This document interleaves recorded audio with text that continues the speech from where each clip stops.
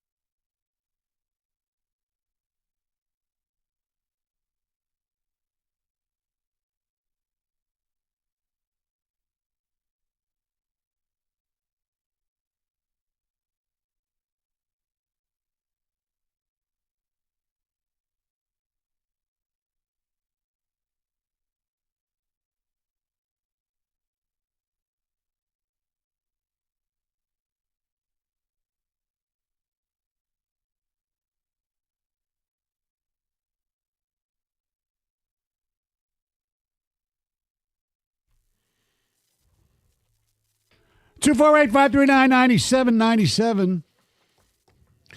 Karsh and Jeff Rieger will follow our program. And when I worked with Doug 2 weeks ago, he brought up the name of Kyle Whittingham. That's who he wanted. Yeah. And it looks like he's going to get his man, if you believe all the reports that are out there right now. 248-539-9797 is the telephone number. By the way, just want to give you a little statistical comparison in this debate, if you even want to call it that has really fired up Mr. Jansen. Baker Mayfield versus Jared Goff. Baker Mayfield this season, 23 touchdowns, 8 interceptions, 61.6 completion percentage. Career, 194 touchdowns, 98 interceptions, 63.3 completion percentage. Jared Goff, 2025, 33 touchdowns, 7 interceptions, 68.3 completion percentage. Career, 255 touchdowns, 101 interceptions, with a completion percentage of 65.9. So in those statistics, they're pretty important statistics. Yeah.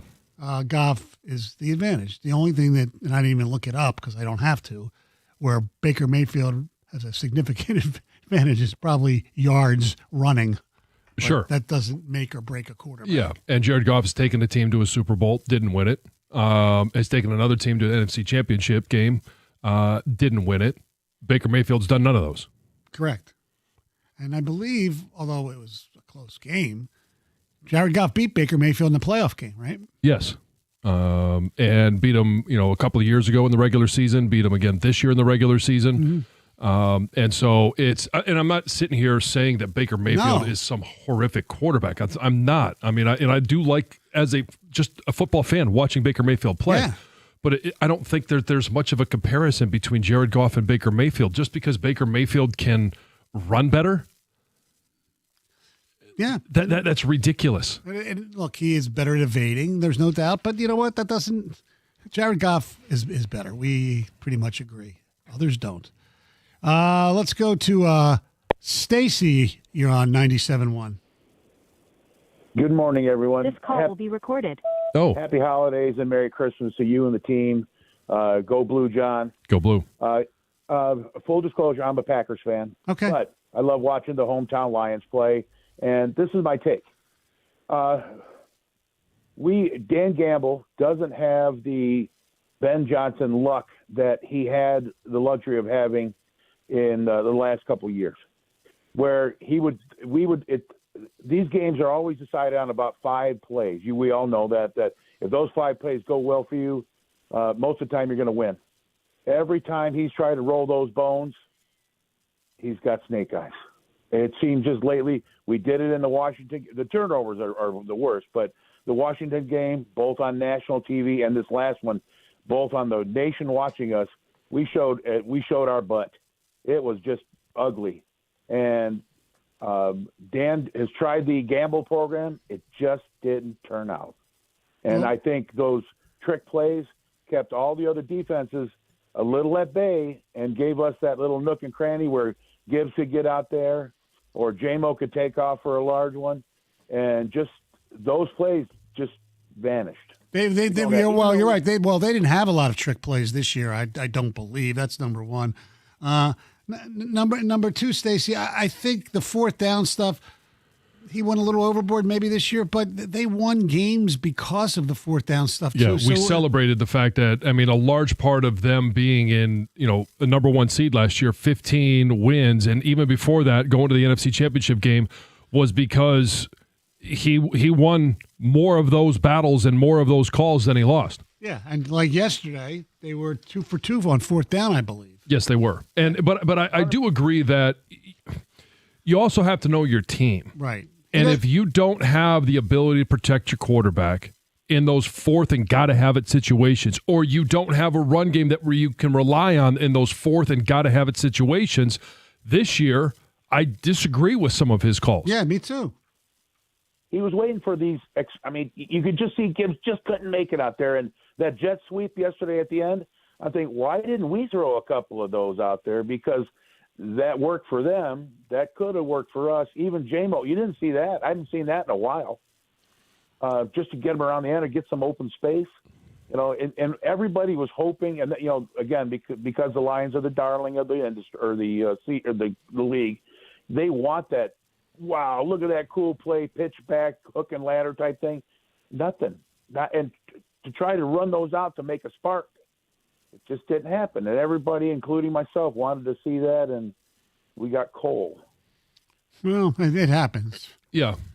I mean, there's a lot of reasons that this season went south. And could you put blame on Brad Holmes? Clearly. Dan Campbell? Clearly. Goff? Clearly. Offensive line? There's plenty of blame to go around everywhere. So you're not sitting there going, oh, well, I mean, I feel so bad for this guy because he had a great season. No, there's no one that you feel bad for. Everyone had a hand in this season being the way it is. They're 8-8 right now. They could end the season, and most likely they probably will, with a losing record. Right.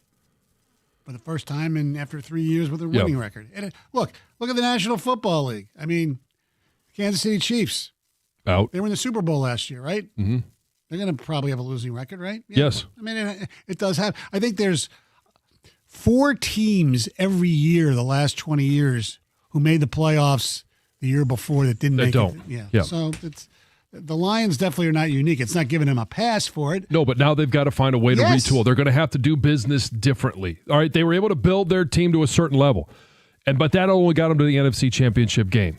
Now they've got to find a way to take all of those pieces that they've extended. They're good pieces. Right. And find a way to put that puzzle together so next year they're not sitting here out with a week to play. Or they're not fighting for their playoff lives and hoping that somebody else loses and they win to get in. Did you happen to see Mike Tannenbaum on Sunday, or what was it, Friday Countdown or whatever you want to call it yesterday?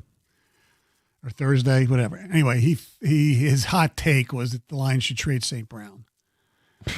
And Schefter went crazy on him. He goes, he's the heart and soul of the team. Yeah. Now, did he have as good a year as he had last year? No, he had some drops this year for the first time. Yes.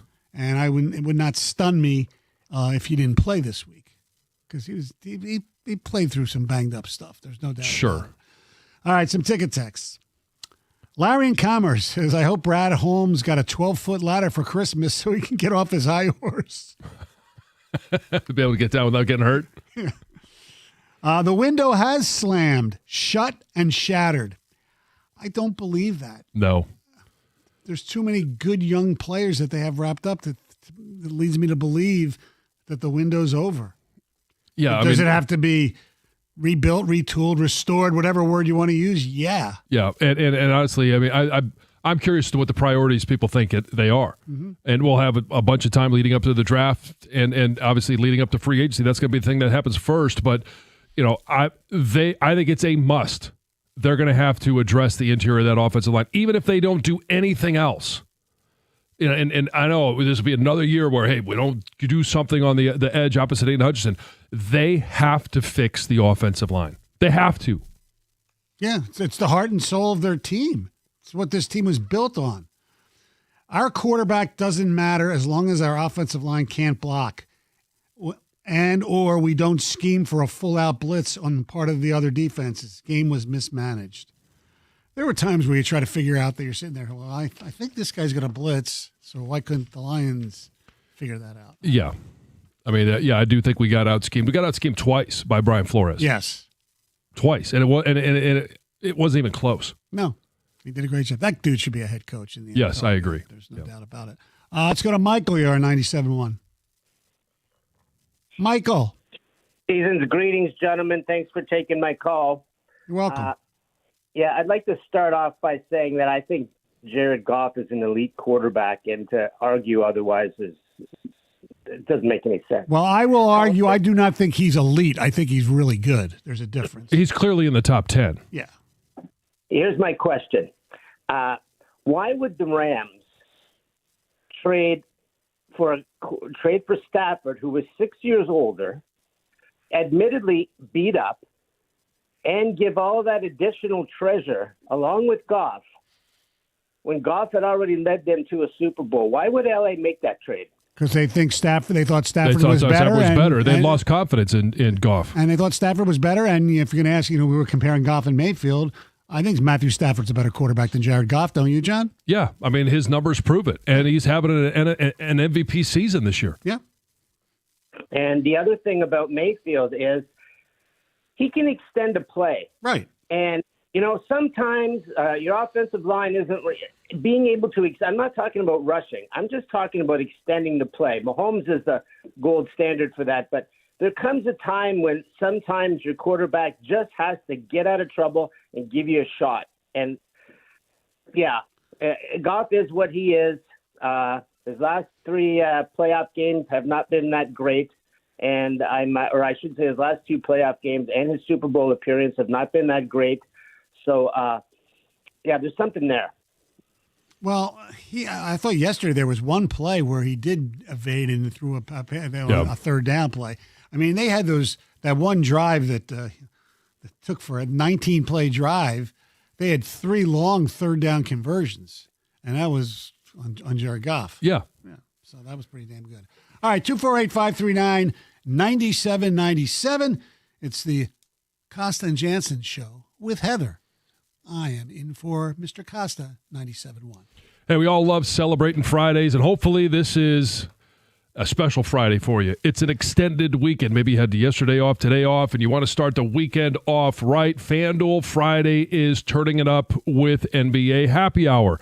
Every Friday from 6 to 7:30 p.m. Eastern, FanDuel is dropping limited time specials to get you in the zone, and it could be boosts, bonuses, surprises, all designed to bring that Friday energy. This isn't just another promo. It's your weekly pregame. NBA Happy Hour every Friday from 6 to 7:30 p.m. Eastern, only on FanDuel, official sportsbook partner of the NBA. All you have to do is visit FanDuel.com/971 Detroit to grab your reward before the clock expires. That's FanDuel.com/971 Detroit. Must be 21 or over and present in Michigan. Opt-in required. Rewards are non-withdrawable. Restrictions apply, including bonus and token expiration, leg requirements, and max wager amount. See terms at sportsbook.fanduel.com. If you have a gambling problem, call 1-800-GAMBLER.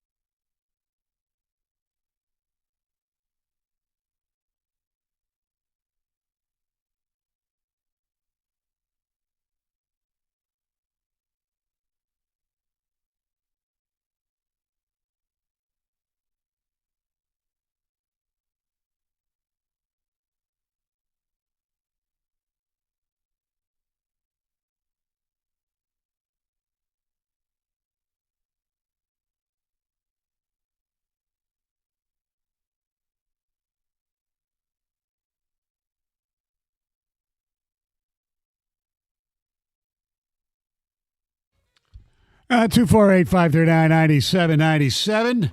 It appears Kyle Whittingham is going to be the new head football coach at the University of Michigan. Nothing official yet, but some reputable people are reporting that that's going to happen shortly. He's done a fine job at Utah. He is 66 years old, which worries some people.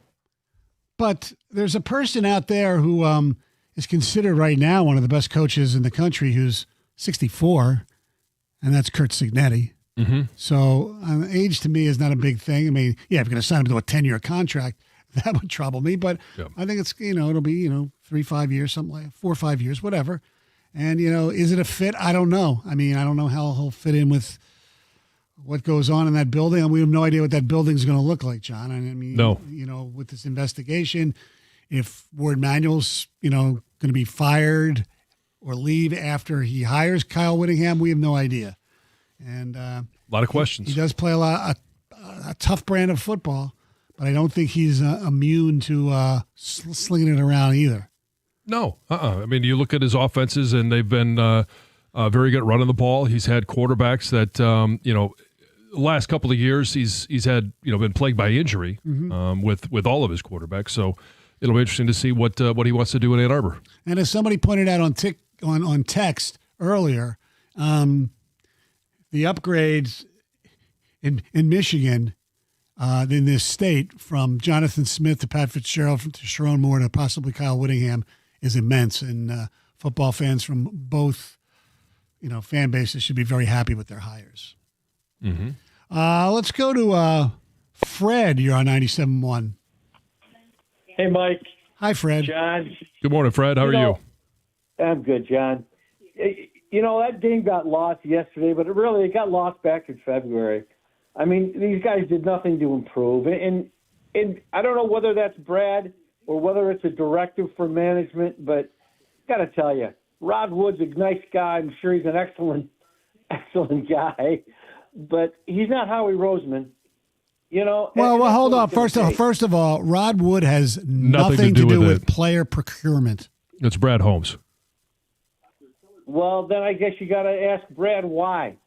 Why are we good? He says we're good with what we got. No, we're not. I know. Yeah, it's just discouraging.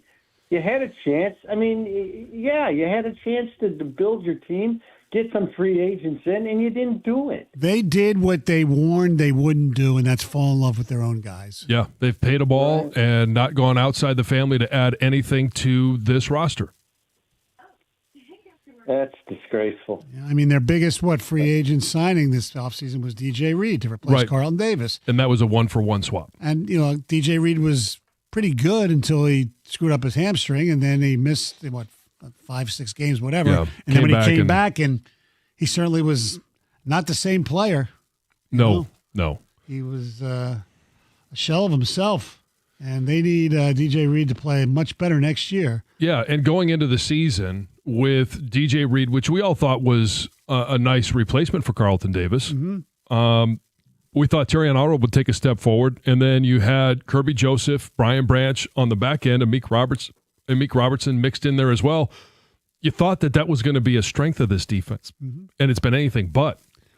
By the way, to give some context to what people thought about Kyle Whittingham going into this season, all these publications had, the lists of the best coaches in the country, and The Athletic and the Sporting News had him at 13th, College Football News 12th, CBS Sports 11th, ESPN 9th, A to Z Sports 7th. So he's a top-level coach. Top-level coach, and he's got a good program, and the key right now is going to be keeping the guys that you want and being able to attack the portal. And here's the other thing.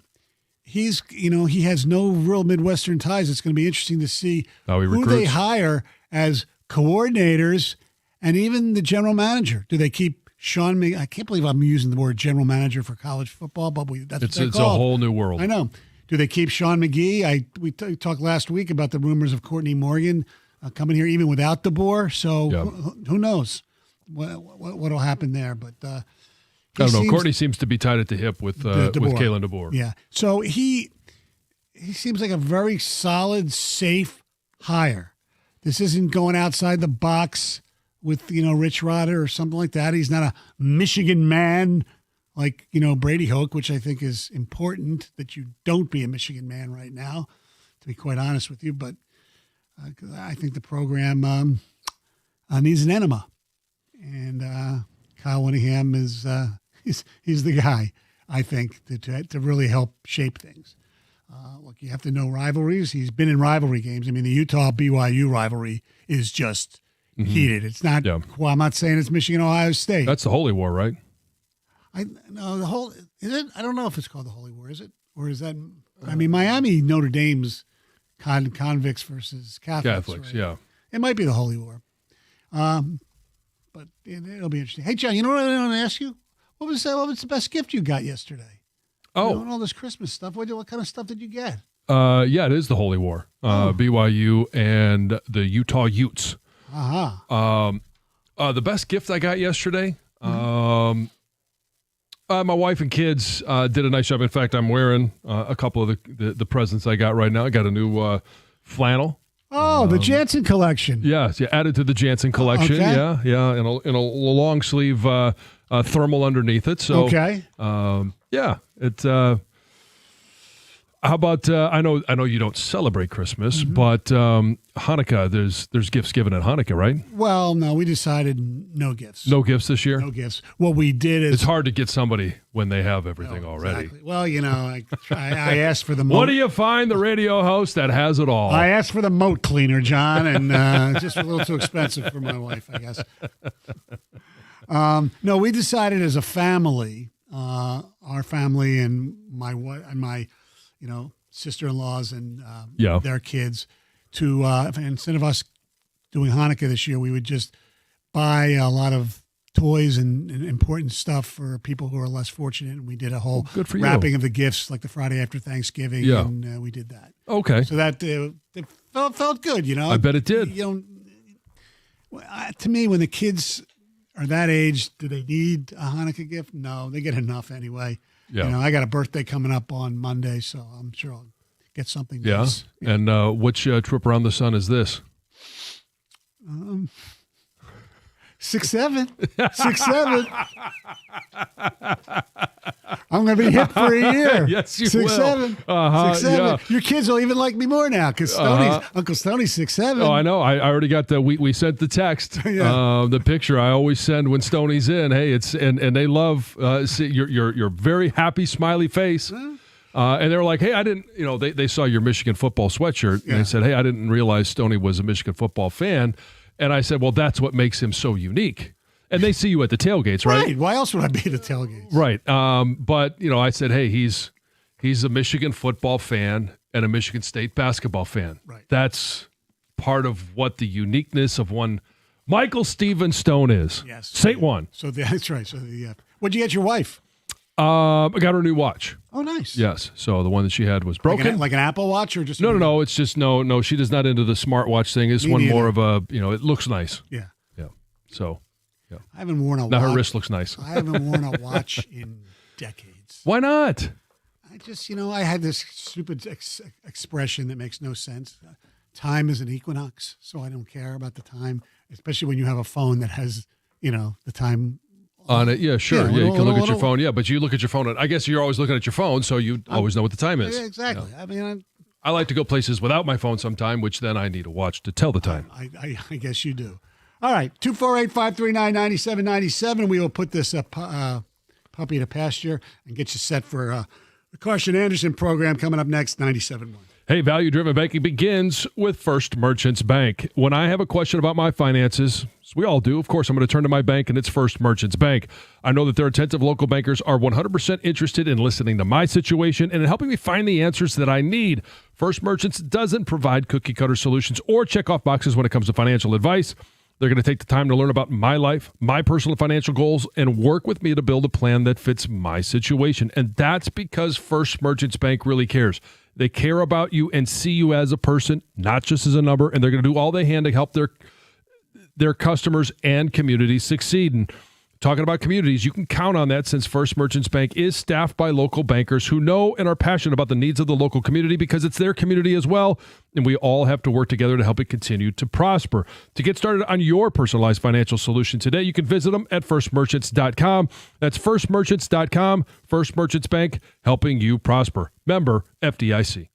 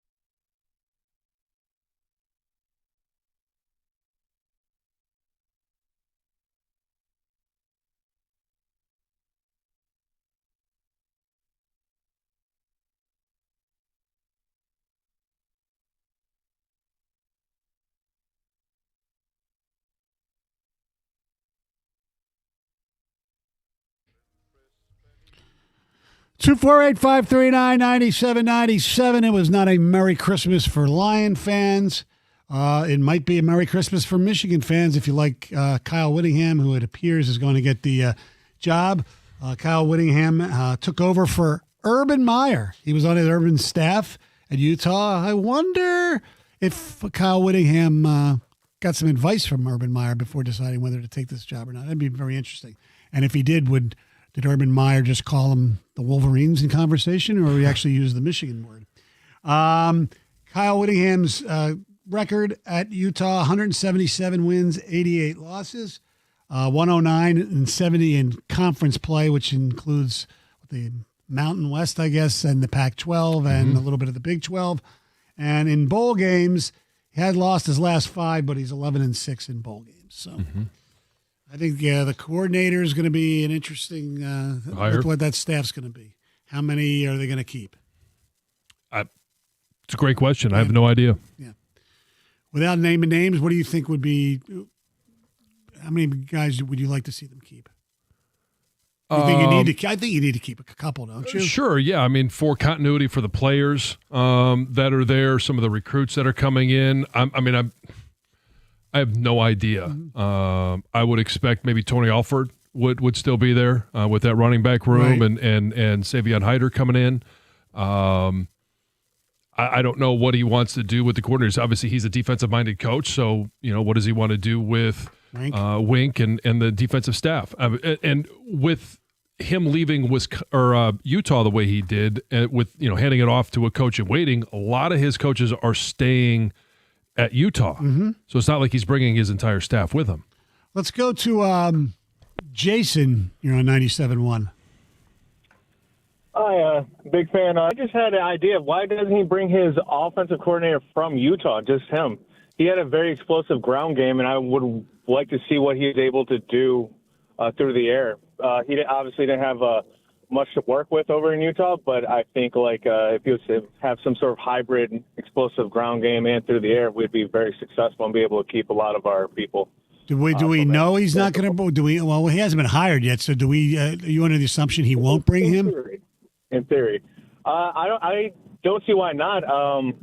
The year before, they weren't very successful at all on offense, and then Kyle Whittingham just kind of told him, do whatever you need to do to be successful, and because he's a defensive-minded coach, and they were able to make things work.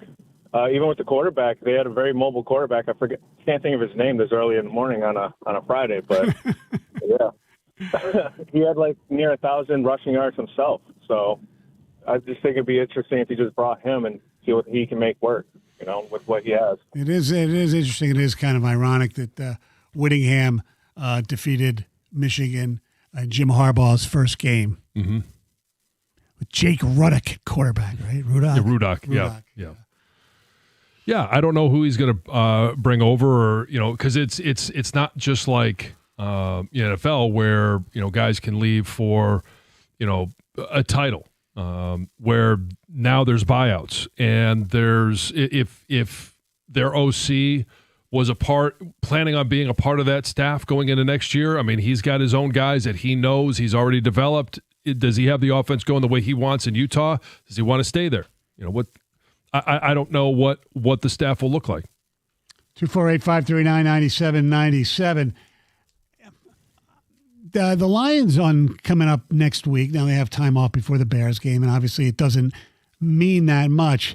However, a win or a loss could affect the schedule for next year. Right. Yeah. Third place schedule or fourth place schedule. Yes. So here's the differences.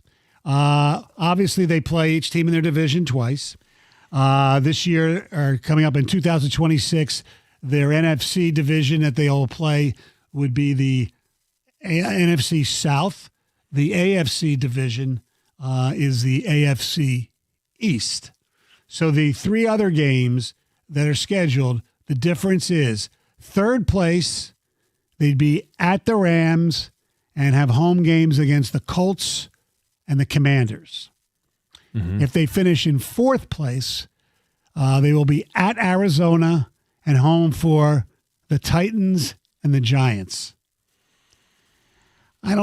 I never sit there and root for my team to lose, but it certainly looks on paper. Look, you never know what's going to happen either. It certainly seems it'll be more advantageous for the Lions in 2026 to have a fourth-place schedule than a third-place schedule, but it's not that much of a difference. Really. No, it's not. We're going to sit there and debate the third place or fourth place schedule. It's like trying to sit here and debate, they want to pick 14 or 15 or 16, whatever it's going to be. Karsch and Anderson coming up next. Jeff Rieger in for Gator. Doug Karsch is here as well, obviously. And Doug, when we worked last week or 2 weeks ago, you mentioned Kyle Whittingham. Are you Karshadamas here? I'm thrilled, to be honest with you, given where Michigan football has been and what they need right now.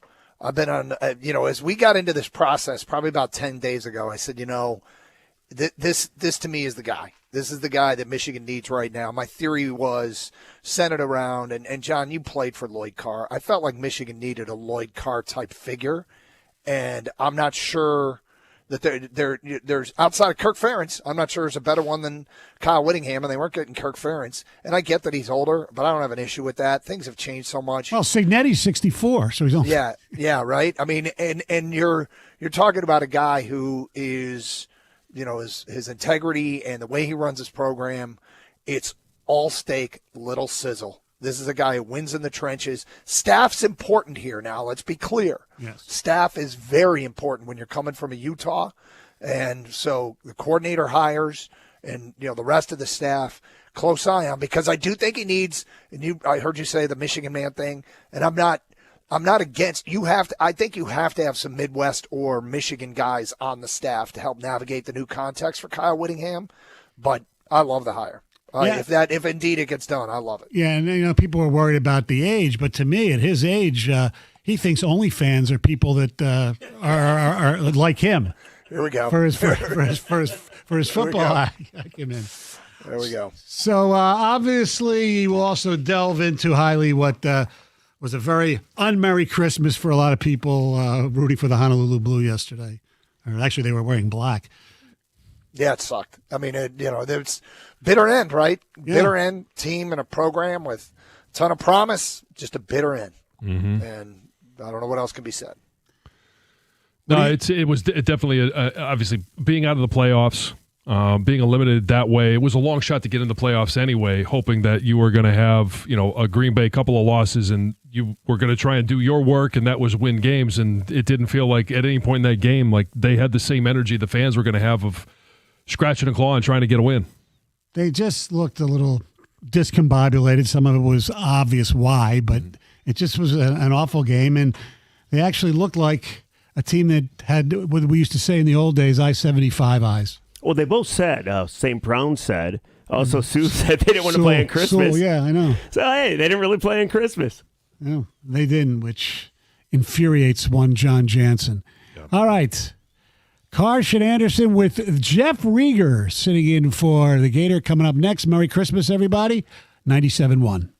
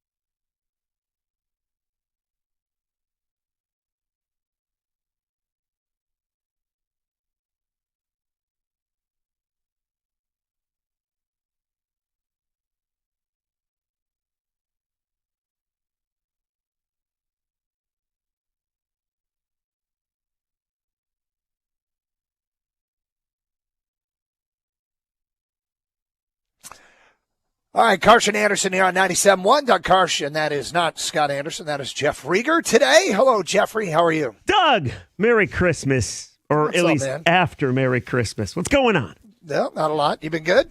Fantastic. How are you? I'm great. I'm not thrilled with yesterday's Lions game, but thrilled to get to spend time with family the last few days. So that's been awesome. But it was what it was. It was a bitter end, and it is a team that needs a lot of maintenance. This roster needs a lot of maintenance and upgrades and TLC in this offseason because I think we just basically watched the worst case scenario play itself out, which sucks. But I don't know how else to put it. Listen, I agree with you. I would take it a step further. It was an embarrassment. I mean, they're now your last place Detroit Lions. And if I were to tell you, Doug, that when they're sitting at 4-1 and 5-2, that J.J. McCarthy, early J.J., not even like better J.J., not even 9 J.J., and then Max Brosmer were to beat you in some pretty big games, and the Vikings sweep you, I don't think anybody would have believed it. And then yesterday, Costa and Jansen do that double-digit disco. They lost by double digits. If they don't turn over the football, they probably win the football game. Doug, unfortunately, we've watched these games our whole lives, and we thought it was gone. The last couple of years were splendid, and now it's back to being more of the same. Well, look, you're embarrassing or not, to me, it's just, hey, look, it's black and white. Did they succeed? No, they didn't. It was ugly, and Max Brosmer's terrible. I had an NFL coach tell me that, not with the Lions, but I know, and I'm like, yeah, well, maybe someday he'll be really good, but yeah, it was an ugly performance. Whatever label you want to put onto it, it's just the whole season. I think it was a worst case scenario playing itself out in so many ways. Absolutely sucks. Yeah, I mean, listen, we knew about the offensive line, right? And then you find out seconds before the game that Taylor Decker isn't going to play. I think we knew that Goff was going to be under pressure, and I don't know that he adjusted. Maybe he could not adjust, but I keep going back to the fact that Jared Goff, over the last 2 years, in the 2 biggest games of the season, this one, he wasn't very good against Pittsburgh either, and then, of course, last year against the Commanders, Jared Goff, the guy making the most money, was outdueled by Max Brosmer. As crazy as it sounds, the Lions lost to a team that had 3 net yards passing. Brosmer had a better rating than Goff did. Goff turned over the ball 5 times, 3 fumbles and 2 picks. So I think it starts there, but the offensive line was atrocious. And then, defensively they were fine, but they just kept coughing the football over. If they just turn over the ball 3 times, they're still alive. And then we get to watch tomorrow what Green Bay does. But unfortunately, you said it, the worst case scenario, it was atrocious. I can't get over how bad it was yesterday. Well, I think it starts with the offensive line, quite frankly. But at the end of the day, and it starts in the middle. I mean, Sure. Edgar Khan really, really struggled. And I get that he's a young player, but, I'm ready to get into the free agent market and find a veteran center. And bring somebody in here that can settle down the interior of the offensive line. A lot of problems can start with the center position, but even yesterday, multiple quarterback center exchanges were a problem. And you go, okay, well, what's new to the equation? Well, what was new is the center. Goff's the same guy. The center's different, and they couldn't block. I mean, there were jailbreak blitzes over and over again, and it was ugly. They couldn't run. They couldn't block. They couldn't pass protect. There was nothing. I mean, there was absolutely nothing. And when a game ends like that with the 6 turnovers, and they've been exceptionally good at not turning the football over, and you turn it over 8 times all year and then turn over 6 times in one game, it's not going to work very often. And, I think the crazy thing is it feels like it's a team that has the makings of being exceptionally good, but they got a lot of things that need to get addressed. I'm scared that they don't need just one safety. They might need 2. Oh, I don't disagree. I mean, because we don't know what's going to go on with Kirby, Brian Branch. Is he the same guy? Do you even pay Brian Branch? There's so many decisions that need to be made. But when you look at the season, right, Brad Holmes, I think, obviously didn't do enough. Like whether he was duped or not by Frank Ragnow, he did not do enough to make sure that you are good at center at least, because Glasgow hasn't been good all season long. And then I think you take it a step further. Dan Campbell, I think, fair to say, kind of failed miserably with higher coordinators. So obviously Anthony Lynn, his first OC, didn't work out. John Morton didn't work out. Do you keep Kelvin Shepard? I'm not quite sure that you do. Like overall, I think this was a collective failure by so many different sides, right? Like obviously Holmes not good enough. Campbell wasn't good enough. The O-line was atrocious. I thought Goff the last 2 games was despicable. I really did. He's been great all season long. He hasn't been the problem. But the last 2 games, especially yesterday, I know things were falling apart around him. But Jared Goff, towards the very end, when it was those back-to-back throws for back-to-back picks, or just allowing Van Ginkel to steal the ball from him on that very last play, I thought Goff was bad too yesterday. You said it, worst case scenario. And I wonder where Lions fans are right now. I mean, it's so raw, it's so early, but going into this offseason, you have so much to fix. Can you fix it all in one offseason? Can you get back to the team that you were? Or have the Vikings, the Packers, and the Bears passed you? Well, I mean, this year they certainly have. One thing that they could really use some good luck with some injuries. I mean, it feels like there's a roster there that can compete with anybody, quite frankly, that is just been decimated. And you hope that you expect to see guys get hurt. What the question is can you overcome as many as that they've had? Like fixing it in the offseason. Well, if Decker comes back, and now I think we need to question whether or not he will. That's a great question. Do they start moving Penei Sewell over to left tackle and shopping for a right tackle? Are they going to, which one of their young guards are they going to roll with? I mean, they know better than we do. Like, is Mahogany, Ratledge, Frazier, which Owashika, which one of those guys is worth keeping and building around? Defensively, they have to find more help at the defensive tackle spot if they're not going to get playmaking out of the guys they have. I mean, Roy Lopez was probably feeling like the only guy that lived up to or exceeded expectation at that spot. There was an El Qadim Muhammad sighting yesterday, which was cool, but again, I go back to how much of that is just on Max Brosmer being the quarterback that he is. Is Anzalone got a future here? Is Malcolm Rodriguez a plug-in player? There's a lot. What do they do with the secondary? Is Terrion Arnold going to be a guy that they want to continue to try and invest in and build around? Do they look to replace him? Do they look, what the hell is an Ennis Rakestraw, the 2 safety? I mean, there's a ton of questions. I can't believe how many questions there are. And you're right. Can they fix it all in one offseason? I mean, given the state of the NFL, of course, there are teams that go from way worse than this to good. But it doesn't mean there's not a lot of heavy lifting and a lot of work to be done. The thing that was the most disheartening, at least for me, for the last couple games, right?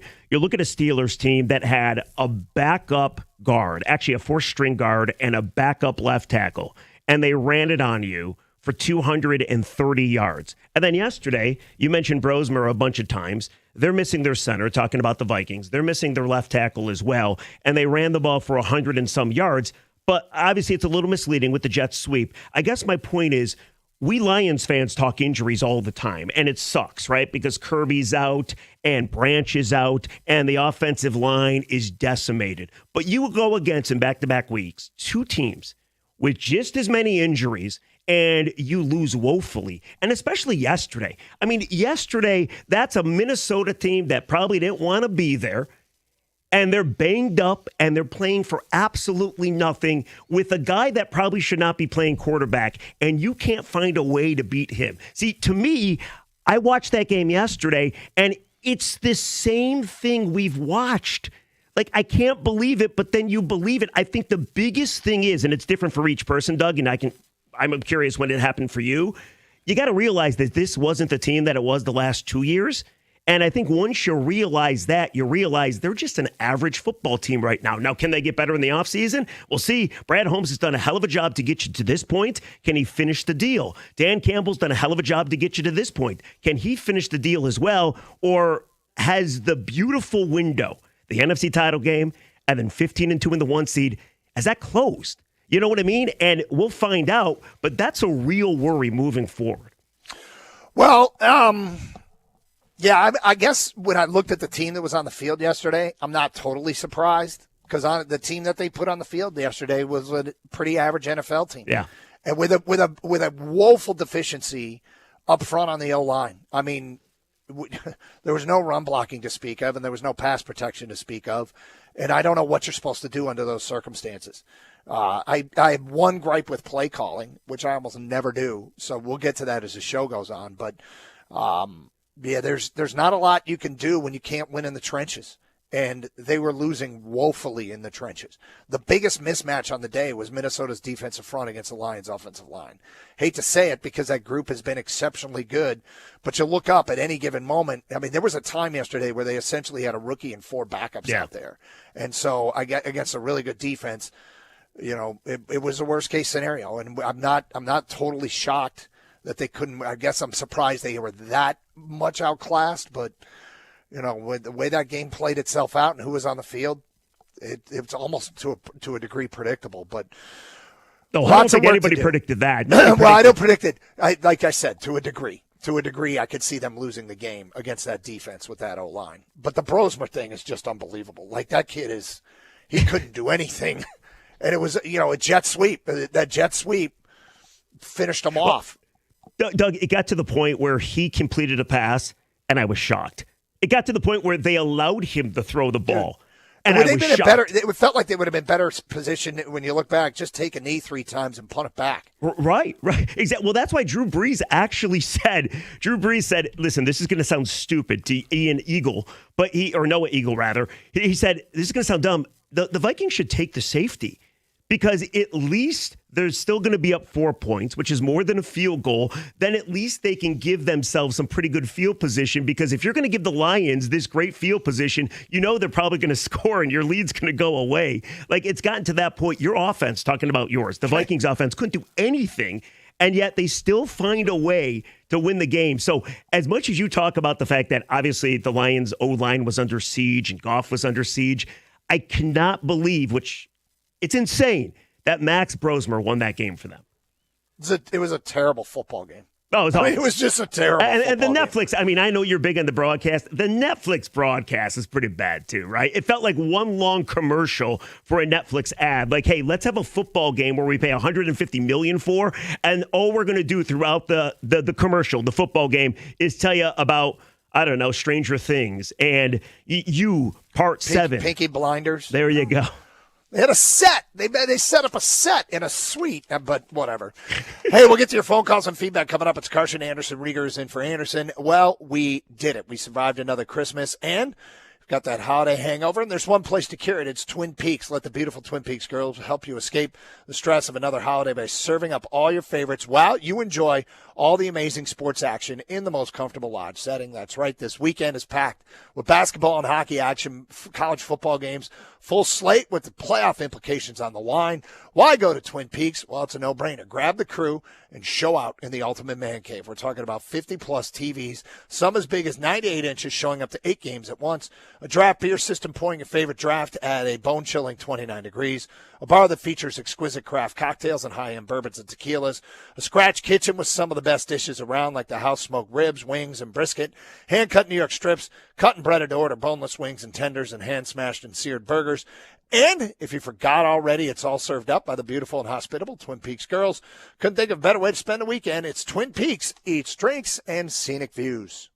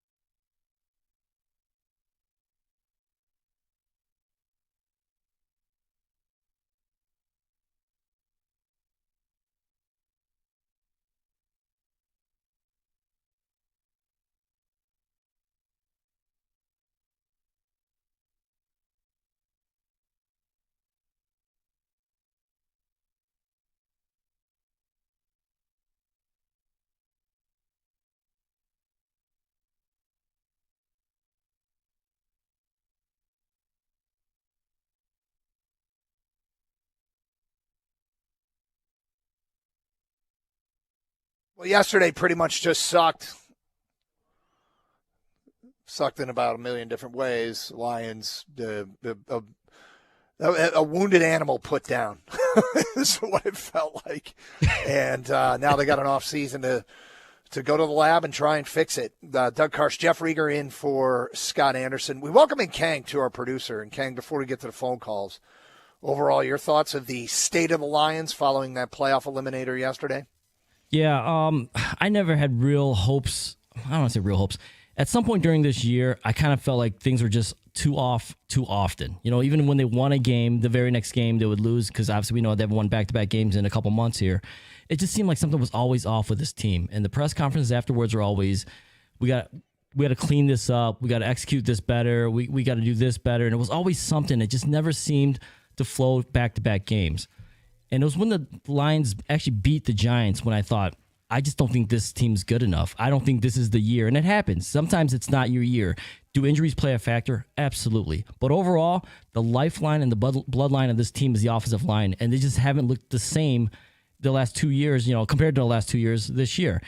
And so when they beat the Giants barely, I just thought, I think this is the type of team they are. They're not terrible, but they're kind of average. And right now they're 8-8, which is exactly average. It was still kind of jarring that they lost to Brosmer and the Vikings in that fashion because that's pretty ridiculous. But earlier this week, though, we were talking about the playoff scenarios were still alive, right? And the miracle was maybe the Packers losing 2 in a row. I kind of brought up the miracle might be the Lions winning 2 in a row. And it's true. They couldn't do it. Even when it mattered the most, when you're playing against a team, the only thing that the Vikings had to play for was pride. They had a third-string quarterback who basically is nothing back there. He could barely run the offense. The defense actually played well, except for one play, the jet sweep, and that once they let that happen, it was pretty much over. And I've kind of accepted this fate, is what I was trying to say, Doug, for a couple weeks now. But to see it finally happen is still a little surprising, and it's unfortunate, man. It's just a really disappointing year, and they got a lot of work to do. I think it really starts with the offensive line. You got to start there, and I think you said it earlier. Go out and get a veteran center or a left guard. You need to solidify that middle of that lineup, and hopefully Taylor Decker comes back, because otherwise you got another big hole. 248-539-9797. Ready to get to the phones? Let's do it. All right, let's go to Brian. You're on 97.1. Hi, Brian. What's up, fellas? Brian, Merry Christmas. Merry Christmas, both of you gentlemen. I love you guys, too. Thank you. Brother, they dead in the water. They're in last place. This was a horrible GM job, a coaching job, and you're not winning no, Doug, I hate to tell you this bad news after Christmas. You're not winning no Super Bowl with that quarterback, man. That guy's horrible. Yeah, if everything's perfect, he one of the top 10. But if it's not, he one of the worst quarterbacks in the league. And for him to be upset about what he said or didn't say or whatever, he's not worth it, man. And don't tell me, well, we got to go with him because nobody else. They're in last place. Nobody thought they'd be in last place. I remember I called Gator after that Bears game, think, oh, man, they got something. I was fooled like I bought a boulder rock. He is not the quarterback. He cannot get the job done. They're not in the Super Bowl window. They're not close. The 3 teams ahead of them in their division had the ability to get better than they do next year. And the Lions in trouble, man. They're in a world of trouble. Brian, you're not wrong. You're not wrong. They have so much. No, I don't think. Not to mention. I think he's wrong. I wonder what Goff thinks about the doubters now. Like, he got so upset at the so-called doubters. The doubters were right. Hold on. Jared Goff using whatever Jared Goff wants to use to motivate himself, or he loves that doubter stuff. There's nothing wrong with that. Oh, there's nothing wrong with it, but it sounded like a shot at the fans. And when you take a shot, if you want to determine it as a shot at the fans, definitely that's did. fine. Yes, I do not at all. I think it's just Jared Goff feeding into what Jared Goff loves. Because you know why? Because I watched him do it through the years, and we talked to him. And when we had stuff like that we offered up to him, he leaned into it and wanted to know what it was. Doug, he said, go ahead. Doug, do it through the years. Do what? Now when I'm not talking about. I'm talking about the comments he made. He loved comments that doubted them and wanted to know what they were. And so I have no issue with him using anything that he uses to motivate himself. As far as can Jared Goff win the Super Bowl, if the whole team looks like that, no. Everybody needs things to be good. Nobody out there goes, there's a very few, I should say, that don't need a lot to align to have success. This is a team sport, man. This is a team sport where you give yourself a chance when you have a complete football team. What was on the field the last few weeks of this season was far from being a complete football team. Now, it's a very safe position, Brian, to say they're not going to do it because you got the field. And taking the field every year is a very safe thing to do. But I do think if you take if you put together a team that's efficient up front offensively, they've got weapons on the outside and they've got running backs, they need their tight ends back. Yeah, that offense can operate at an extraordinarily high level. And he has had postseason success, and he has taken a team to the Super Bowl. But, I mean, if you want to give up on him, that's fine, I guess. But I'm not giving up on him, and I'm not giving up on this team. Well, the problem is you got nobody else to go for. This season I am. Well, yes, you have to give up on the season. I mean, yeah, they're kind of locked into him with the contracts. Right. He's making $70 million next year. I'm sure they're going to restructure. Probably restructure. But, Doug, I don't think Goff has done himself any favors to the people like Brian that don't believe in him because everybody has injuries. And over the last couple games, in the biggest games of the season, when you're fighting for your life, nobody's saying to win a Super Bowl. You just got to get to the postseason, someplace you've been last 2 years and someplace that people expect you to go to. You put in your 2 worst performances of the year. Now, to your point about the offensive line, it's valid, but Goff is one of these guys, like any quarterback, that needs things perfect. Goff might need things extra perfect. And yesterday, he was atrocious. Sunday against the Steelers, he was bad. And you look at these other teams that have success with injuries, whether it's the Chargers, who are still fighting for the 1 seed. Their entire offensive line is decimated. Or you look at the Niners, their entire defense is out. They, too, are still fighting for the 1 seed. So I agree with Brian. I don't want to hear it on a day like this. I don't want to hear any support for Jared Goff. It's the NFL. Well, then, hey, Jeff, you probably don't want to hear anything I have to say all day. Honestly, because if the conclusion that Brian draws is you can't do it with this quarterback, I'll take issue with that. I don't think you could do it with the team anywhere close to the team they had on the field yesterday. And I'm sorry, I guess I don't look at a quarterback who threw for 364 yards and 3 touchdowns in that Steelers game as atrocious. Atrocious, Jeff? Doug, atrocious? He put up at least 6 or 7 balls that could have been picked, probably should have been picked.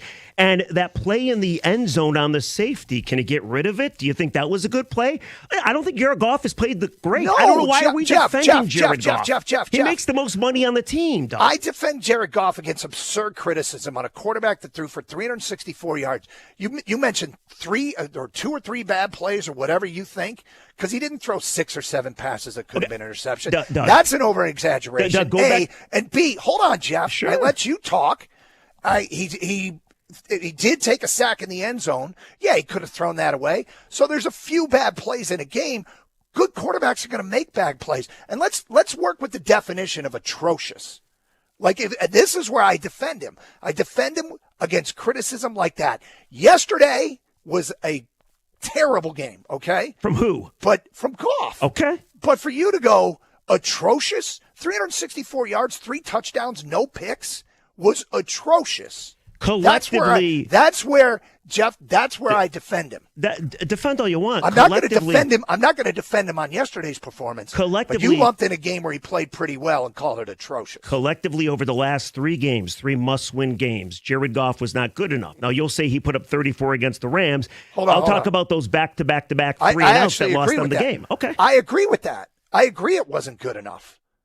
I step up and say atrocious. Yesterday was atrocious. Okay, you included the Pittsburgh game, and that's where I defend him. All 3, in my opinion, were borderline that. But we can mix on the words if you want. It's probably it's probably people don't want to hear it, but. And Doug, my whole point is, Goff is lumped in on this. That's all. This failure of a season. It's just as much on Jared Goff as it is on Brad Holmes, as it is on Dan Campbell, as it is on everybody on that staff and every player on that field. Goff doesn't get a pass because there's injuries on the offensive line. So if you take exception with atrocious, that's fair. I could take the word back, but the guy you pay the most money to on the offensive side, or at least some of the most money to on the offensive side, he simply, too, has not been good enough. Well, I'm not going to defend him to the degree where I disagree with that. I think he could be better. That I think is fair criticism. But 248-539-9797. More of your phone calls and feedback coming up. It is Carson Anderson, Rieger and for Anderson on 97.1.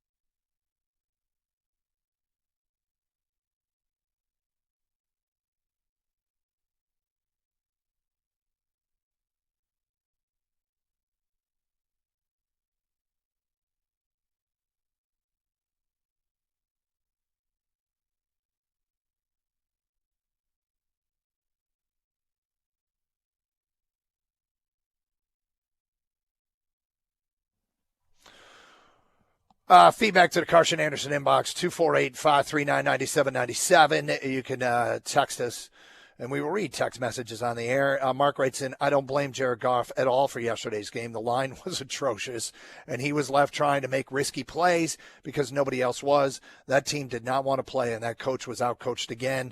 8-9 record is atrocious. Good is the enemy of great. Next one from Jimmy. Honeymoon is over. Lions have bled fans dry with prices and priced some loyal diehards out. Have won exactly nothing. Both Dan Campbell and Brad Holmes feet start getting held to the fire next year. Michael writes in, I'm not sure why there isn't more focus on Goff and offensive deficiencies. They lost to a quarterback who threw for 50 yards while they had all their offensive tools really bad. That's from Michael at work. And next one's about Kyle Whittingham. Brad says, I fear that Kyle Whittingham is too old for the Michigan job at 66. You don't have the same fire as someone 10 years younger. Well, it depends on the individual. But all candidates have their arguments against. From Whittingham, it'd be about the age. People will lock onto the age, even though he's only a couple years older than Cignetti. But I think it's a great hire for a variety of reasons. We'll get into a little bit later on. 248-539-9797. Let's get back to the phones. Carl is next here on 97.1. Hi, Carl. Hey, guys. How you doing today? What's up? What's up, Carl? Not too much. You know what I reminds me of? Remember the Caldwell era? Dan Campbell's only one loss away from being the coach. What's his name? I just said the coach. Jim Caldwell. Before that, Caldwell. And this whole team is a disaster from Holmes to Campbell, his decision-making. You said rebuild earlier. Rebuild off of what? What's there to rebuild off of?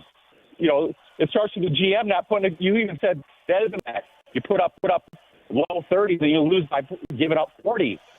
So you'd keep offense and play. You'd keep the offense and work on defense exclusively. Absolutely. I'd lower I don't think – is that – I wouldn't characterize that as a full-scale rebuild. I don't think it's a rebuild. I think it's a retool. I just think you got to rebuild probably the toughest two things, which is probably the offensive line. It's hard to get that right. And then the defensive line, you probably got to do more. If anything, if there's a positive out of any of this, Brad Holmes is going to have to change his philosophy. And we're going to see what kind of executive he is. Now, Doug, his point about Dan Campbell, Dan hasn't been good enough, whether it's hiring coordinators, but play calling, I don't think he expected to do the play calling, but I don't think he was good enough either. We got to stop with this. Not that you said it, but I hear a lot of people say, well, they're the number one offense, or they score the most points per game. Look like it. When they play terrible. good defenses over the course of this year, they've lost. They've got outgained on the ground. And, like, for instance, Philly, they score 9 points. Kansas City, they score 17 points. So they're simply not good enough offensively when it comes to actually going against a good defense. The other thing, too, about Dan, and you can tell me if you agree or disagree, that's a little shocking. I think 3 weeks in a row now, he's been out-coached, and I think the adjustment game has gone to the other guy and not Dan Campbell. I think that's tough. Plus, you add the fourth downs, some of the time management. Nobody's saying to fire the guy, but he needs to be way better as well. Well, hold on. I wouldn't characterize as nobody's saying well, I'm not saying to fire the guy. Yeah, but look, Carl was interesting because Carl came in and, said rebuild off what? And as we talked to him, he actually was in favor of a rebuild, and he was in favor of focusing exclusively on the defense. I disagree with that. I don't think you can focus exclusively on the defense. I think you got to get the offense right. It's the foundation for all the success they've had. And it's not like you can only have to do one or the other. But my big free agent money would go into a veteran center. Yeah. And there could be some guys out there, and we can get into the list of how you attack it later. But I would not. Carl's of course entitled to his opinion. I would not do it the way Carl would. I would definitely try and sink some resources into improving that offensive line, and specifically the center spot. Two things. First of all, is there a chance at all, or is it pie in the sky that Frank could walk back in? He's still 30 years old. His hammy should be healed by next year. I mean, if he came back for the money, I don't know that he did. There's still more money to be made. That would solve a big problem if he could gain any of what he had before. I don't know. That could be pie in the sky. That could be unrealistic. But you're right. They need multiple pieces on the offensive line. And then that's before you get to what do you do in your secondary even? And who do you sign, Doug, too? There's some contracts due up that you got to make some decisions, like whether it's a Laporta, whether it's a Gibbs. You got to decide what to do as far as extended. Brian Branch, what do you do with the Achilles? So I do think there's so many questions. And in a cap world, you can't just throw money at everything because there is limitations. So you have to pick and choose. Where are we going to invest? If you're the Lions, where are we going to invest? And where are we going to try and get by with either a younger alternative or a cheaper alternative that we think can make enough plays for us? Because it's kind of you got to balance these things, right? And it's a difficult thing to do. 248-539-9797. Let's go to Nick, who's next on 97.1. Hello, Nick. Hey, good morning, guys. I hope you guys had a good Christmas. Well, thank You you. too, Nick. You did. Thank you. Appreciate it. So I want to put a little bit of a positive spin on it. Not yesterday. Yesterday was a turd. But going into next season, I think it could be the final opportunity for our GM and our coach because we have a fourth place schedule or a third place schedule. We saw what Chicago did this year, and with a nasty schedule, they were able to really just kind of breeze through into the playoffs. And a lot of that is Ben Johnson, but their schedule was cake compared to ours. But we can't do it with this current team, with this current setup as it is. Nick, you get a better draft pick, too, so there's always that. But do you want to know next year's schedule? Obviously, you play the NFC North, but as of now, the games you're locked in for, you play the Saints at home, you play the Bucks at home, you play the Pats at home, and the Jets at home. Then there's a couple of other teams still to be determined. On the road, you play the Falcons, you go to Buffalo, you go to Carolina, and you go to Miami, and then there's one more to be determined, and I know you're going overseas as well. But don't be fooled or duped by the schedule game because it seems like an easy schedule now. It's every year. Things every can year. change, and teams get better or teams get worse. We try so hard not to do it, and every year, Kang, I think you tried to teach us that lesson like 10 years ago, that we always look at schedules and go, this one's easier, this one's hard, and they almost never work out that way.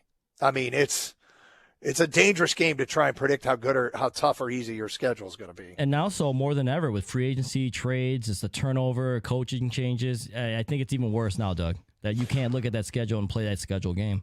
More of your phone calls coming up. It is Carson Anderson, Jeff Rieger in for Anderson. FanDuel Friday is turning it up with an NBA happy hour. Every Friday from 6 to 7:30 p.m. Eastern, FanDuel is dropping limited time specials to get you in the zone. Boost bonuses, surprises, all designed to bring that Friday energy. This isn't just another promo. It's your weekly pregame. NBA happy hour every Friday, 6 to 7:30 Eastern, only on FanDuel, official sportsbook partner of the NBA.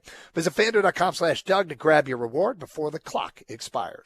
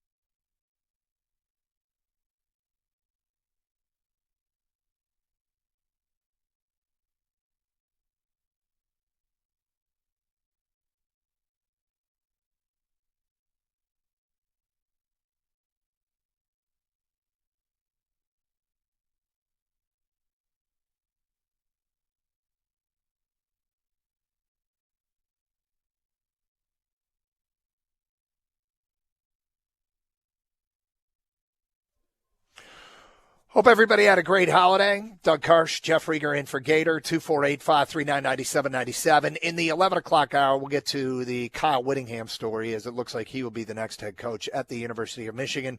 Not final, but everybody's reporting that it is trending in that direction.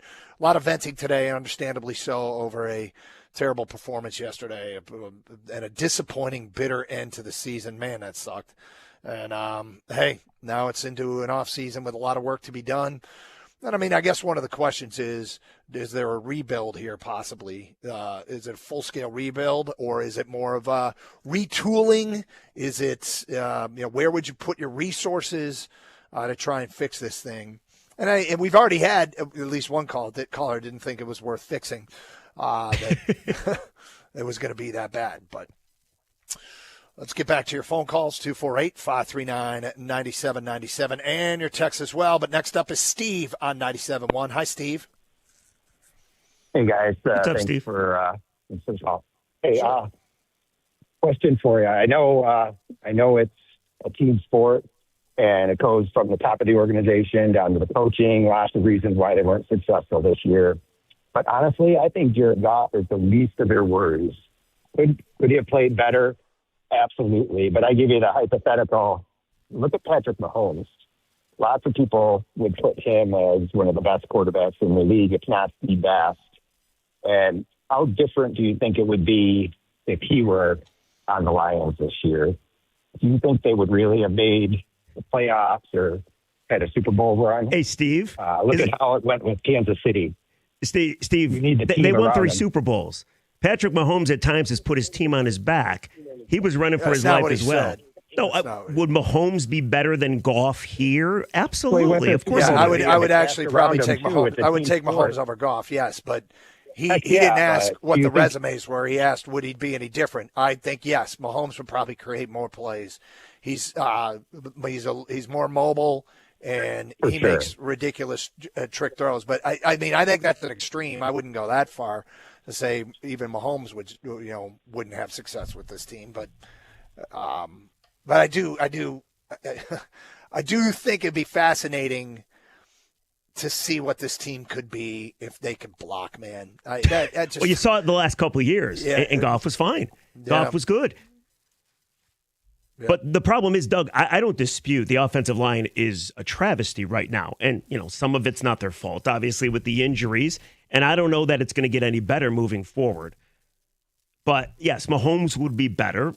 Other quarterbacks would have struggled yesterday as well. But Goff that's a tough game to watch yesterday because you do look at the quarterback and you say to yourself, all right, just don't turn it over as much as you have. And I know some were the fumbled exchanges. The picks were pretty bad as well. But I can't get past the fact that, and I know they probably would have not gone anywhere in the postseason, but if you win yesterday, at least we're watching tomorrow Green Bay versus the Ravens for a chance to at least stay alive for another week. But Goff, in the biggest game of the season, delivered one of his worst games as a Detroit Lion. Because if you just hold on to the football, you just secure the football, you win that game because that Minnesota offense couldn't do squat against the Lions, and especially with Max Brosmer. They've done such a great job at not turning it over this year. To go from 8 all season to 6 in one game is one of the most shocking things that could nobody could see that one coming. And usually they are exceptionally good, and Goff included, in taking care of the football. And I it's more than on one guy. It's more than on Goff, and it's more than on Kingsley too, right? The center, because two of those came on bad quarterback center exchanges. But it's becoming abundantly clear to me that center spot is so critical to this team's success. And there's maybe that's just super obvious, but that has gone from, hey, can they get by with what they have in the middle of the O-line, to hell no, in fact they need a massive upgrade. And it can happen in a year. It can. The thing about, and Kingsley Equiquan, right, the undrafted free agent from Florida, if there's a guy I'm willing to give a pass, it's probably him, because he should not have been thrusted into that spot to begin with. And Campbell he's in a tough spot. Campbell said after the game that they were happy and fortunate to have Glasgow, but he really couldn't play because he was so dinged up. So I just go back to the offensive line. I go back. It all starts with Brad Holmes. Like, we love Brad Holmes. You should love Brad Holmes. He's done a tremendous job up to this point. But now we get to find out what he's capable of. And I always compare him to Scott Harris. The Lions, fair to say, a good team, not this year, but a good team looking to get better. Can Holmes get you there? Harris, the Tigers, a good team looking to get better. Can Scott Harris, with his approach, which is not taking a big swing, can he help get you there? So we're going to find out a hell of a lot this offseason. And I think the one thing you said is the center position is the biggest thing. You find a way to at least replace that, and you feel a hell of a lot better going into next year. So it's interesting, the judging of Brad Holmes, there's all kinds of different challenges when you're a general manager. There's getting them from terrible, which they were, to average. Yes. Average to good, and then good to great. Which is tough. And yeah, I think the easiest thing to do is go from terrible to average. Sure. Because when you're terrible, you have higher draft positions. You don't have players worth re-signing, so you should have cap space. Your needs are all over the board, so you don't have to address specific positions. Hey, we need everything, so if a guy's interested in coming to Detroit, then, hey, we can go grab that guy. Where they got to was they were way above average the last couple of years. Were they great? I mean, it feels like last year's team was actually great. I agree with you. And it's been voided because of the playoff disaster. But last year's team was pretty close to great. If it wasn't great, they went 15-2. But they, come back this year. This is a completely different challenge, right? This is going from arguably great right back to average. Now they've got players signed. They've got a foundation here that seems worth it. But now you got to address things that didn't work out. So this is a completely different challenge for Brad Holmes, and we'll see if he can pass it. He's passed a lot of tests. I agree. But this is a different one. Well, Doug, let me ask you this. Do with it. What is your take on what really happened with Ragnow? Because that, to me, seems like the linchpin, as crazy as it sounds, of this entire season. We heard about the turf toe, and I think we all thought he was coming back. Obviously, Brad knows a heck of a lot more than we do, but it feels like, was he duped by Frank? Was he promised Frank was coming back, and then at the last second he pulls out? Does Frank change his mind? My opinion is Frank thought he was coming back, and Frank just wanted time. And when Frank had to gear up and go to camp, his body just wasn't going to respond, and he pulled the plug at that time. I think if Frank had told them, I'm most likely not coming back, or I'm not coming back earlier, if they really thought that was a threat, they probably would have been more aggressive in the offseason leading up to that time. That's what I think. Yeah, I don't disagree. I mean, because obviously common sense tells you if you know Frank is not going to be there, you have a better plan than Graham Glasgow. You probably are a little bit more aggressive. And even if you don't want, maybe you don't want two young guards, maybe you go with a more of a veteran in there. But that's what I think happened. Let's get back to your phone calls. D is next on 97.1. Hi, D. DK. What's up? Rieger, what's going on? I was about to say, D, how are you? I was about to say, Gator, what's up, Reed? Hey, man, the frustration is at an all-time high, fellas. No laughing. This is serious, bro, because that loss against San Francisco, it's coming to the head right now. How we should at least got to the Super Bowl, win or loss. We should at least had the excitement and the experience of Detroit Lions finally in a Super Bowl. But that's long gone, fellas. And now we're going through this. And you know what? It's scary, bro. Because I got a feeling not only do we need pieces on the offensive line, defensive line, what about the secondary? What if Brian Branch don't come back to form and they don't re-sign him? What if Kirby Joseph don't come back to his old form? We spent too much money on DJ Reed. He is not a number one. Yeah, he's been bad. Although he was injured, D, would he have been better if he never got injured? But he was pretty bad after the injury. Rieger, don't cover for him. No, I'm not. I'm asking the question, D. But no, I hear you. I hear you. But D, I look back to that game you're talking about, the NFC title game, up 17 at the half with all the questionable decision-making and the Reynolds drop passes and the Kindle Veldor face mask thing. I look back to it all. Yes, that was the moment. At least they could have given us what we've always desired, a Super Bowl, and now it feels further away than ever. Whoa. What? Whoa. You got a problem with that? You think a Super Bowl? They went 0-16, Jeff. It feels a lot further away. Okay, that's fair. I will give you that. I will give you that. Although 3 years later, they were, what were they, 11-5 and back in the postseason. I might give you that, Doug. I might have overspoke. Hey, It feels pretty Hey, far away, though, doesn't D, it? we're up. Yeah, they do feel Thank you, further D. away for sure. D, real quick, we're up against it. I'm sorry. I hung up on D. Okay, that's fine. Yeah, no, it's all right. Well, no, we got a hard break. We got to hit. So, no, yeah, they do feel far away. Don't get me wrong, but I would not say further away than ever. But fair enough. 248-539-9797. We get the more of your phone calls and feedback. We'll give our thoughts on Kyle Whittingham at 11:30 here on Carson Anderson on 97.1.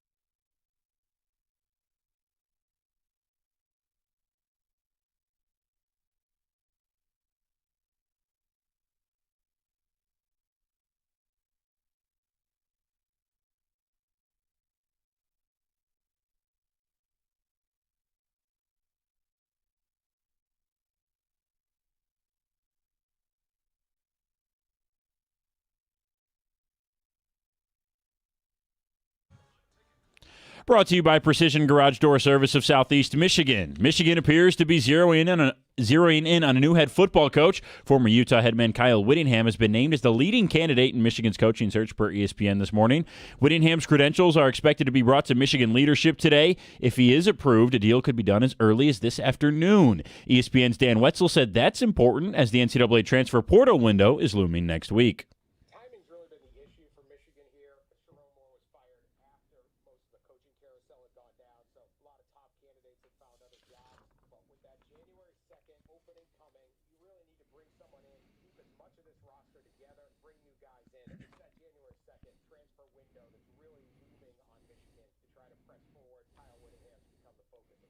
Whittingham spent the last 21 seasons at Utah, where he amassed 177 wins. And we will hear from the attorney for the Lions fan who was punched by Steelers wide receiver DK Metcalf last week. Pittsburgh head coach Mike Tomlin said he could not comment much on the situation because of potential legal ramifications. The press conference from the fan's lawyer, which starts right about now, could have something to do with those legal ramifications, as charges or a lawsuit could be announced. Are we carrying it live? I don't believe so. Oh. Damn. And the Pistons are back tonight. They've won 3 straight games in 7 of 8. They'll be right here on 97.1, taking on the Utah Jazz at 9:30. From the Corewell Health Sports Desk, I'm Brendan Shabath. For more, go to 97.1 The Ticket or Odyssey.com.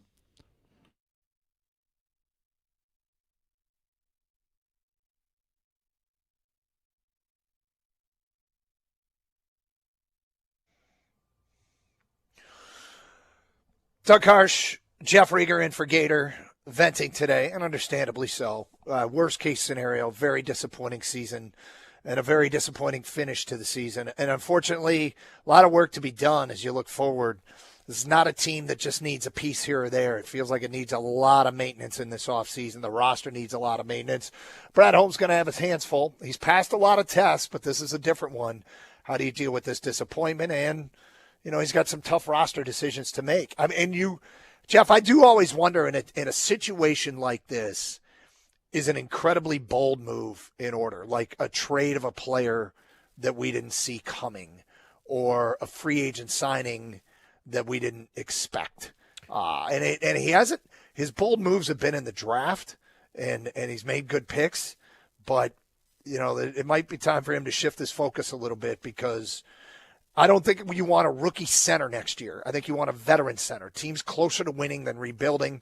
So I would go and try and get an immediate fix at that spot. That has become maybe the number one priority of this offseason. Well, I think he's capable of something like that, but is he willing to do something like that? Because he hasn't just yet. So I agree with you, though.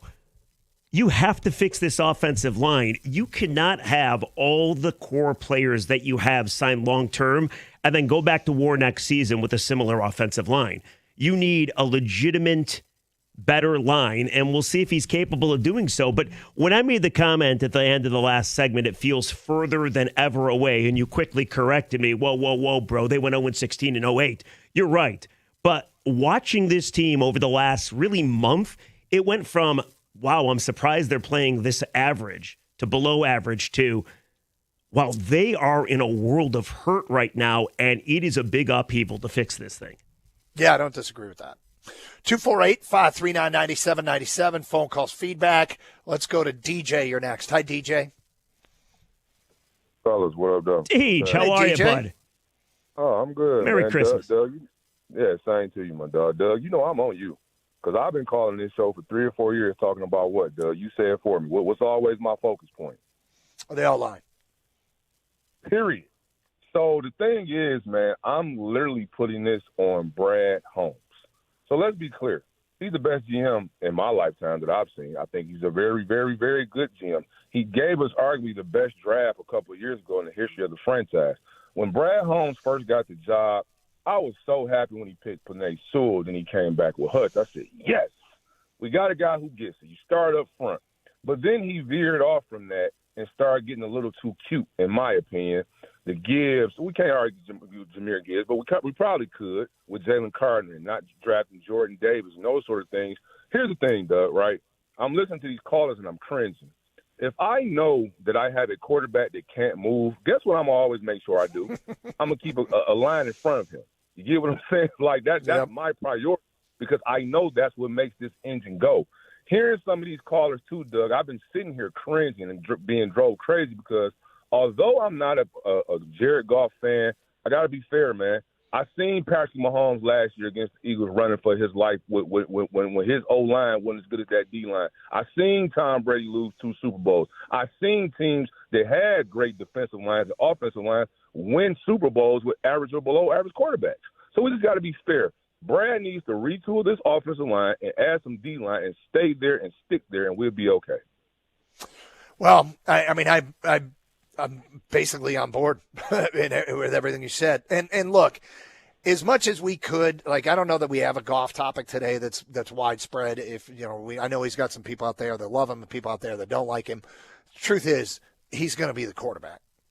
Like, that's not going to change. No. So the question is, do you just give up? If you don't like Jared Goff or you don't think he's ever going to be there, your choices are completely give up or think, okay, how can we make this work with Jared Goff as a quarterback? Because Jared Goff's going to be the quarterback.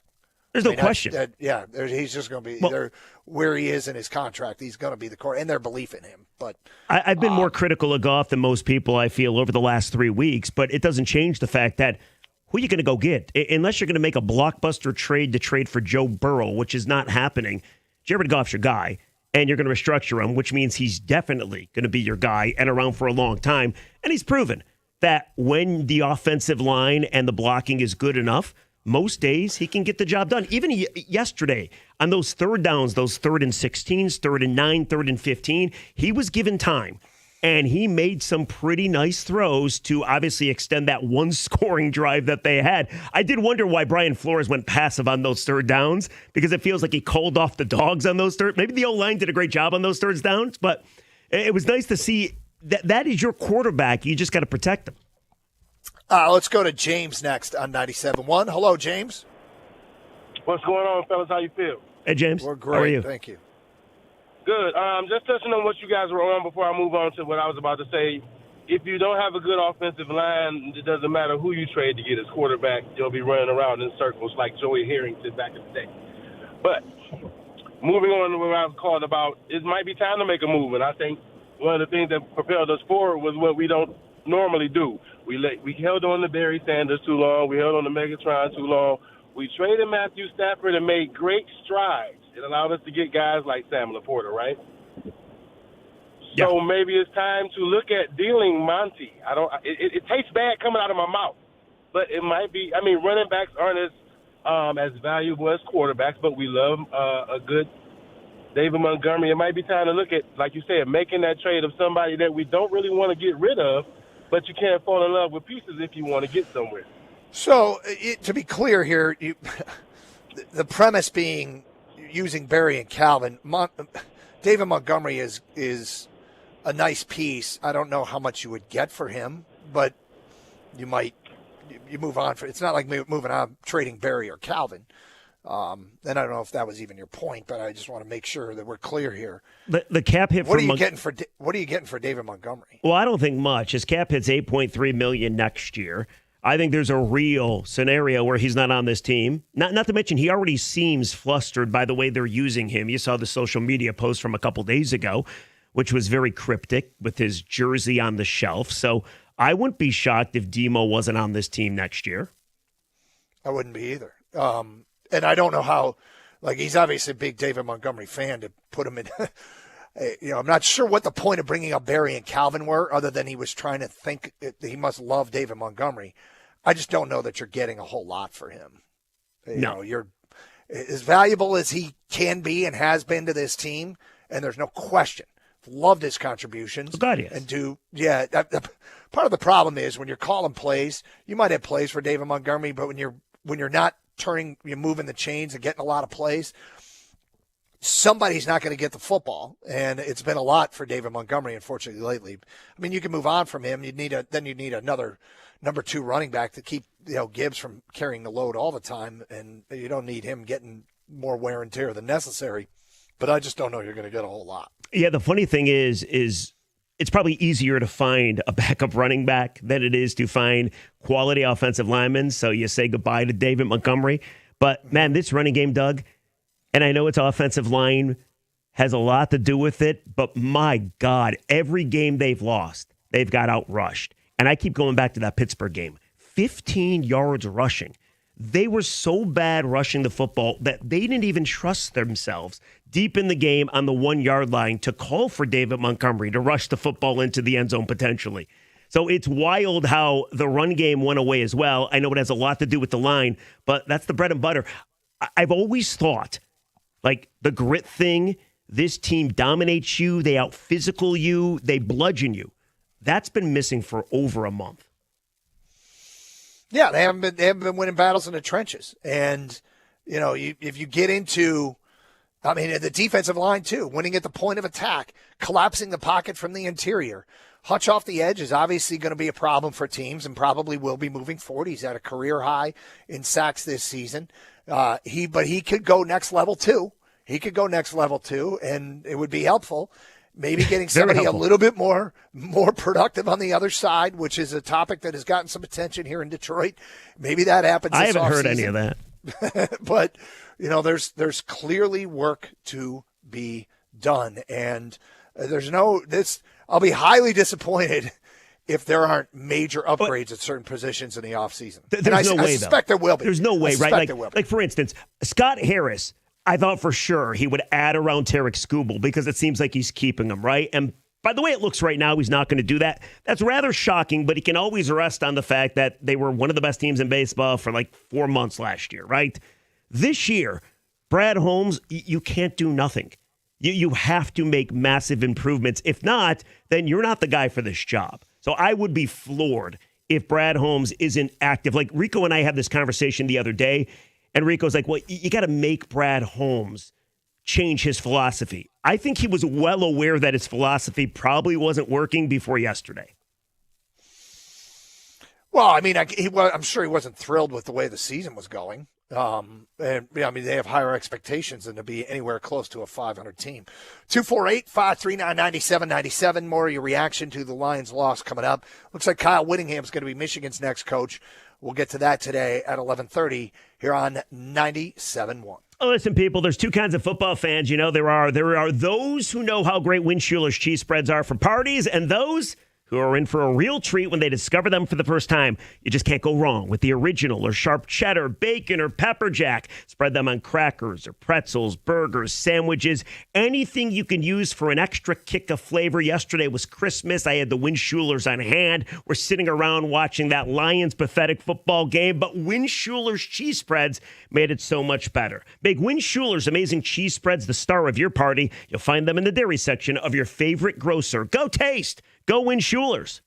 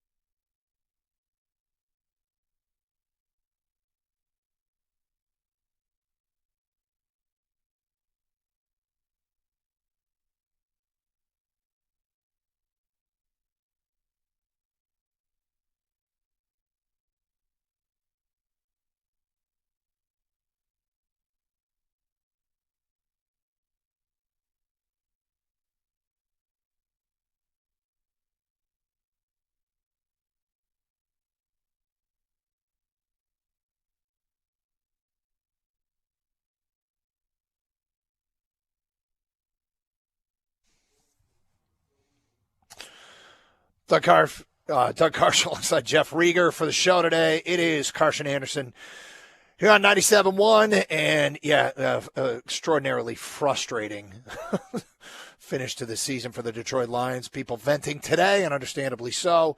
We go to Bill, who's next here on 97.1. Hello, Bill. Hi, good morning. How are you? Hey, Bill. What's up? Just in keeping in line with the trend of the discussion, I know the offensive line was banged up over the last month, but if the running backs are getting stuffed at the line of scrimmage as great as they are, then they need to be more serviceable, blocking or passing or end around. Because with the exception of yesterday, we're one trick play away from being in the win column. And I think when Goff's end zone reception got called back a few weeks ago, it scared them off that trend of thought. You think a trick play? Am I hearing this right? You think a trick play was the answer? Pick one out of the last four. That's how close they were. If Gibbs can't, if you can't run Gibbs up the middle, and you got to use him on an end around because he's standing right next to the quarterback. And if Goff misses by 6 inches, to 14 like he did yesterday, he might be off. But he's getting hit so many times, or he's either getting deflected or hit. And six of them yesterday, and over the past month, as many times as that up the middle just is not working, and in a heartbeat you're on third down or you're fourth and forever, then the play calling has got to find another direction. But I think when that trick play, when Goff caught the ball about a month ago and it got called back. You're talking about against Kansas City? I believe so, yeah. And that was like 2 months ago, and that was obviously changed by the officials. Remember the last second. Correct. Well, Bill's not happy with the play call. That's what I took out of that. I don't know that the trick plays are what's kept this team from success. I'm not really sure what Bill's point was. No, they didn't run the ball up the middle. They didn't run it they tried to the edges. They didn't run a reverse yesterday, which is I could think of that they didn't do. But this team needs more than trick plays. Now, I don't criticize play calling very often. I do when they're going to go jailbreak blitz and play man coverage everywhere, and you're getting passes batted down frequently. I would have liked to have seen just one streak to J-Mo and let it fly deep against that. Just you go, I'm going to throw it up, you go get it. Because you're not going to get a deep ball batted down, snap, throw, J-Mo go run under it. Because a lot of the blitzing was as effective creating heat on Goff and deflecting passes at the line of scrimmage because they were trying to get the ball out quick. Like they knew it was coming. And they had hot reads that guys were coming open, but passes were getting bad at the line of scrimmage. And I would have liked to see him go over the top once in those situations. They had a couple screen passes late that I feel like, okay, well, now you're getting somewhere. They were blocked pretty effectively.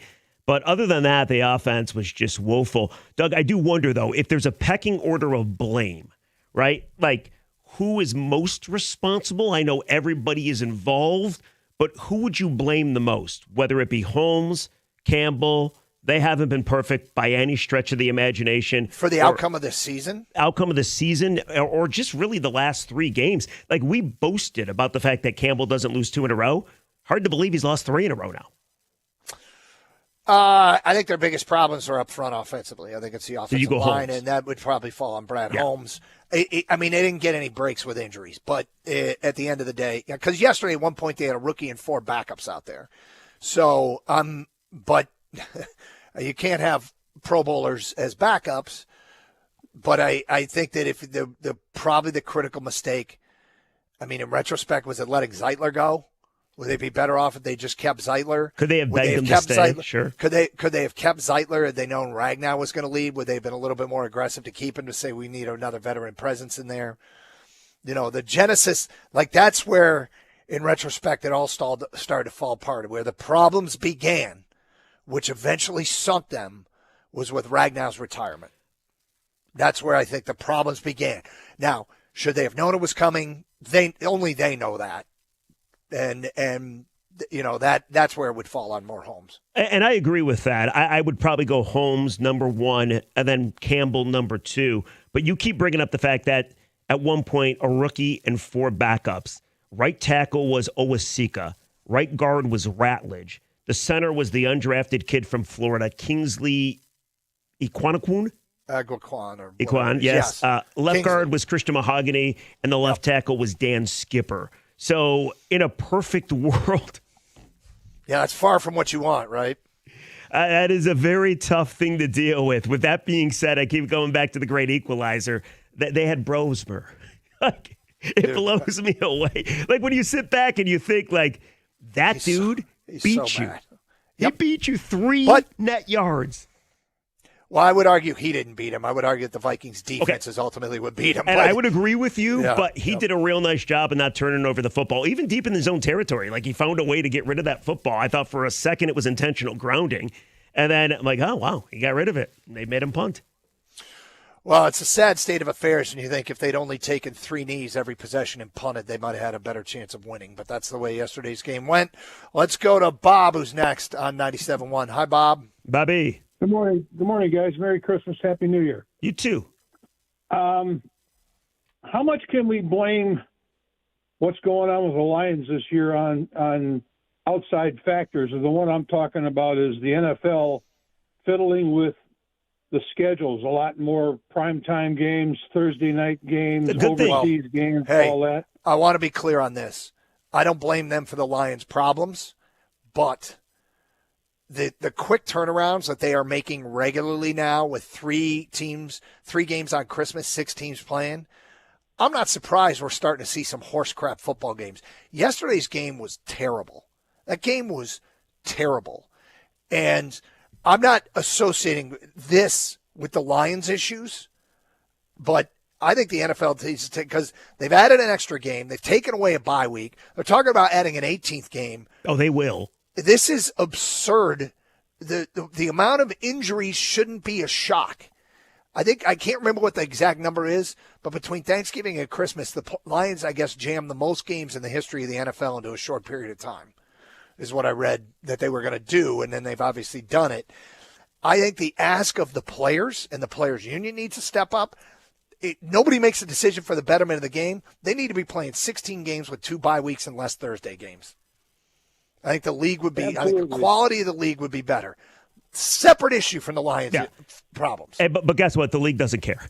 No, I don't. No, they should. Doesn't get. Yeah, I mean, I get it. They should, but they don't care. Like, and I keep going back to Sewell and Amon Ra on his podcast talking about not wanting to play on Christmas. And of course, I see their point. Nobody wants to work on Christmas, but at the same time, you are a marquee team. The league wants you. You've worked your way up to this point, so it kind of comes with that schedule, and they get some extra long 10-day weeks to get ready for the next game. But I hear you. I mean, the schedule's not perfect, but it's no excuse, at least not in my mind. I don't look at it as I guess the Lions have had to deal with it more than some others, but I think the wear and tear is hurting everybody in this league. I think it's hurting everybody on this league. At one point yesterday, I'm watching the game. It's in the third quarter, maybe in the fourth quarter. And to your point, if the Lions won or lost, it didn't matter. That was an atrocious, pathetic football game. It was just tough to watch. You know what it was like? It was like watching the Tigers and the Guardians in those playoff games where nobody scored anything. And you're like, can we just get this thing over? Let's go on to Seattle. I can't take this anymore. That was a tough watch. You guys know how it was on Netflix yesterday? After like the second quarter, it says continue watching. I had no. I said no more continue watching. Done. Yeah, I actually rated it 1 star out of the 5 stars. Terrible. Like, when we were in the fourth quarter, and I think they put that stat up. We were like 5 minutes into the fourth quarter, and there were 206 yards of total offense combined. That's terrible football. Terrible. At one point going in the fourth quarter, the Vikings had -7 net passing yards because of all the sacks that they incurred on Brosmer, and the Lions still couldn't get a win. At some point, you just look at it and you're like, this is just typical. Yeah. I think that, again, the quality of the product is suffering because of what the NFL is doing, and they don't care, I'm sure, because their bank accounts are healthy. 248-539-9797. We promised we'd get our take on Kyle Whittingham, who is trending to be Michigan's next football coach, and many people reporting that they're moving in on a deal. We will talk about that today at 11:31. More of your phone calls and feedback as well here on 97.1.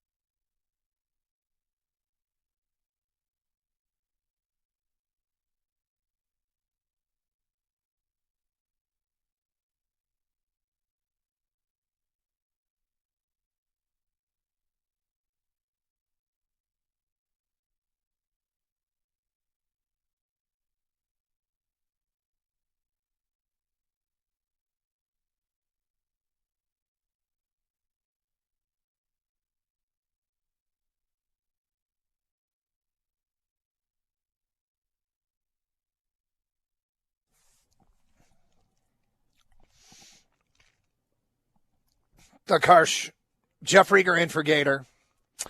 So there's obviously the news with the Lions and playoff elimination game yesterday, and lots of venting going on today, and understandably so. Also appears to be that Michigan is moving in on hiring Kyle Whittingham as their next head football coach.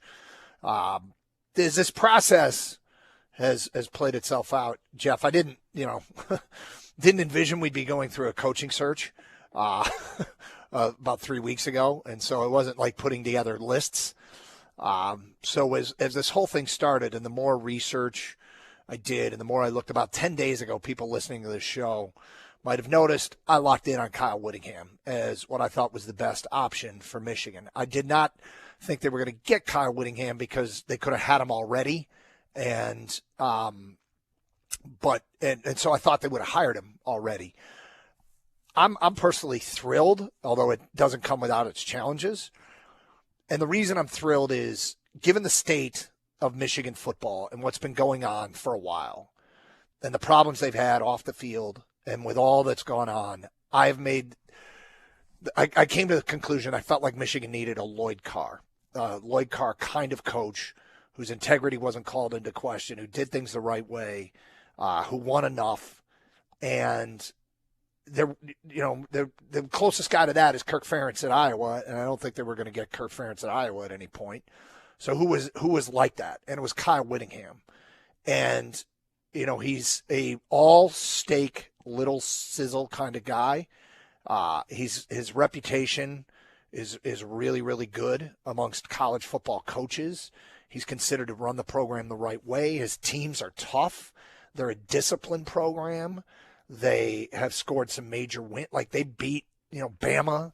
They had that Ohio State game a couple years ago in the Rose Bowl where they were going toe-to-toe with them, remember? And Cam Rising got hurt, their quarterback. He beat Caleb Williams. Yeah. They killed Kenny Dillingham's team this year at Arizona State. They're known for their hard work. There's not as much hype.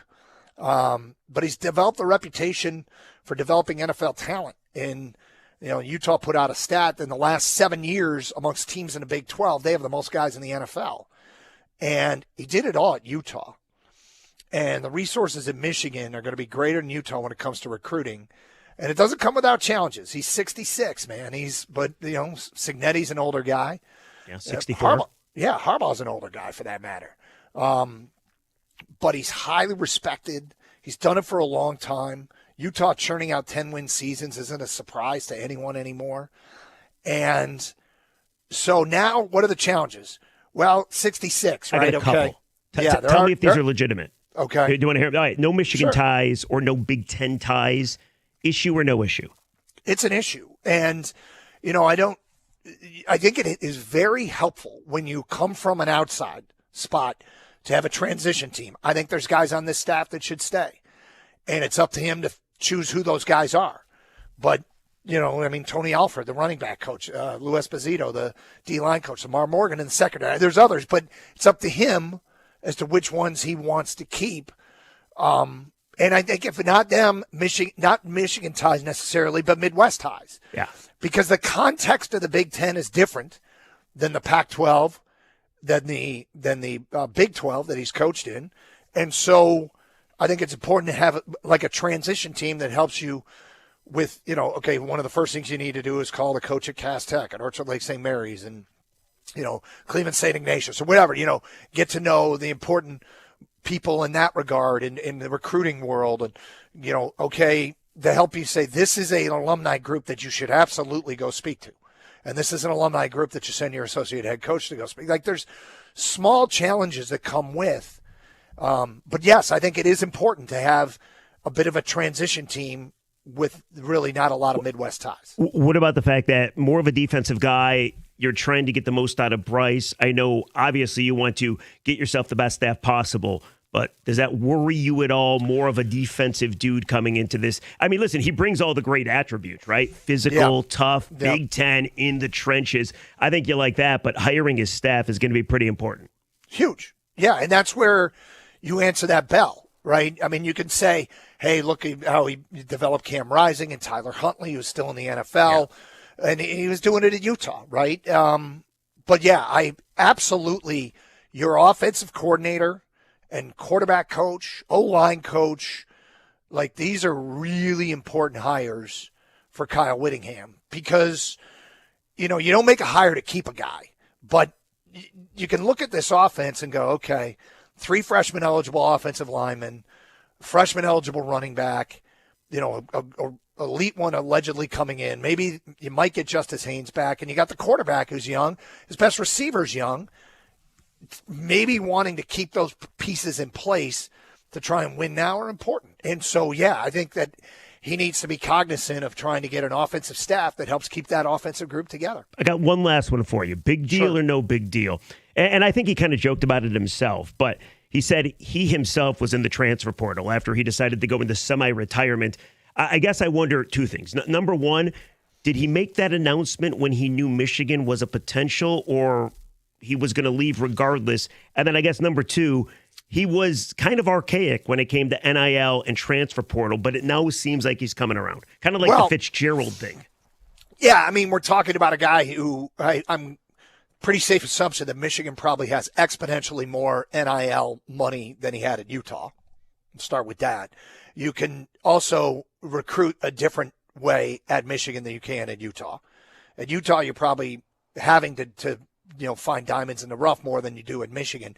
He'd get some big recruits in the past, but not as many as he has access to at Michigan. He has access to a lot more top recruits when you're at Michigan with the NIL support they have than you have at Utah. Now, with that said, he's if you do a self-scout, if you do a smart coach, you do a self-scout, you realize what you have and haven't done and what you need to do to be successful at Michigan, and you make those adjustments. If you don't, you'll fail. So I think he's a smart guy, and he's had a lot of success at Utah. So, quite frankly, I'm thrilled that he became available.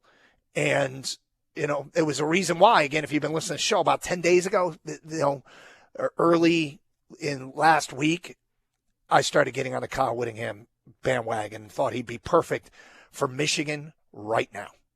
So, how do you feel about it? I like the hire from a couple of standpoints. Number one, he's a proven winner, right? He was at one place for 21 years. I look at, in college basketball, what Mark Few did to Gonzaga, right? And he never left. And he made them into perennial power, still looking for their first national title. I'm not saying Whittingham did that with Utah, but he kind of came close, right? Had a 13-win season, undefeated season, put him on the map. Every year, they seemed like they were competitive. You talked about putting guys in the NFL. But more than anything, and maybe this is a low bar, I like the fact that he's not going to be chasing OnlyFans models. Like, I'm not kidding. Like, King had a great line. He's got no libido. Maybe that's the biggest reason. I think in this stage, same with Michigan State, you get a couple of guys that try to get you past the embarrassment that was Michigan and Michigan State. So I like this squeaky clean reputation, and he's a really good football coach. And his features, the attribute, tough nose football, defensive guy. I think that's going to play well at Michigan too. Yeah, I mean, there are certain things when you go get a veteran coach that's been through a ton, that has handled a lot. I think the missteps are going to be fewer with a Kyle Whittingham than with maybe a younger, inexperienced guy. Now, if you are a shoot for the moon, a high risk, high reward kind of hire, this is a solid, steady hire. Look, when the list of best football coaches are churned out every year, Kyle Whittingham is usually ranked somewhere between like 6 and 15. Okay? And if you don't love this hire and you wanted more, I ask who on those lists were really, truly as accessible as Kyle Whittingham is right now. I agree, right? So, I don't know that Michigan got turned down by Dillingham, or maybe they never reached out, but who would you rather have, Whittingham or Dillingham? What ham would you rather have? I probably choose Kyle Whittingham from Utah. Kalen DeBoer was probably never actually going to happen, right? And now that he got past another round at Alabama anyway. So that didn't help. I ask you, who are you going to get that's better? And we'll see how it all plays out. But I don't think this is a woeful, dreadful hire. I'm not obviously wowed by it too, but I think they did the best they possibly could in the circumstances they were dealing with. Well, I'm a fan of it, and I'm surprised that they're getting him. I think one of the reasons why this takes so long is apparently Michigan has had a pretty thorough and extensive vetting process to make sure that there's no big surprises with any of their candidates. Probably a good move. Given the current context, I'm if that's the case, I'm very, very thrilled with that too, because I hate the nonsense. Gator and I talk about this all the time. The least fun things to talk about is when college kids screw up. Because it's going to happen. But the truth is, you got to handle those situations appropriately. You got to set a tone for the program. And this guy's always run a really well-respected program. So I'm thrilled. So I'm what does thrilled it say about Ward, though? Do we know I know they're investigating right now, the athletic department. This was a Ward hire, obviously. He did a great job, by the way, with Dusty May. Do we know, I don't know. What's your take? I don't know. I mean, they're doing an investigation for a reason. We'll see if it turns anything that was handled in a way that warrants a replacement. But at the end of the day, if this is all on Ward, I give Ward kudos. I think this is an exceptionally good hire. Now, there's work to be done. It doesn't come without challenges. I think staff is really important for all the reasons we laid itself out. And we'll see what happens. I felt like when Rich Rod came in, he needed that, man. He needed a transition team way more than anybody realized. And there were very few people kept. I think there was one or two football support people, like director of ops kind of positions. Oh, you mean guys that stuck around yes, through the transition? And I think it was one assistant coach was kept. Well, I got him behind the 8 ball right away, and I think he struggled with the transition, and I think Michigan needs to be leery of that. I mean, that's a good point, though. When you look at a guy like Whittingham, seems like he stepped away, right? So he's probably not bringing his own coaches from Utah.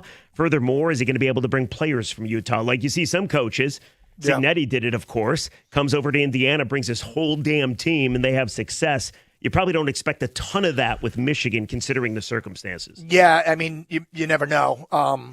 But you might get some players, some former commits and all that to come with you.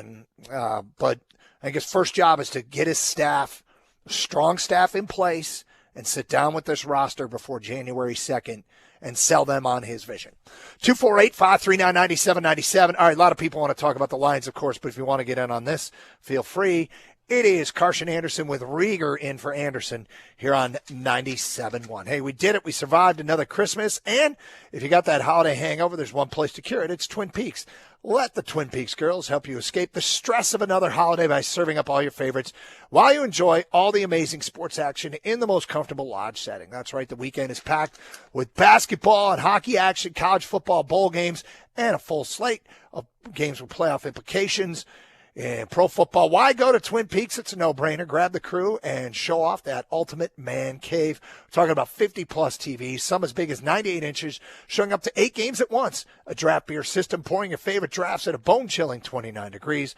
A bar that features exquisite craft cocktails with high-end bourbons and tequilas. A scratch kitchen with some of the best dishes around, like the house-smoked ribs, wings, and brisket. Hand-cut New York strips, cut and breaded to order boneless wings and tenders, and hand-smashed and seared burgers. And if you forgot already, it's all served up by the beautiful and hospitable Twin Peaks girls.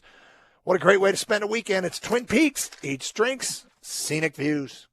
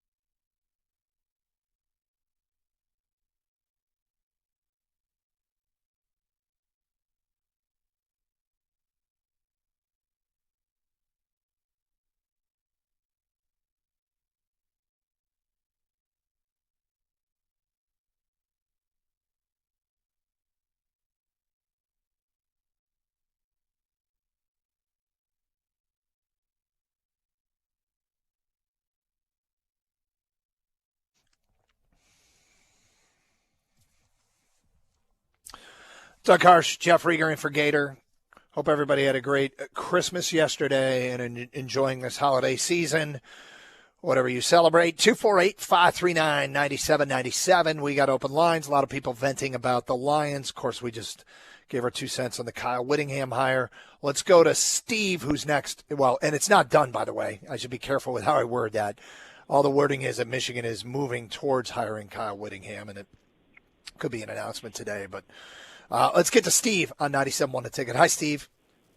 Hey, good morning. How you doing? What's up, Steve? So, my point is this, that everybody's coming down on golf, but did Jahmyr Gibbs, did David Montgomery forget how to run? It really goes down to the offensive line and play calling. And to me, now I'm not getting paid $8 million to call plays, but I would have Jahmyr Gibbs like in a flanker situation and Montgomery as the regular halfback running back and have him in motion and get the ball out quickly. And as long as the tight ends are not doing anything, they might try to use Tesla, and hit him with some quick hitters over the middle to loosen up the defense. Well, look, I mean, first of all, everybody's not coming down on Goff. There is some Goff critics out there, and sure. But at the end of the day, it's really hard to get anything established offensively if you're not blocking up front. I mean, it's the foundation for all successes and failures in offensive football to me. You got to be able to do that at least to a certain degree. Yesterday, it was bad, and it was hard to watch. But could they do more two-back stuff with splitting Gibbs out? Sure. I mean, they could. But, if you can't block, it's hard to get really anything going. The thing that goes back to Goff, at least for me, and Campbell as well, they knew exactly what Brian Flores was going to do. And their game plan was that. And if you're going to tell me simply the offensive line simply wasn't good enough, well, I would probably agree with you. But you can't go into that situation and not have any ability to make any kind of adjustment, whether it's the exchanges, just trying to get the ball to Goff, or whether it's not being able to run the football. It feels like a failure on every front. It's not just the O-line. It's not just Goff. It's not just Campbell. Everybody played a role in that turd you saw yesterday. Thank you for the phone call, Steve. 248-539-9797. Greg is next on 97.1. Hello, Greg.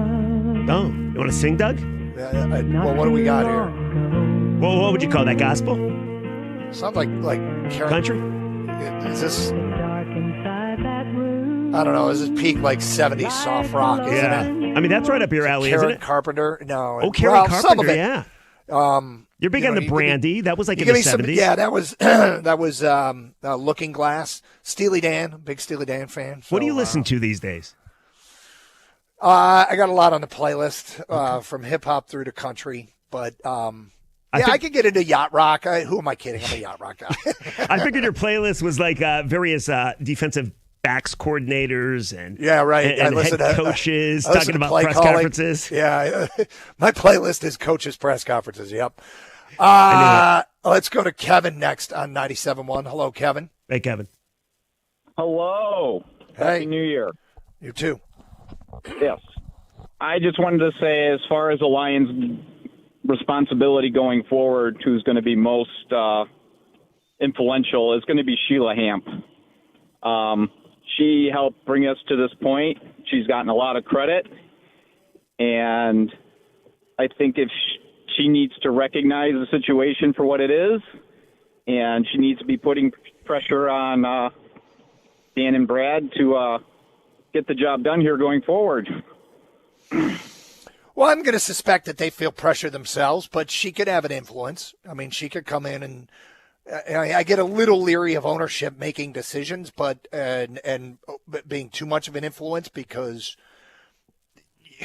most owners in sports aren't qualified. But can you say I'd like you to give this a little more gas in the off season if you can find you've got my blessing, and I would encourage you to do that. You could do some of that, sure.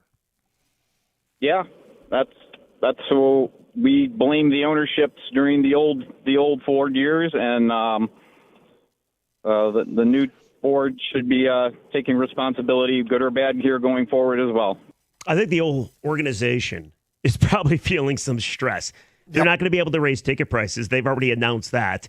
It's expensive to go to these games. They got used to going to playoff games, being the 1 seed, having the entire town behind them. So I think everybody's feeling the pressure. You got to get it right in one off season because you can't let this thing continue. The only question is, can they get it right? Yeah, they got a lot of work to do. And I'm look, this is something completely different. They haven't had to deal with this. A team with Super Bowl expectations coming up pretty woefully short, 500 type season, and some real major holes to fill. And they've started to chew up cap space with their players they've re-signed. They need their best players to be their best players. I mean, they need those guys to be, at the top of their game moving forward. But this is a totally different challenge for Brad Holmes. He's never had to deal with something like this. So, what do you do if you're Dan Campbell? You bring in your DC back? I think he's got a better shot than John Morton. Well, I think John Morton might be already gone. Are we sure John Morton still is there? Yeah. It's a tough decision because I like some of what they did defensively, but in the end, God, the defense just got worse as the season went on.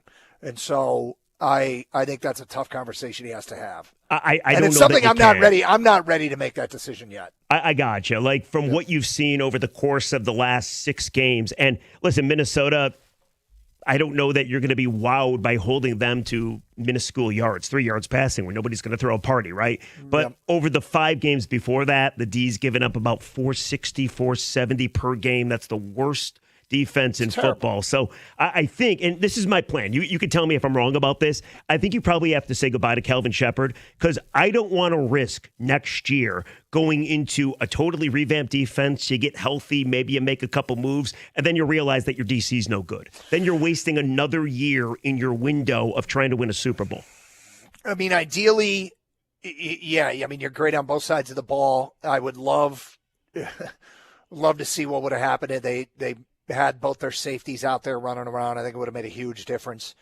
But at the end of the day, it's a worthy conversation. I'm not ready to make that call yet. I'm not saying I won't make that call, but when I'm ready to fire a guy, I'm kind of sure of it, and I'm not sure yet. So I'd like to give you what I do right now. I will at some point, but I'm not quite sure what, because I also don't fire people for punitive reasons.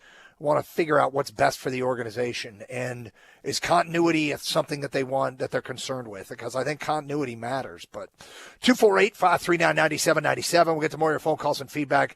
The venting of the Lions loss. Thoughts on Kyle Whittingham, who is Michigan is closing in on making him the hire with their football program. More of your calls and feedback next here on 97.1.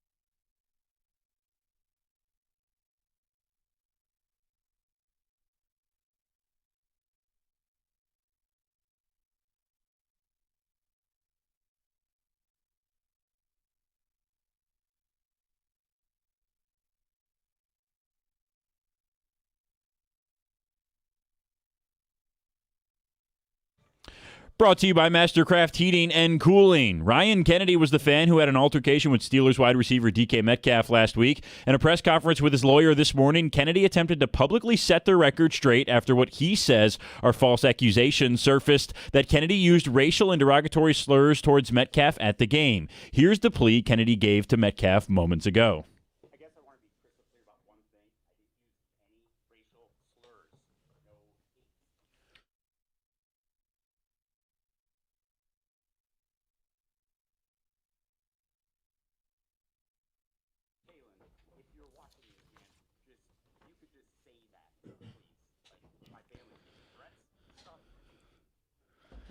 Metcalf is suspended for the final 2 games of the Steelers season and will lose over $500,000 in game checks. He stands to lose up to $45 million in contract guarantees if the Steelers see fit.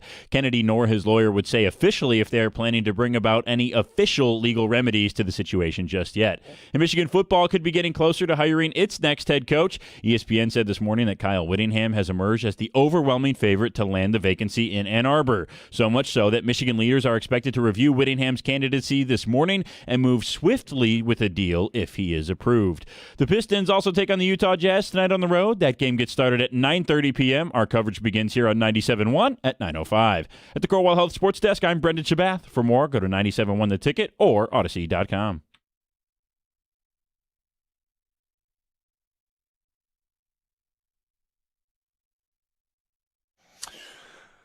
Doug Harsh, Jeff Rieger in our studios with Gator out today. We'll get back to your phone calls in a moment.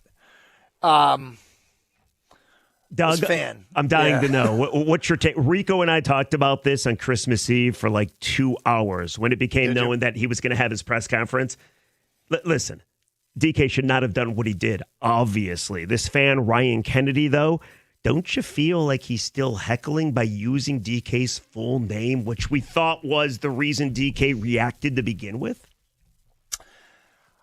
I struggle mightily with understanding the heckle, the heckle, and the mentality of the heckle. And so I can't. I would advise people not to do it. Well, in this day and age, definitely don't do it. Back in the old days at like Tiger Stadium, this might come as a shock, so don't be too surprised. I have a very loud voice, Doug. I used to be a master heckler, and I kept it clean, always above board. But as a heckler, your whole goal is to get a reaction. So this guy, 15 years, he's been going to the Lions game. He knows what he's doing. He's looking for that reaction. And again, DK can't do what he did, but I don't have a whole lot of sympathy for the heckler because he went out there with the intent of getting the reaction. He moved down a row so DK could get to him, and then he's kind of surprised that everybody's coming at him. Now, I feel for him, I guess, because everybody thinks he used a racial slur, and he called the presser just to say that he didn't. But I don't feel for him if he used the slur. Well, no, and apparently he did not. We're led to believe, but don't do it to begin with. Just go to the game. And I feel like a hypocrite because I used to do it. Well, I mean, maybe you're growing up, Jeff. I see little evidence of that. Believe. I see little evidence of that, yes, but it's possible. Thanks for pointing that out. Very quickly, you had that line ready to go, I noticed. No, I don't know. Like, I think people sometimes want to be part of the story, and I don't think they realize that maybe you really don't want to be part of the story. Like, I'm not sure this is the attention you want. Now, maybe the heckler, the Kennedy dude, is getting exactly what he wanted out of this. I would argue this is not what you want. Well, especially you don't want attention for this, right? Especially if everybody thinks that you're a racist. I mean, well, yeah, I mean that especially that. But even so, even if you heckle someone to the point where you get the response, I always think like walking into the corporate world and sitting down in a boardroom and you're that guy. Like, is that really? I don't know. It's just I guess everybody doesn't have. I don't know that everybody has aspirations for walking into boardrooms in a corporate situation, but I think you start kind of limiting yourself a little bit. If you're gonna be that guy, you might put yourself behind the 8 ball in some other parts of life. So, there's always a great career waiting for you in sports radio. Just one quick text. It says, pretty sure the guy just wanted a signature. Well, I'm pretty sure he would have said that. Hey, man, I was just down there trying to get DK to sign my jersey. But no, the fact that, again, we were led to believe DK was upset because this fan used his full name. Yep. And then he continues to use it. It's almost like I called this press conference to continue to heckle you, is what it sounded like to me. Yeah, I don't know that this is the kind of attention you want. I think some people, it's exactly what they want, and I'm not wired that way, so I don't, to each their own, I guess. I would advise against taking a heckling so far that you have an altercation with a player.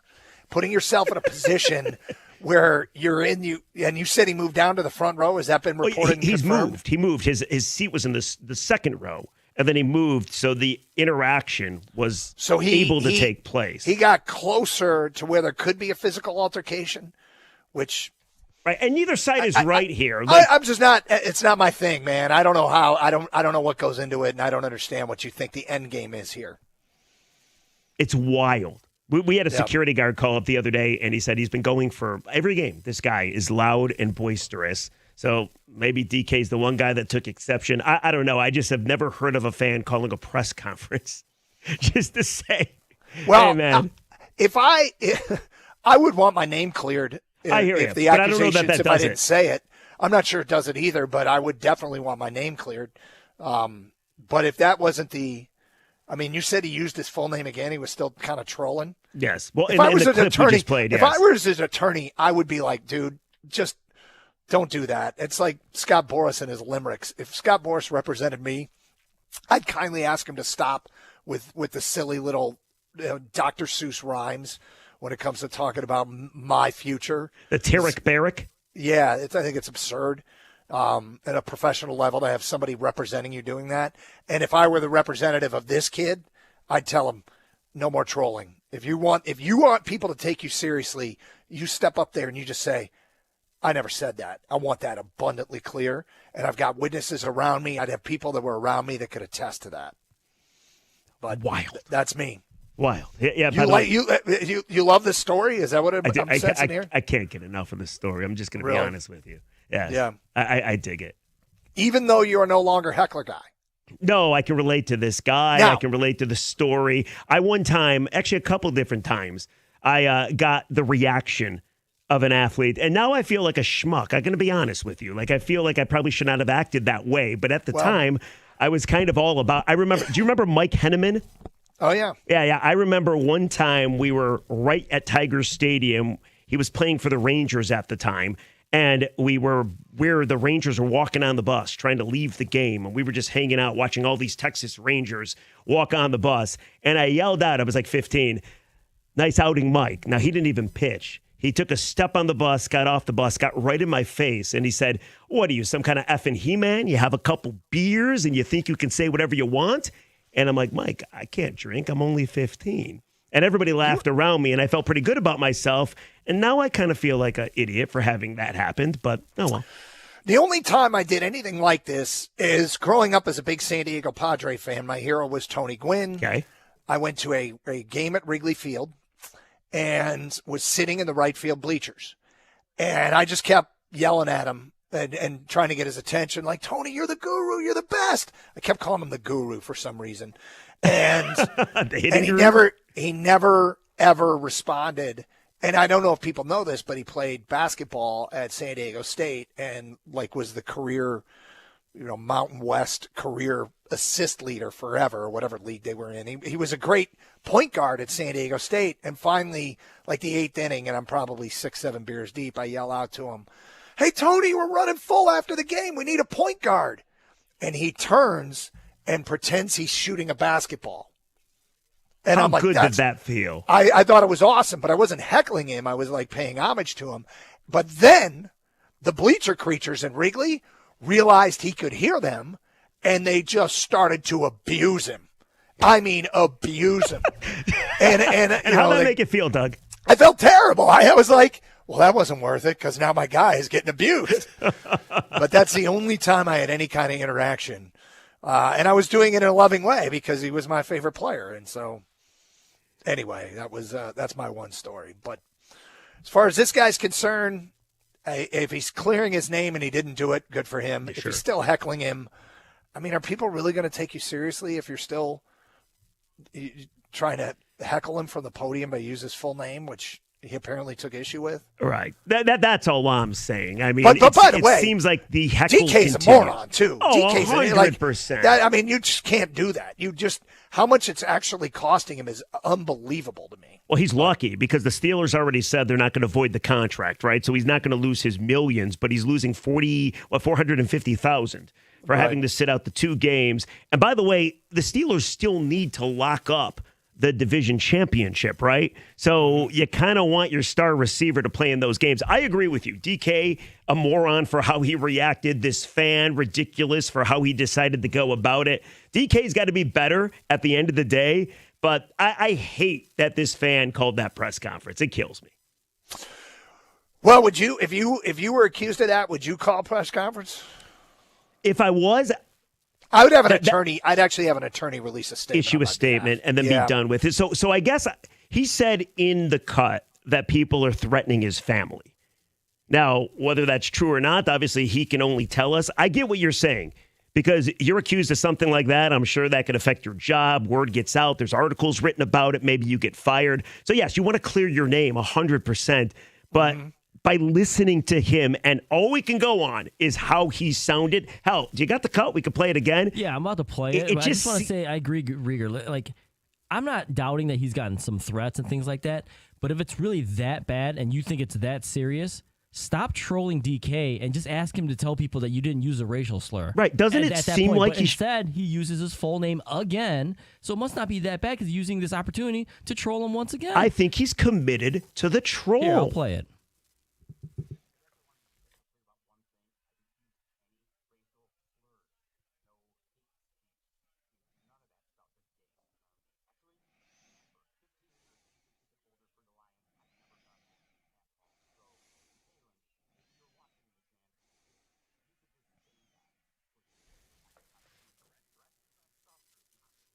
Not Mr. Metcalf, not DK, to Kalen. Come on. Yeah. Do you see what I'm saying? I mean, using somebody's real name or full name shouldn't be like offensive.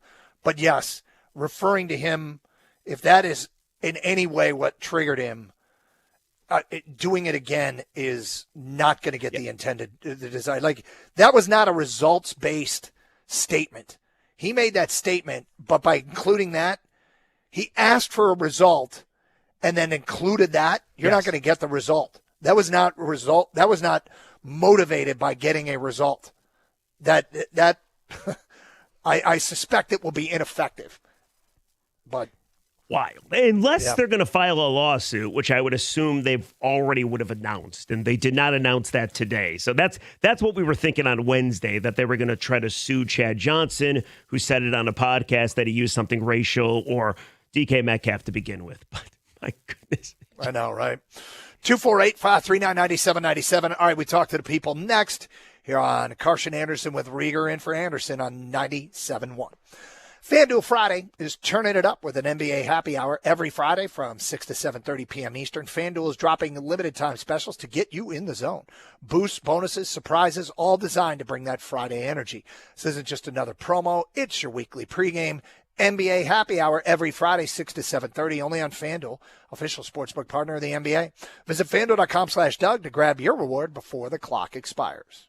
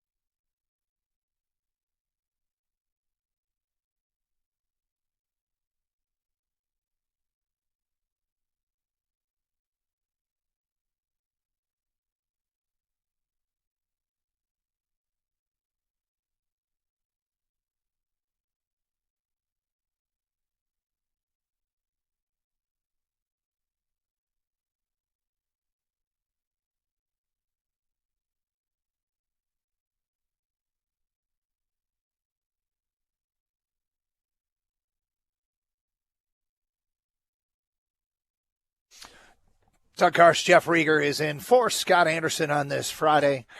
Happy holidays, everybody. Let's get back to your phone calls. Tony is next on 97.1. Hello, Tony. I'm excited to have Kyle Whittingham hopefully be the new coach at Michigan. The guy has won. It will also be a great story between him and Segnetti, the older guys, if you will, being able to probably, in my opinion, will probably have the best record in the Big Ten and maybe all of college football. He's done a lot at Utah with very little, not a lot of talent, not getting the top players, if you will. So I wish him luck. And by the way, if he does do well, I predict there'll be a top 5 team next year. You'll have football, basketball, and hockey fighting for a national championship. It doesn't get any better. Ward Emanuel, they should build a statue out somewhere at Michigan for him if that happens. Wow. Look, those are some lofty expectations. Look, I guess if people are wondering how they should feel about this, I will just say this. Kyle Whittingham shows up on everybody's list as amongst the best coaches in college football. He was accessible, and Sherrone Moore wasn't on those lists. So Michigan is upgraded at head coach in the eyes of many opinion makers out there. As far as, anything is him and Segnetti having the best records. And I'm going to guess here that maybe I'm wrong on this. Tony, are you an old guy rooting for the old guys? Is that what this is? Tony had to go grab a drink. Okay. He's gone. Okay, yeah. Tony's an old guy rooting for the old guys, right? Is that what I just heard? I root for the old guys. All the old guys to do well. The Big Ten's tough, man. Just expect him and Segnetti to run this league, and I'm like, well, there's still Ohio State and Oregon and USC. I mean, come on. But it's get yourself in the playoff mix and be there more often than not. I think no matter how good you think you are or what your program is or whatever it is, I think realistic goals are to put yourself in championship contention and be in that pool of teams that can win it all. And if you're in that pool of teams that can win it all consistently, you're doing a pretty damn good job. So, whatever that pool is, and every year that's different. Sometimes that pool of teams that can win it all might be 5 or 6 teams. Sometimes it might be 2 or 3 teams. Sometimes it might be 10 or 12 teams. You want to be consistently in that group that's good enough to win it all, whatever sport you're in. And if you're doing that, more often than not, you're doing a damn good job. And that's where I think Kyle Whittingham could get him.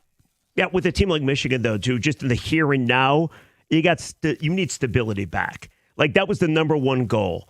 Don't be an embarrassment anymore. Bring in a guy that can clean things up, run a clean program, and then go from there. Like, I think at the end of the day, if Whittingham doesn't work out, but your program at least By is the way, on the Jeff, right it's Whittingham. Whittingham. I apologize. Yeah, it's okay. No, it's all right. I don't want him to come at me in the stands when I go to the Michigan game. Hey, Whittingham. Yeah, no, Whittingham. So no, if he doesn't work out, though, at least you're on the right track to hire the next guy. He could get you there. Like it's been a debacle over the last couple weeks. Dude, last couple weeks, I mean. Well, okay, let's be honest. I want this 5 years from now. I want that story in the Athletic run. How did Kyle Whittingham clean up Michigan? Like, this is not something I grew up accustomed to. And as an Ann Arbor kid, Michigan football, everybody's got their share of warts, but you shouldn't be having as much problems as Michigan had. Period. End of story. And we don't need to relive all that. Whittingham is a guy that seems to be, like I said, I felt like Michigan needed a Lloyd Carr. About early last week, I locked in on Whittingham as my number one target. I'm thrilled. Now he needs the right staff. He needs absolutely to put together the right staff, and we've gone down some of the things he needs, some boxes he needs to check. I think strong Michigan or Midwest guys to help him in the context. And there's some guys on the staff that probably could stay, but I think it's important for him to put together the right staff. I think he kind of knows what he's doing defensively, might need an upgrade in terms of offense, but whatever. He'll handle that. But at the end of the day, I think you're right. I think they needed a Lloyd Carr type figure, and outside of Kirk Ferentz, this was a guy that I think checks those boxes. What'd you make of the Biff comments when he went on the Longhorn podcast and talking about all the guys today that might not make the trip with the team to the bowl game? If they don't want to make the trip, don't make the trip. You can't force people to do it. I think that might be a bit of an over-exaggeration. It seemed that way. But at the end of the day, the guys that show up are guys that are going to play. It's college football postseason, and when you're not in the playoff, these are games where it depends. There's much exhibition games for the beginning of next year as they are, because you can play kids that don't burn their red shirts. I mean, you can go all in and try and win it if you want, or you can use it as a virtual spring game against a real opponent. So, I mean, but you can't. Players don't want to play, and you can't make them. 248-539-9797. Paul is next on 97.1. Hi, Paul. Hi. Merry Christmas. Happy New Year. Great show. And I am an old man. I've been following the Lions for 75 years. I'm 80 years old. No, that's not old, Paul. You don't sound old at all. I am old. But I follow the Lions, and, I don't think they're that far away. 2 offensive linemen, 2 defensive linemen, and 2 defensive backs, 6 players. They should be able to get those 6 players. What my frustration is, New England is rebuilt. San Francisco's rebuilt. Chicago wins with our coach, and LA's gonna win with our quarterback, who's going to go to the Hall of Fame. And they didn't even have a football team for 10 or 12 years. That's where my frustration is. But I'm a loyal fan. I think we're real close, and I do agree with you, Doug. There's just too many games. They've got to expand the schedule. They've got to expand the roster, maybe 60, 65 players, or they're not going to have any players left at the end of the season. I mean, I got to tell you that if they need to add a bye week more than they need to add another game, and they need to cut down on the Sunday to Thursday games. Maybe you're not going to get rid of them altogether, but I actually appreciated when the Lions went Thursday because it gave them a full week between games. Maybe they look at doing that a little bit more with teams so that they don't have as many teams doing quick turnarounds. But look, I'm making decisions based on what I think is best in the health and the interest of the game and the quality of the game and taking care of the players. The league isn't making decisions for those reasons. The league are making decisions that will make them the most money. And I would get fired as commissioner because I'm not operating with that as. But at some point, you're hurting the product, and you have to wonder if it's worth it. But that's a whole nother topic. Yeah, you have definitely time for that topic. You are right to the extent of, so they played on Thanksgiving. Mm-hmm. And then they had the full week going into Dallas. Mm-hmm. So then they had the 10 days off going into their next game, which was the Rams. Yep. And then, 3 weeks later, they're playing Sunday, Thursday, and now going into, if they would have still been allowed to go to the postseason, or if they wouldn't have been eliminated yesterday, then you get 10 days to at least prepare for the Chicago Bears. Yeah, I mean, but that's, I don't want this to come across. This is one of my pet peeves. I don't want this to come across as making an excuse for the Lions, okay? I want to make that clear. I just was watching how bad the quality of that football game was yesterday and thinking to myself, this is what you're going to get if you keep doing this. Now, by no means do I want this misinterpreted. That's a completely different topic. That's why I keep saying that. Do you think Netflix is going to continue to pay all that money for these games?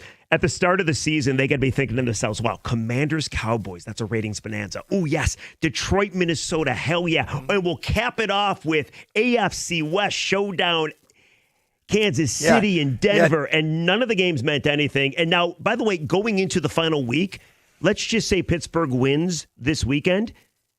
There's not a single game that means anything for playoff implications in Week 17. Think about that. Or I guess it's Week 18. But the NFL has really got to be hating that. They do. And, the funny thing is you think about that, those games not meaning anything, and Patrick Mahomes wasn't playing, and Jaden Daniels wasn't playing. Correct. And J.J. McCarthy wasn't playing. Well, yeah. I mean, you start getting into – that's probably not what they had in mind when they struck this TV deal.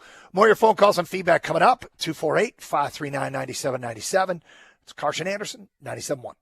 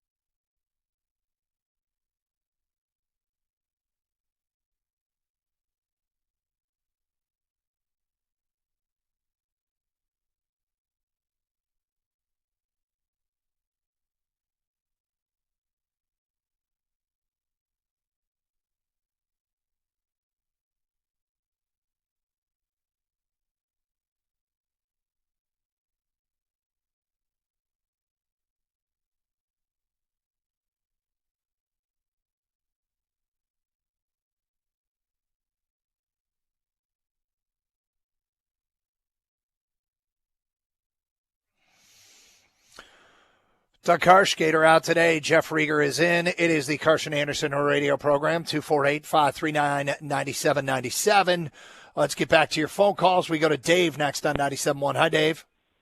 Hey, how you doing, Doug? Okay. Oh, that's enthusiastic. Yeah, well, yesterday was terrible, my friend. So the holidays. Yeah, Everybody's in a good mood. Come on. Not a good day, but Riggs is always in a good mood. So Always, nice. Dave. Oh, Dave, there's never a day that I'm not. That's true. Hey, I just wanted to ask you guys, I don't get this issue with calling DK Metcalf by his full name. I just looked it up because I had no idea what it was. It's actually kind of a cool name. I assumed I'd find out, his parents named him after some cuss words, but that's definitely not the case. Now, Dave, it's no problem. Like, he obviously wanted the reaction. He knew if he used his full name, he was going to get that reaction. DK Metcalf has played here before when he was with Seattle. So this fan's been there every game, we're led to believe. So he knew how he could trigger DK Metcalf. With that being said, now that it's over, now that the effect was people now think you're a racist, maybe when you're asking DK Metcalf to clear the air if you didn't say those awful things, maybe you call him by the name he wants to be called by. Like, this press conference to me just seems like this fan is trying to continue the troll. And Dave, take it from a guy that trolls a lot, that's me. I feel like my house is under a bridge. You're taking it too far. Just stop with it. Yeah, I wouldn't disagree with you at all on that. Taking it too far. Call a press conference. Are you kidding me? Jeez. Well, look, Jeff's exactly right. And for people, let's recap so people know what happened. This is a fan in the front row of the Pittsburgh game last Sunday who got DK Metcalf to walk over to him and grab him by the collar and give him a little shove, which cost DK Metcalf suspension and fine. And DK Metcalf told a reporter, or somebody told a reporter. I think what happened was DK told his agent told an insider, the insider posted it on social media, then Ocho Cinco, Chad Johnson, said it on a podcast. And that's how it got out there that the fan allegedly used some pretty awful language. And if you're going to do that and you want to clear the air, again, you think about why do you say, like I do this with my kids all the time. What is the results-based way to present something to them where we can get the intended result? Not to scold them or lecture them. How do we get them to figure out how do I get the message across? This guy, in his holding of a press conference to clear his name, is asking DK Metcalf to clear his name. Right. And then using his full name, which is alleged to have been part of what brought DK over there in the first place because he didn't like somebody using his full name. I don't get what the problem is with that.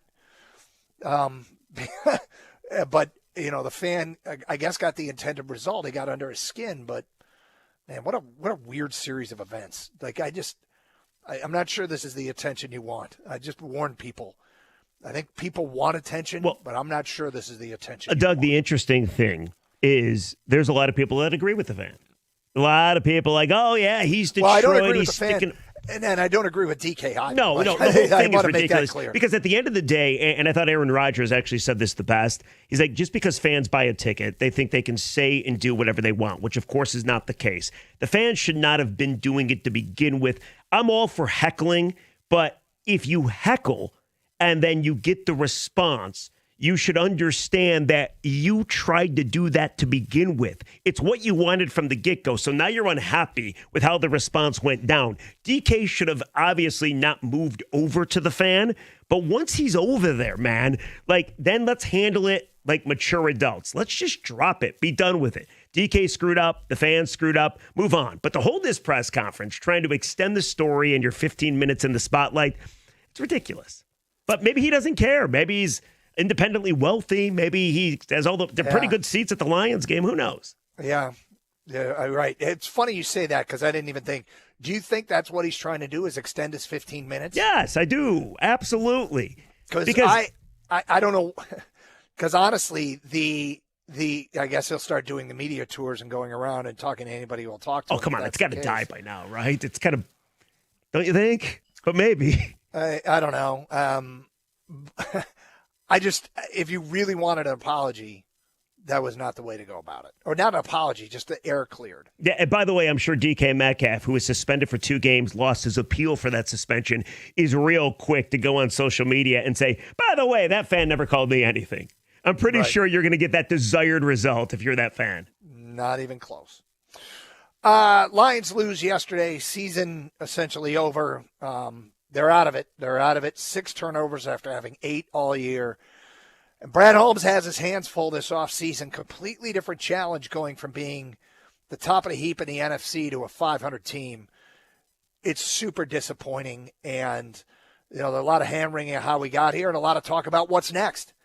And I truly believe at this point the what's next is fixing interior of the offensive line. And, when you look at the available free agents out there, there's one name that stands above and beyond. And I think there's an option, so I'm not sure he's actually going to get to the market. But in the middle of that Ravens offensive line is Tyler Linderbaum. Yeah. If he's a free agent, I think you got to do everything you can to bring him in. Everything you can to bring him in. Because then you get back to having a Ragnow-type center. And that's where, if you look at the genesis of all that's happened this year, where it really started to spiral out of control was that day we were out at Oakland Hills doing our show. I think it was the Michigan Amateur was going on. And we got word that Frank Ragnow had retired. And that started a series of events that led us to where we are. And there were other missteps along the way, but that's, to me, where it started. Yeah, I don't disagree. The offensive line is number one. You also need an OC. You need somebody that can call plays. The Dan Campbell experience with the bifocals, it worked in Washington. It's funny because Netflix did this yesterday, and they posted Dan Campbell's offense versus John Morton's offense. And every stat is better, with the exception of the most important stat, which is wins and losses. And this team simply didn't win when Dan Campbell was calling the offense. And, of course, it's not all his fault. It's everybody's fault. So the implication that Dan Campbell puts his hands on the offense, gets more involved, the offense gets better at the expense of the head coach being able to oversee wins and losses. Is that the implication? I mean, that's the stat, right? That's the stat. All I'm saying, I don't think Dan Campbell should be calling plays. The offense maybe did get better against the better defenses. It wasn't better. And furthermore, I do think, didn't he seem at times like he just had too much to take care of? Whether it was time management, we saw that slip at times, whether it was the 4th down decisions, and then you add the play calling, I don't think he ever intended to call the plays. I think obviously Morton was going to be that guy. So I think you need to go out and get a better OC. The problem I ask you, Doug, is so far he hasn't been able to do that. Like Ben Johnson was in-house. I give him all the credit in the world for putting Ben Johnson, give him a shot, and he's the OC. But Anthony Lynn, John Morton, both guys didn't work out. Now you got to go get another guy because I don't think it can continue like Aaron this. Glenn? What about Aaron Glenn? Well, he's an OC. Okay, I thought you were talking about the coordinators just in general. No. I think he did a great job. But you're saying he's struggling. Okay, so your point is, my apologies. Your point is he's not struggling with coordinators. He's got to do a better job of finding an offensive coordinator. Don't you agree? Yeah, I mean, did he bring in Ben Johnson as his first role as tight ends coach? No. Okay, so he was here already. Ben was a Patricia guy, believe it or not. He was a quality control guy. He was one of the guys, and give Campbell credit for keeping him on the staff when the transition happened. Did he bump him up to a position coach? He did in his first year, I believe. And then the second year, he gave him a chance. And if you remember, Dan said this. He said he was the play caller while Ben learned how to do it. And then one day he's like, all right, Ben, take the wheels off. And then Ben, of course, did what he did, and now he's in Chicago. I think that's the other thing. People always bring up Ben Johnson, and would this offense look different? Even with the injuries on the offensive line and up front, with Ben Johnson calling the plays. And I think the answer is a yes. I mean, it probably would, yeah. I mean, if Ben Johnson was really, really good as offensive coordinator. But Jared Goff has never been better either than with Ben Johnson. Yeah, I mean, it'd be better. I would say it would be better than it was, and the team would be better off. But I don't know that let me rephrase that. if Ben Johnson were currently the offensive coordinator, I think the results would have been better than this year. I don't think the offense would have been better than the previous year. Does that make sense? I think even Ben Johnson would have had his share of struggles with having I agree. A less than offensive line. With the results in 2025 been better with Ben Johnson calling plays than Dan Campbell? Yes. But a Ben Johnson-led 2025 Lions offense, I don't think would have been as good as the 2024 offense. There's a text that just rolled in and says, you guys talking nonsense. Lions had one of the best offenses in the league. The issue is the defense. And that's from Zap in Bryan. That's a hell of a name, Zap in Brighton, rather.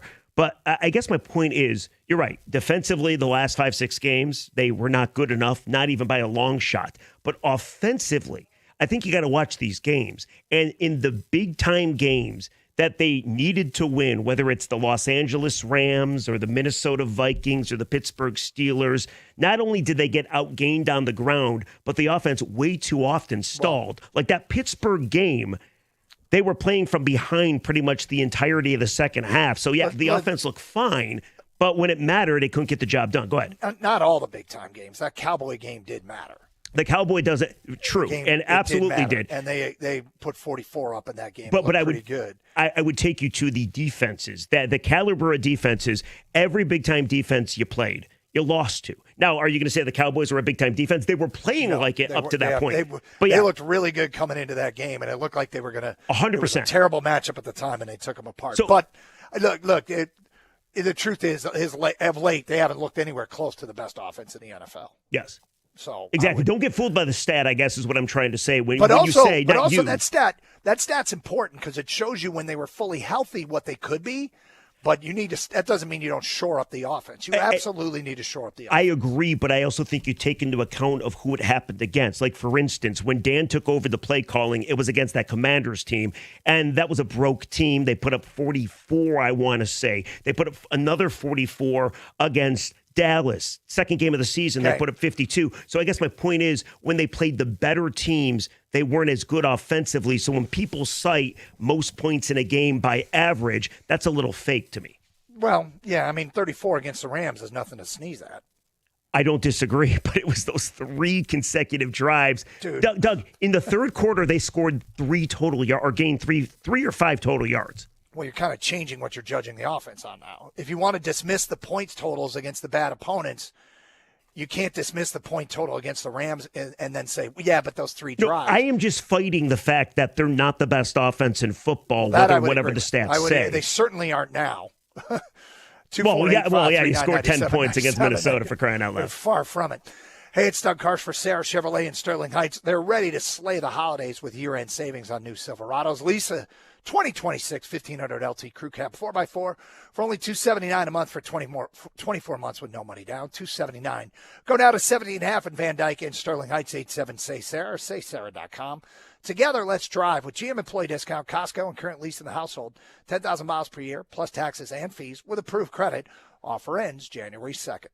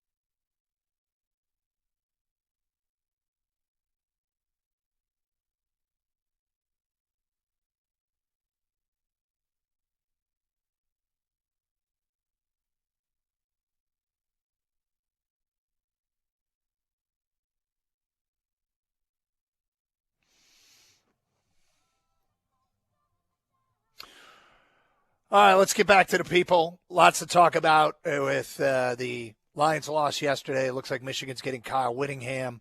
The Wolverine now reporting that the offensive coordinator at Utah could be coming with. They had a pretty darn good offense with a dual-threat quarterback, the Dampier kid who threw for over 2,500 yards and rushed for over 600. That might appeal to a certain quarterback who's here right now, but we shall see. But guy's name is Jason Beck. And Utes ranked 5th nationally in scoring, 6th in total offense, 2nd in rushing offense. And passing offense was tied for 63rd at 7.3 yards per pass play. It wasn't a big passing offense, but Devin Dampier was the quarterback, and he was a dual threat guy who excelled this year in his offense. So maybe we'll see.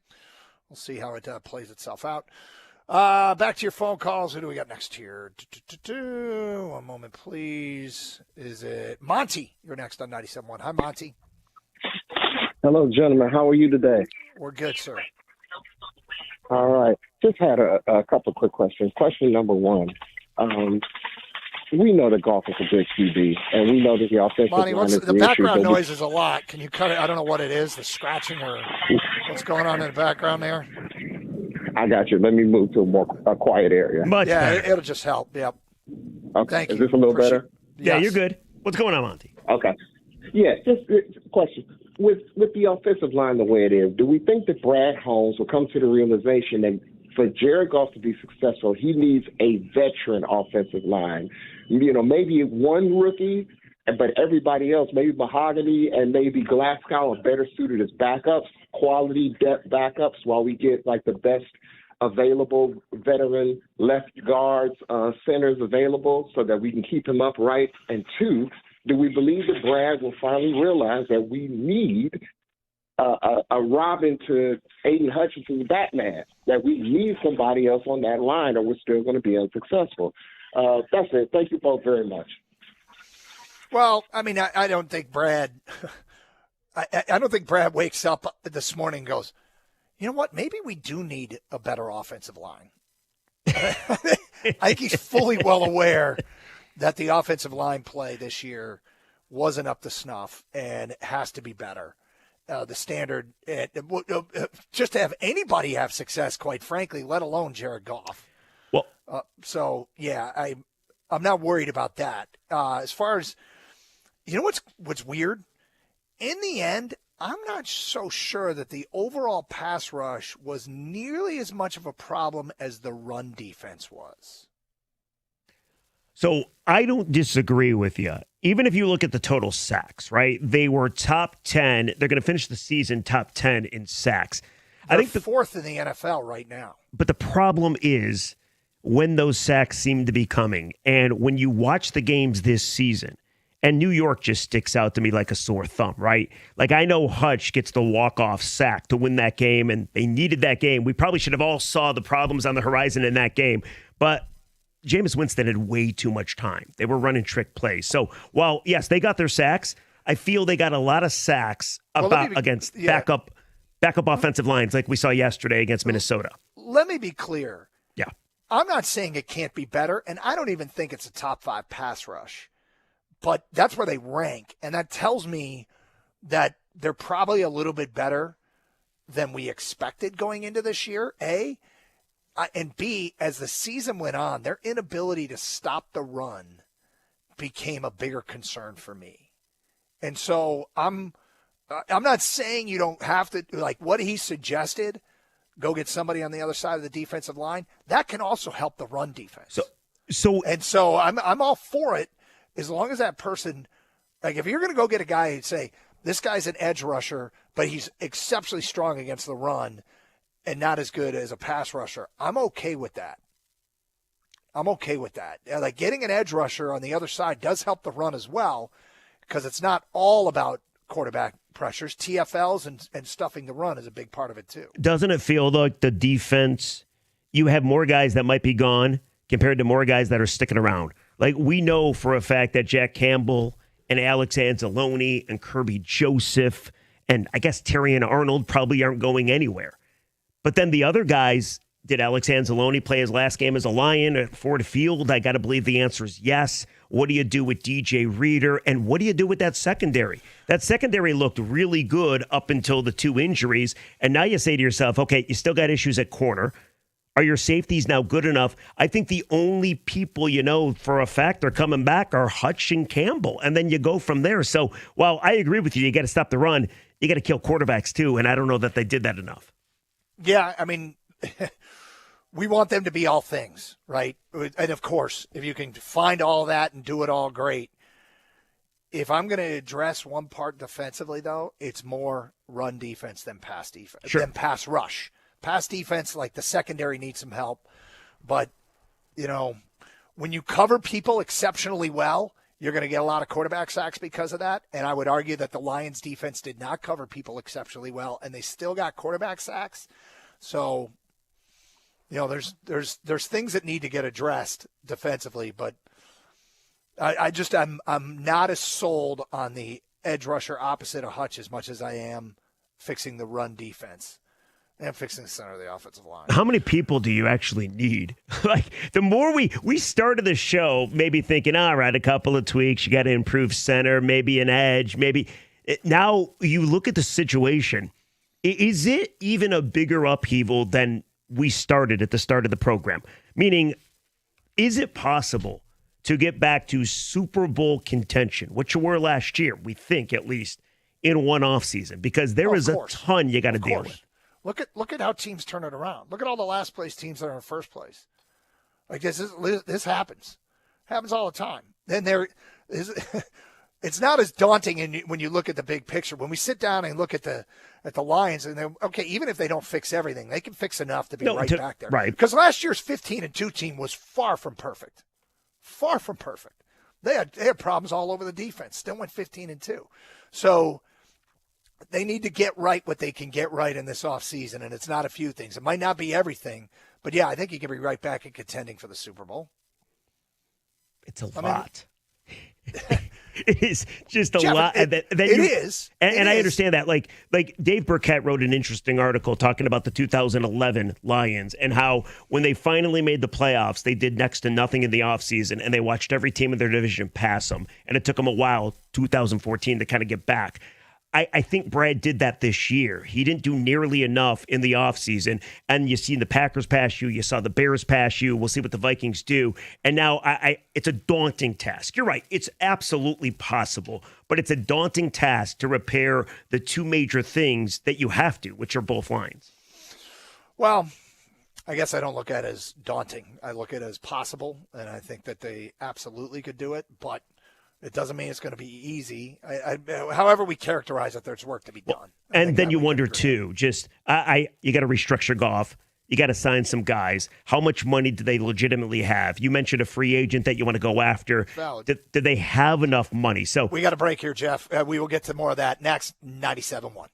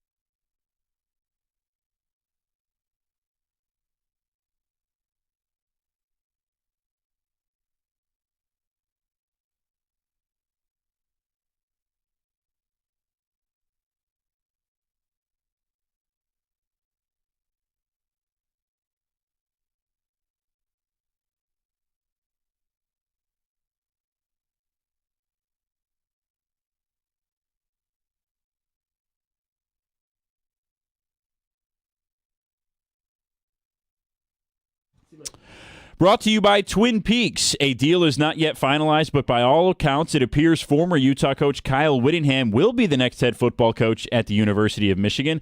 With a deal expected to be finalized this evening, ESPN's Pete Thamel says Utah now has to make a decision about its upcoming bowl game next week and whether Whittingham will coach in the Las Vegas Bowl against Nebraska. Michigan also plays next week on New Year's Eve in the Citrus Bowl against Texas. Interestingly enough, Yahoo Sports' Ross Dellinger said Michigan expects Whittingham to coach in that game if he agrees to become the next head coach of the program. There are also reports that Whittingham will be bringing his offensive coordinator from Utah, who has a top 5 scoring offense in college football this year, with him to Ann Arbor. And after DK Metcalf grabbed and attempted to punch Ryan Kennedy at the Lions-Steelers game last week, reports surfaced that Kennedy used racial slurs to irk Metcalf. Today, Kennedy and his attorney called a press conference to set the record straight that Kennedy, in fact, did not make any racial or derogatory comments towards Metcalf and request that the Steelers receiver say so publicly. Metcalf was suspended by the NFL earlier this week for the final 2 games of the regular season. And speaking of Utah and Kyle Whittingham, the Pistons are out in that state tonight to take on the Jazz. That's at 9:30 right here on 97.1 The Ticket. Our pregame coverage begins with Dustin Fiocco at 9:05 as Detroit looks for their 4th straight win and 8 of the last 9. At the Cornwall Health Sports Desk, I'm Brendan Shabath. For more, go to 97.1 The Ticket or Odyssey.com.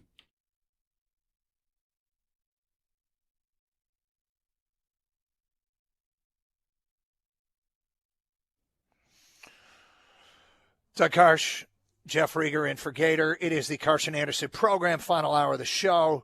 Lots of venting with the Lions, and understandably so. I mean, that was a disappointing result, a pathetic game, honestly, all around. It was just a terrible football game.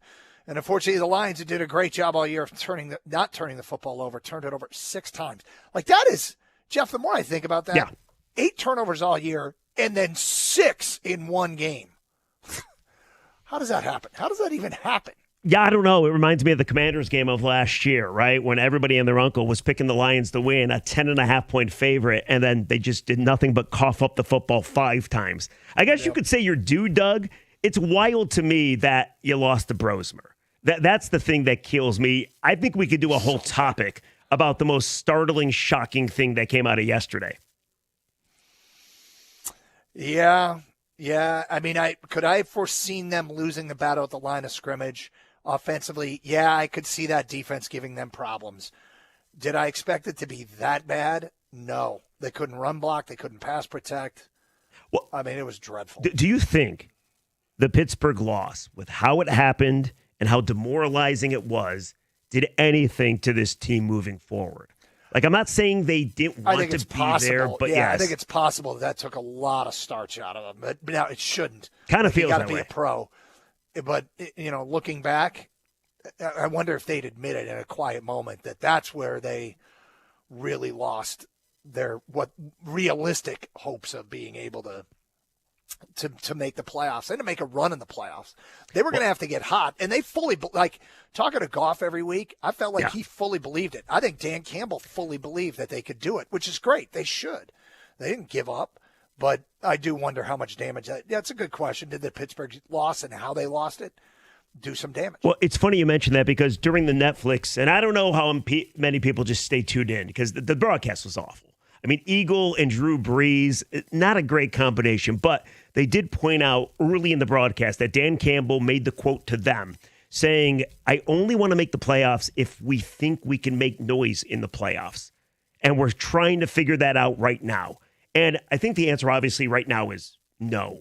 They can't make noise in the playoffs, even if they were to get in. Now, I do wonder if what we saw yesterday was kind of the beginning of answering that question. Well, the last 6 days, if you think about it, if they beat Pittsburgh and they beat Minnesota, they'd be hot going into that Chicago game with a chance. Then they'd have to beat Chicago to get in. And if they did team that did that would look like it. But in the last 6 days, the answer is a resounding no.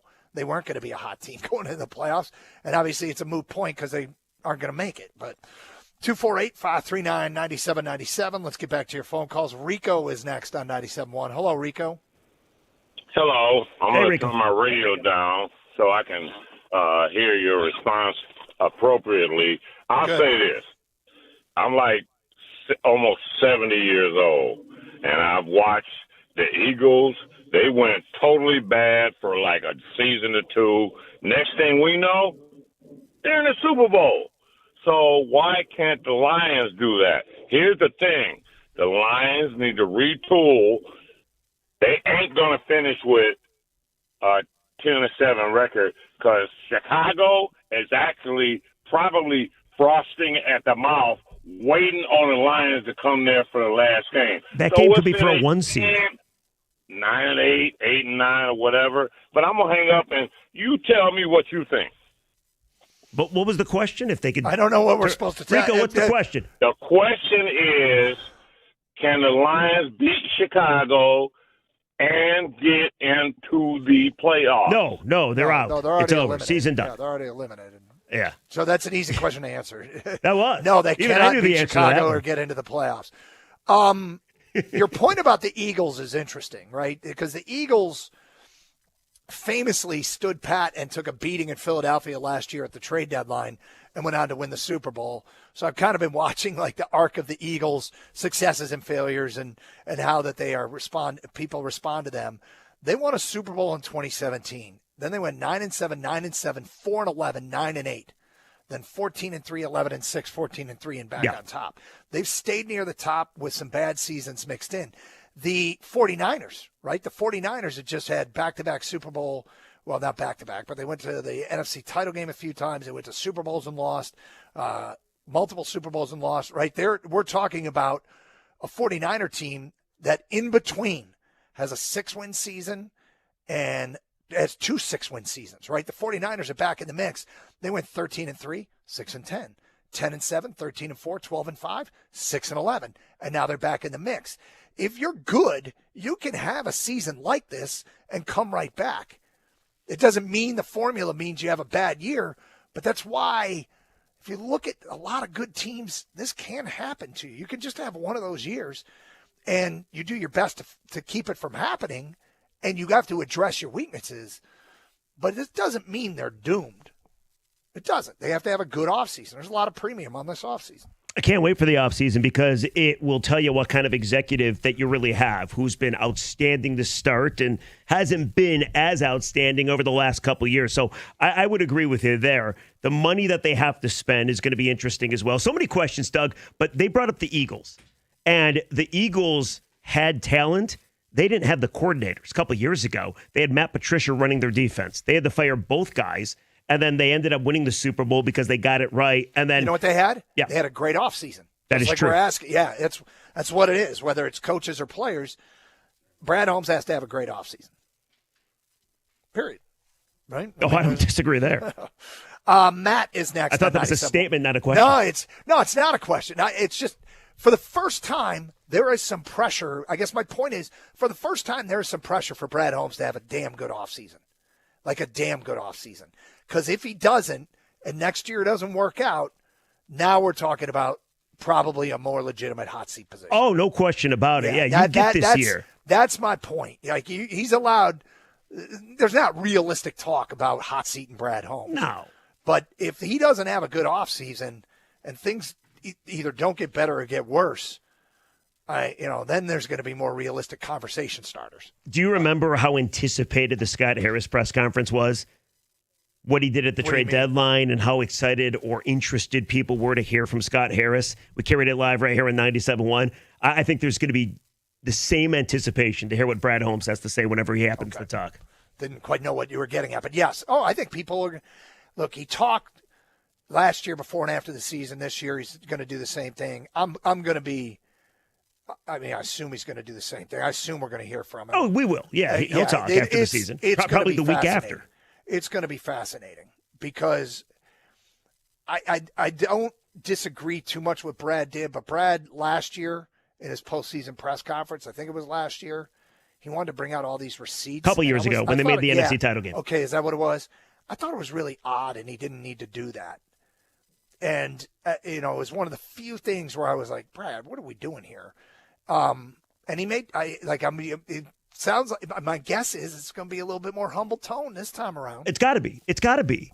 There's no question, but I do think he's been great, but he rubbed the fans the wrong way because you got to watch what you say. When things are going great, you got to understand that the downfall could be just around the corner. So to break out the receipts and question the reporters, dude, you should question what the media says, without a doubt. But you got to be careful because if things fall out, then you know how the fans react. And the fans are not reacting well. Well, I don't know that your comment, the premise that he bothered fans. I think he probably bothered some fans. I think most fans don't care. Oh, I disagree. I think a lot of fans care. I think most fans just want to know what the product looks like on the field. I don't think they care what he says to us. Oh, you don't think he rubbed the it's not about us. I didn't say some. Some fans, yes. You said the fans. And, I think more fans than not. If you know how you guys do that 10 text thing, I think if we did that, 10, do we have that power? Do I have that power? Just this one time I'm filling in? Want to take, we need 10 text. Did his comments 2 years ago bother you? Is that the question? I mean, it can be. I just think you're misinterpreting our audience as being representative of all the fans. Oh, you mean the radio audience? I think people listen to sports talk radio on December 26th at 1 p.m. are different than most fans. That's what I'm saying. Oh, why? Because most fans have jobs. I think people have a little bit more. I think people have a little bit more going on these days. If you're locked into us, God bless you. 10 texts. Did those comments 2 years ago bother you? 248-539-9797. We'll get to more of your phone calls and feedback coming up. It's Carson Anderson and Rieger's in for Anderson here on 97.1. Hey, Michigan Auto Law, they specialize only in auto and truck accidents. Many law firms don't specialize but focus on many different areas of the law. You can go to a doctor who specializes in all sorts of medicine. Why would you do that with your lawyer? Specialization, it matters. Educated consumers will choose Michigan Auto Law. Do your research and learn more at autolaw.com. They are the law firm that puts people over everything. Visit autolaw.com. That's autolaw.com.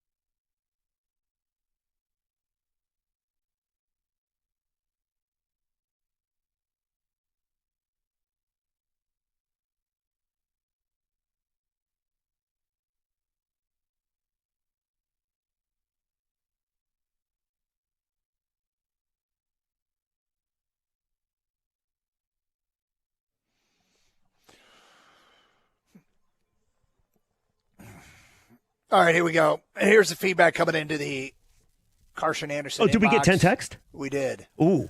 Are we betting on this? Do we get the bet or no? No. Oh, okay. No, Jeff, I've learned something about you. What's that? You bet to prove a point, not to win. Well, I bet to win. You try to bet to prove a point. You know what? I've discovered this about you. I was ready to be very offended by what you said, but you might not be that far off. But on Right. I only make bets that I'm like close to sure I'm going to win. Yeah, well, and I'm saying I don't speak for all fans. I didn't like the comments, but I was guessing that most fans didn't care what Brad Holmes said. You think the fans do care. I think it depends on who you ask, obviously. But here we got 10 texts. I'm excited. Oh, I'm going to keep track. This is good. Yep. Yes, they bothered me, and so did Goff's last week. That's from Tom and Heartland. 1. From Al, it was a little odd, but I don't really care about receipts that Holmes kept. What do we count that one as? That's a no? I Didn't don't bother? really care. Okay. I think pretty much says Damn it's it. a no. I wanted that guy's vote. Derek in Brighton says Brad Holmes' comments didn't bother me. What will bother me is if they don't make moves this offseason, filling obvious holes on the roster. So those comments, he's a no. That's a 1 Drew and 2. Milford, nope. GM comments do not bother me at all. All I care about is the team on the field. I'm behind here. Nate Navan says yes. Brad's comments bother me to this day. All right. Fire Brad Holmes. So that's 3 and 2. That guy agrees with you. Fire Brad Holmes guy agrees with you. You know what? Just on the one part, I didn't say fire Brad Holmes. So just to rehash, we're halfway through. It's not a bloodbath. 3 no's, 2 yeses. Go ahead. This is exciting. Ryan in a car. Don't pull out receipts until you've won a Super Bowl. The comments did bother me. Felt very amateurish. We're coming back. Next one. Hell yes, those comments bother me. The arrogance that organization holds and to not perform disgusting. I need one more not to lose. Brian in Utica says yes, absolutely. Ever since his interview with you guys, my like for him started going down. That's 5-3. Locke and Carmers, yes, they bother me quite a bit. He's too arrogant. 6-3 bloodbath. Holmes, yes, he did piss me off with his comments. And look where you are now. I just ran it up. Yes, receipts. Like Dan did to Ben. You were right. But. No buts, Doug. No buts. There is a but. Come on. There is a but. I would like to ask the people not listening to this show. What, just the people that agree? I think most fans are casual fans. I think people, like I said, listening to us on a Friday day after Christmas are probably a little bit more than casual. But with that said, congratulations. This is huge for you, Jeff. Did we bet? I forget. This is huge. No, I don't make bets unless I think I'm going to win. Okay. I don't bet to prove points. It's a big win. It's like you. I notice you always bet on playing golf. Yeah. Oh, and yeah. I'm like, I have an awareness of my limitations. Doug, can we get to the bottom of this very quickly? I meant to bring this up. Which is? When I bet Gator on the golf match. Yeah, and he destroyed you. Wasn't it a humiliation? You didn't. You want to get the questions out of the way first, then I'll continue. What else you got? All right, sorry. No, can continue. When I bet him, I had every belief I was going to beat him. And I'll bet him again next year, too. Now, it didn't work out that way. Gator played well, and I sure did. But I'm capable of beating him. Just didn't do it that day. So, again, yeah. I am fully aware of my golf limitations, Jeff. Yeah. Would you bet me? I'm willing to bet you. Do you want to play? No. Why? First of all, 4 hours is enough today. I get the feeling you don't like me very much. No, I don't bet on my own golf game. I know what I'm not good at, Jeff. We have a fundamental difference. I know what I'm. I don't bet on bad golfers. Okay. I don't. So I'm not going to bet anybody on my golf game. I got the feeling you were very happy that Gator beat me. And that kind of hurt my feelings. I was thrilled, but so was everybody else. Nobody was up. No, my daughter was cheering for me. Excellent. And so was my wife, I think. Excellent. Yes. By the way, I didn't mind drinking beer out of this was shoe. a win. Hold on, this was a win for you. You damn straight it was. You get the win here. I give you. I'm going to put this on social media. Can I say I owned you? Can I say I dunked on you or no? If it makes you feel better, Okay, sure. Do it. Go right ahead. Hey, good for you, man. We're all proud of you. Every now and then, my friend. You know, I came into today's game with a purpose. I mentally prepared, and I got the job done. Thank you. Yeah, well, again, congrats. Don't act Let's like go it's to not Matt. You wanted it, Doug. Admit it. I don't claim to know. I'm surprised at these results, but I also don't ever try to speak for fans. And so I was wrong on this one, but there's a reason why I don't try to speak for fans. So let's get back to your phone calls. We go to Matt. You're next on 97.1. Hello, Matt. Hey, y'all. Thanks for taking my call. What's up, Matt? Yeah, agreed. Some of us have a little bit too much time on our hands today, and I don't know if this is if we're representative of the general fan base. But congrats, Rieger. Well, you guys are fans, so of course you represent the fan base. I can't help who's responding or not. We're a segment. No, you can't. It's true. But I just wanted to say that, yesterday was painful. I would have liked, obviously I'm always going to root for the Lions to win, but there was a small part of me that was kind of hoping that they were not going to win these next two games. And there's a small part of me that is glad that they face planted in such spectacular fashion. Why? Because, no, only for the future. And because I think there's been a lot of stubbornness from Brad Holmes. There's been a lot of, oh, we're so close. Oh, there's just one or two things we need to tweak. I breathed such a sigh of relief yesterday when I heard Dan Campbell say, okay, me and Brad really need to sit down and talk. Because I think about the Scott Harris situation that y'all were just talking about. I think the fact that they made it as far in the playoffs as they did last year gave Scott Harris kind of, in his own mind, maybe not carte blanche, but this excuse to say, well, hey, look what we did here. That it's working. Right? Right, exactly. Whereas now, there's no way for Brad and Dan to look at this and say, like, oh, well, we were so close, it's just a tweak here, it's a tweak there. They have to look at what's exactly in front of them, and that gives me more hope for the future in terms of them actually doing something about it than if they had just squeaked into the playoffs or even won the last couple games and, Green Bay wins a game. And, I'm just – if they had gotten into the playoffs, that meant they would have had to win some games. And if they had to win some games, all I think about is how outmatched Washington appeared to be last year. And look how far they made it. They won 2 road games in the postseason. I would not trade that opportunity to hope that they'll be motivated. I think it's – having been around a lot of coaches, okay, and talked to them, and not these guys as much. I don't know them intimately, but what I find is that they are far more aware of their flaws, and they know of other flaws that we don't even talk about. Not all coaches, but I don't think that they would be ignoring issues. I agree with you. I think Brad is pretty aware. So is Dan. So is everybody in the organization. I don't think they needed yesterday. Right. I don't think there's something yesterday was that they needed. But to the fans that are fed up, to the fans that wanted more last offseason, I totally understand that caller's perspective. That if you're going to lose like that with fireworks. So leave nothing up to guessing that, yes, Brad now has to react. But I agree with you. He's what's going to react regardless. Yeah. If he didn't react, then, you fire him because he's not a good executive. Let's go to Steven next on 97.1. Hello, Steven. Hi, guys. How are you? Merry Christmas. Steven, Merry Christmas. So I think this is the year where if they're gonna retool and improve, I think they need to do it through the offseason and trades. I don't think it's going to happen in the draft. I think they're really close. I think they had a very tough year this year with injuries, just like last year. I think the offensive line not doing anything really hurt them. So I don't see it happening in the draft. So this is the year where I would really hope he would utilize trading some draft capital for – I don't want to name names because I know you guys – we're not going to go down that road, but someone of like Jeffrey Simmons, who is at Tennessee, who obviously Tennessee is looking to rebuild and get draft picks, and you can shore up that defensive line. The defensive line, Doug, I agree with you, and I've been saying this all year. We knew what the offensive line was going to be like. We knew when we lost Ragnow and we weren't going to get – we didn't really do much to fill that hole. The defensive line with the run game was awful all year. It wasn't just now. It has not been good all year, and they need to figure that out. DJ Reader was disappointing.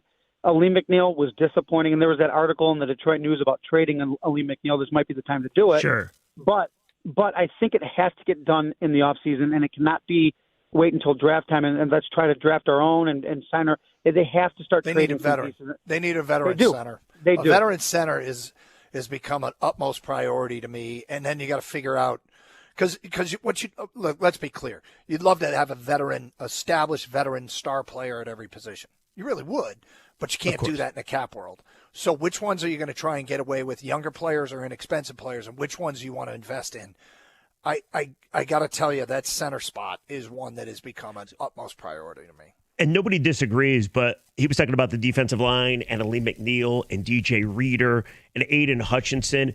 That line as well, a ton of uncertainty. I mean, I know people love to talk about the opposite edge, but even your defensive tackles, like is Tyleik Williams going to take that next step? I got to believe Reader's gone. And what do you do with McNeil? Was it simply came back from injury, could never find his footing? He looked great in that Bucks game, but he hasn't been anywhere close to that, and that's a dude making a lot of money. So as many holes as you got in the O-line, I'd argue that you got pretty much the same amount in the D-line. Yeah, I don't think you're wrong. 248-539-9797.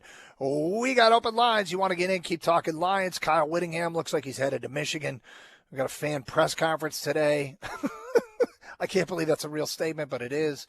So lots to get to. Yeah.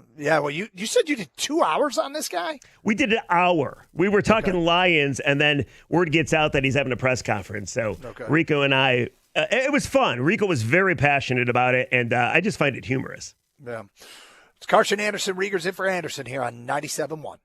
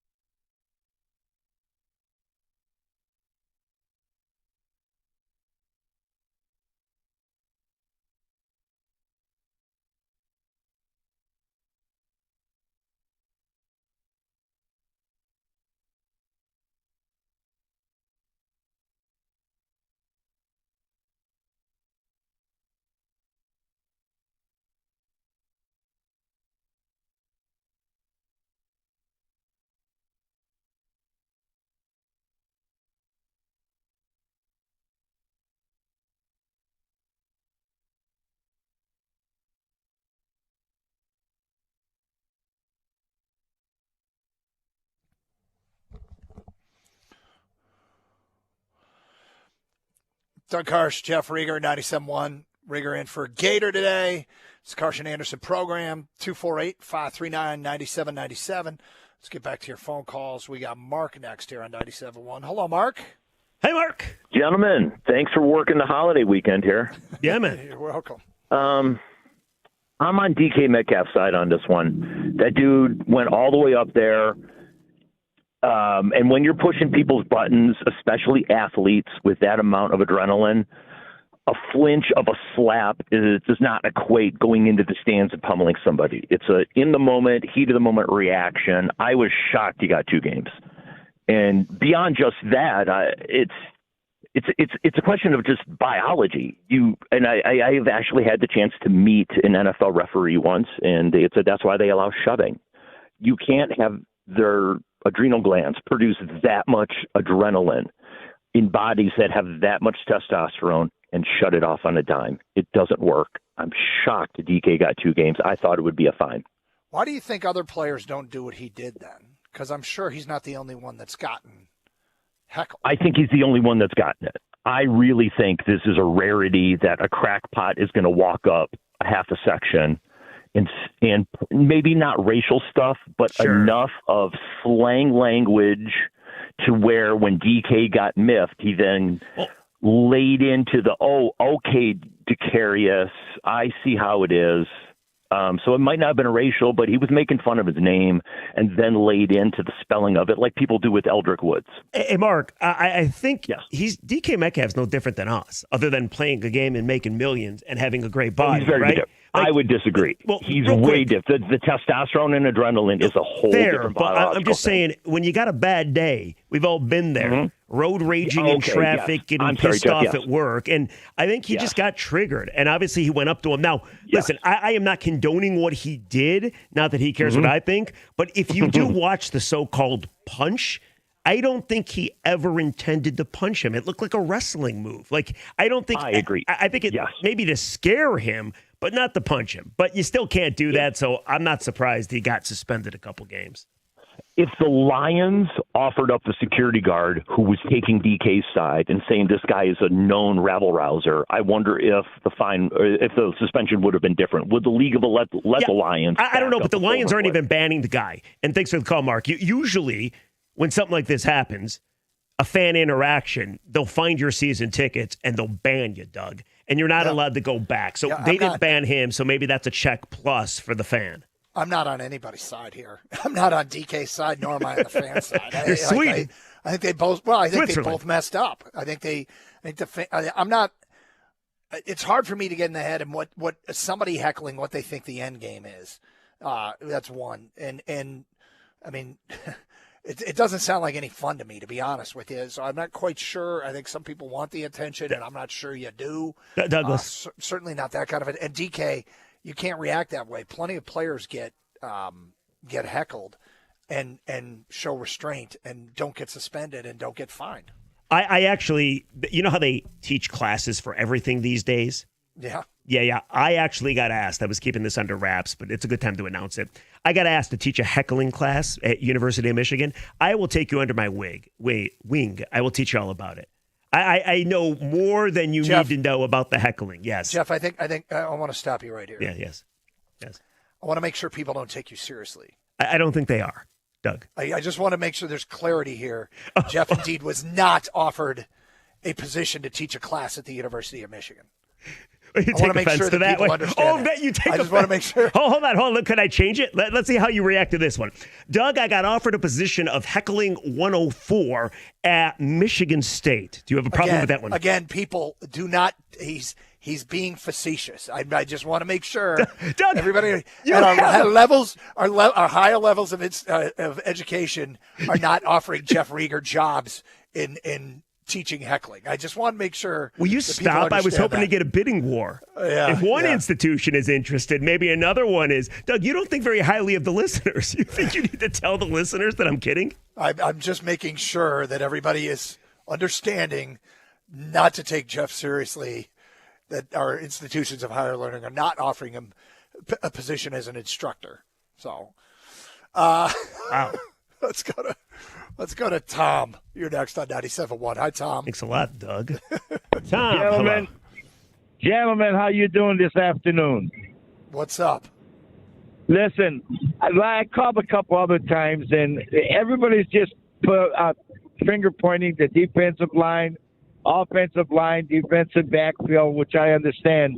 But to watch the three linebackers from Minnesota and for Pittsburgh play, I've been always against this Barnes and Manzalone for the last 2 years, and they just keep playing them. I can't understand that thinking of Campbell and anything, because that linebacking crew is more important than the defensive linemen, because the defensive linemen, once you get past them, those two guys from Pittsburgh that went back 45 yards on that side of Barnes. Barnes is terrible, and so is Manzalone. Wait, what do you guys think? Well, first of all, it's Anzalone. But secondly, when you say you can't believe he keeps playing him, you think there are better options on the bench? Anybody better than them two. If those two back, that one back from Pittsburgh, sir, he ran for 45 yards twice. Do you remember they showed the angles, and Banks. the angles the defensive backs took on those plays? It's actually on the safeties for those two runs. Yeah. Look. Yes, I understand that too. But if you're Tom, you're going to get your wish. Anzalone's going to be gone. Odds are he's going to play his last game as a Lion coming up on Sunday in Chicago. As far as Derek Barnes, I thought there was a stretch where Derek Barnes was dominant, and it kind of went away a little bit. But then again, when you get a depleted defense, what are you going to do? But I think Barnes has a role for sure. And then I know your guy, Jack Campbell, continues to put out a Pro Bowl level season, even though Aaron Rodgers is faster than him. And he's not as fast as a 41-year-old. Did you see that clip? Do I think that the linebackers are a bigger problem than the defensive line in the run game this year? Not even close. Not even close.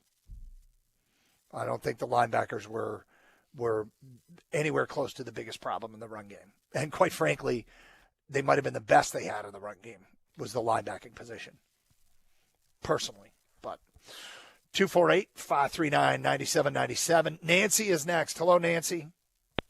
Hi, guys. Hello, Nancy. How are you? I'm great. Oh, I'm just great right after yesterday. I'm the coach's daughter, Rigger, remember? Oh, that's right. Yes. Well, still, you can be great after a loss, you know. No. Next season's only 6 months away. This was just so brutal. The last 2 weeks, so brutal. But here, I have to get this out first. Instead of we're talking about individual players, and of course, we need to restock. But one, I think we need to the boards need to file a grievance against the league, because there are demonstrable evidence there is to suggest that these referees they've made themselves a bigger part of any game than they should. And these calls, ridiculous. But the Steelers punching a fan and it didn't get called, that could have changed the game. What about the non-touchdown touchdown? I mean, we have had so many, like obviously last week, right? The offensive interference. They've been on the wrong side of some close touchdown. calls, but I'm not sure how many of those calls have been wrong. There have been some misinterpretation or some interpretations, like the pass interference, the first one on Tesla. Dominique Foxworth went on, this is from the Pittsburgh game. Dominique Foxworth went on ESPN and said, I played defensive back, and that stuff happens all the time, and they're not pass interference. So, anyways, would it not the make false a start on statement? Kingsley yesterday was bizarre for moving his head, which he just looked up. I don't know why that was a false start, but you talking about on the fourth down? Was it fourth down or third down? It was fourth and one. Yeah, and then they had the punt on the first possession, right? Yeah. And have you seen the controversy? Which one? There's a video of an NFL official signaling false start, and then they called false start when obviously it was not false start. Now, that's not the reason they lost the game. What do you mean? There was a video of the guy behind, I think it's the Vikings bench. He's wearing his official's outfit, and he signals false start. So sometimes they do the same sign that has to do with a running clock. Maybe, but social media is abuzz with that one. Great.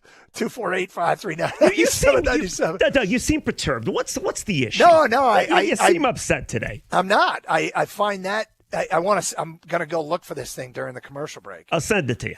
Yeah, okay, do, because I want to see what this is. Because sometimes officials do that same sign, but it has to do with like a running clock.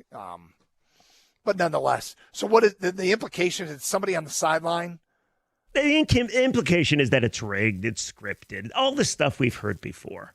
So I conspiracy stuff. Well, of course, yes. Okay, just like after the Kansas City game with the golf touchdown and the NFL. Indeed, you're right about that. Conspiracy stuff does irritate me, but 248-539-9797. Jeff is in for Gator. It is 97.1. Hey, it's Doug Karsh for Sarah Chevrolet in Sterling Heights. They're ready to slay the holidays with year-end savings on new Silverados. Lease a 2026 1500 LT Crew Cab 4x4 for only $279 a month for 24 months with no money down. $279. Go down to 17.5 in Van Dyke and Sterling Heights. 87-SAY-SARAH or saysarah.com. Together, let's drive. With GM employee discount, Costco and current lease in the household, 10,000 miles per year, plus taxes and fees with approved credit. Offer ends January 2nd.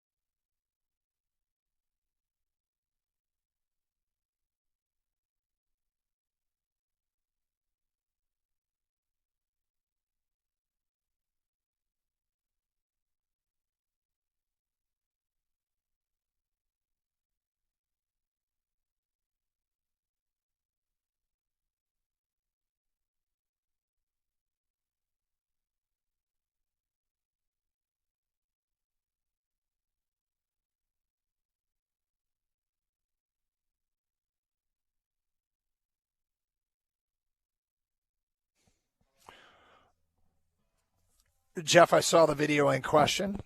Yes, It was What not do you the think? play. What do you think? It was not the play I thought. I thought it was in reference to the first drive of the game. So this was later in the game. I believe it was in the third quarter. What do I think? I think it's pretty clear that this whole league is scripted, and I don't know why anybody watches. Oh, my God. It took this long to say that, Doug. No, I only brought it up because it's fun. Now, let me also Yes. be clear here. Yes. As I that I'm not pointed out, teaching a heckling class at and University of I'm not teaching Michigan. a heckling class, and I'm not serious. I don't see there any correlation between that. I think we do that. Dude on the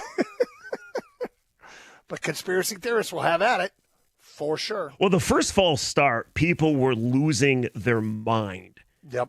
And listen, I understand why, because it was probably a bad call and it resulted in the Lions punting the football. And now you realize how the game turned out. Maybe one more drive is all it would have taken.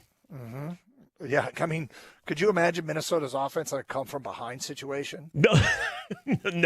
I mean, I could not. Whatever.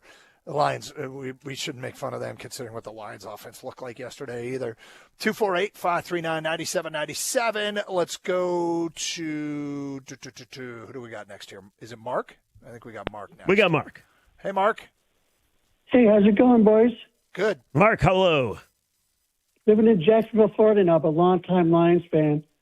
My question is, do you think it's wise to trade Goff for a mobile quarterback or quarterback that's willing to run for a first down or escape the pass rush? You basically can't because of the cap hit. Goff did use his wheels to convert a 3rd and 9 yesterday. He did a couple things yesterday. Yeah. We were in the move, but it's but not how even many, really a conversation. Mark, you can't how many do it, times man. does he run? Yeah, you're not I going know to be it's able a to cap trade. hit. Yes, no. Yeah, Mark, there's too much dead money. I mean, Mark has left us, but no, Goff makes $70 million next year, or at least that's the cap hit. So yeah, the dead money is what would. But there's no way they're going to take that kind of cap hit for a quarterback that's still top 5 in the NFL in QB rating. I mean, Doug, he's not mobile, but we've joked around a lot today. And while I blame Goff a lot for yesterday and the Steelers game and the Rams game, he's your guy. You can't get any better. Holmes did have the comment. It's a lot easier to get worse at quarterback than better. Yep. You're stuck. And not that being stuck is a bad thing either. He's your guy. I think people realize that, but don't want to realize that.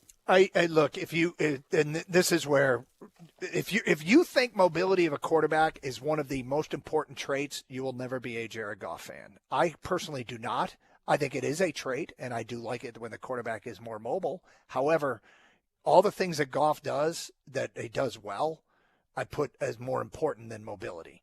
And I think if you look at Goff's season, even with the failings and where he came up short, it's kind of on par with what he's done in Detroit. He's actually had a pretty good year. It's the offensive line that's taken the big step back. That seems pretty clear. So address that. When my tire light comes on, I don't change the oil. Well, I drive electric, so I don't change oil. But yes, I understand. Fair enough. I don't either. Oh, okay. Well, I drive you go. electric Look too. at you. All but right. I'm trying to appeal to the masses here. Oh, yes, when yes.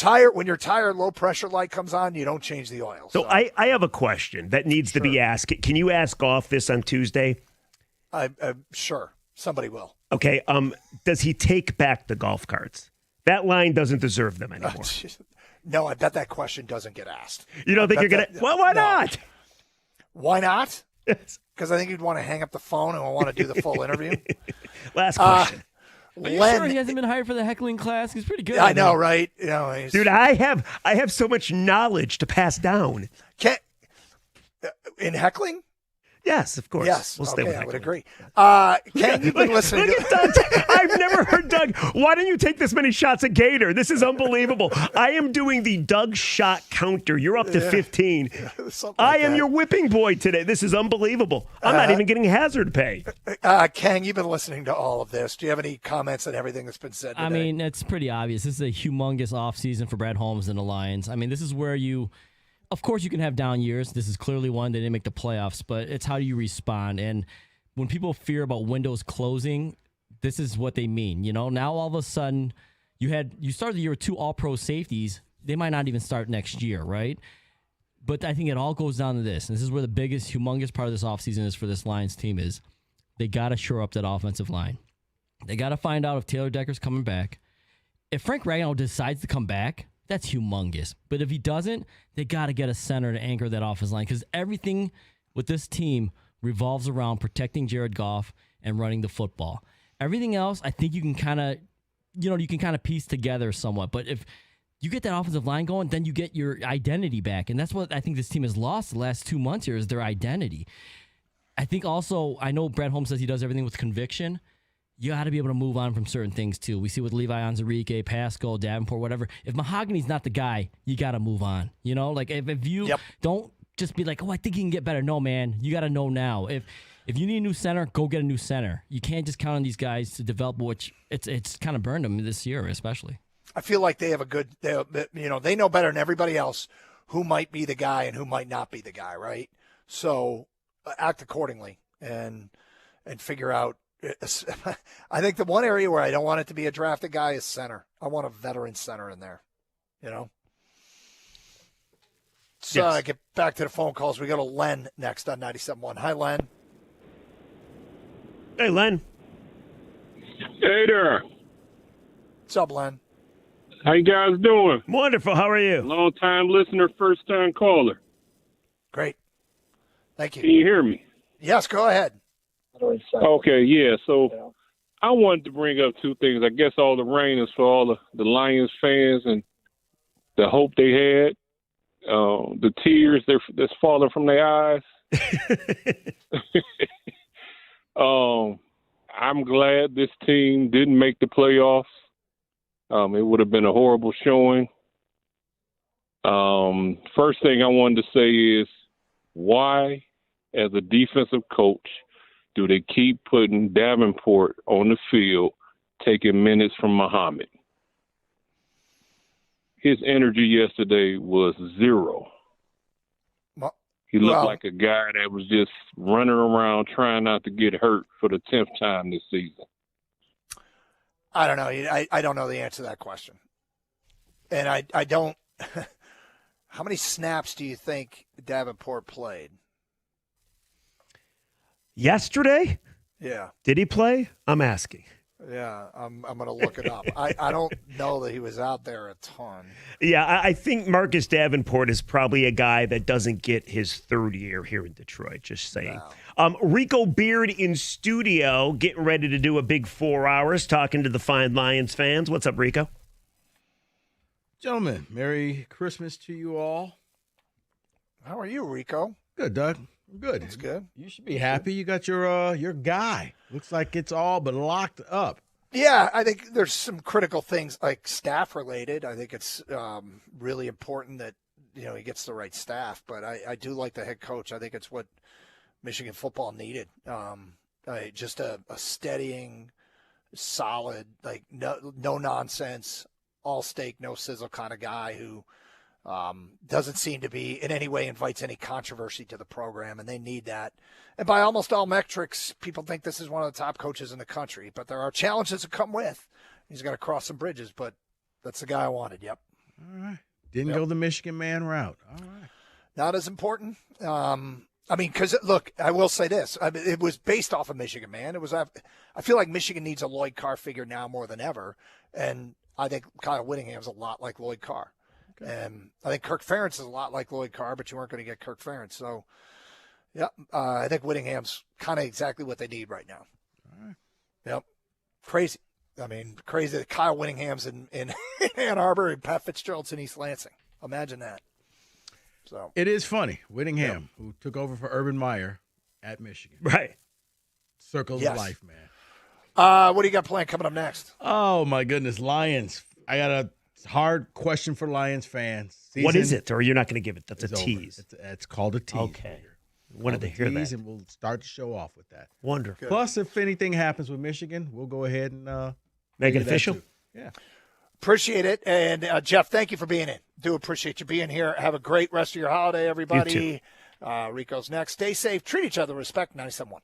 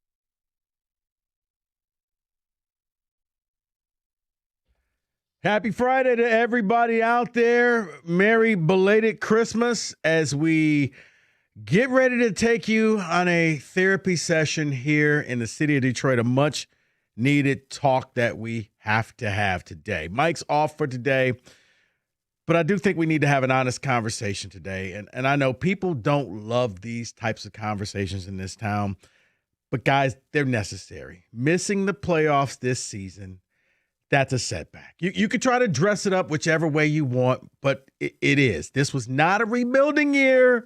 This was not a just happy to compete type of year.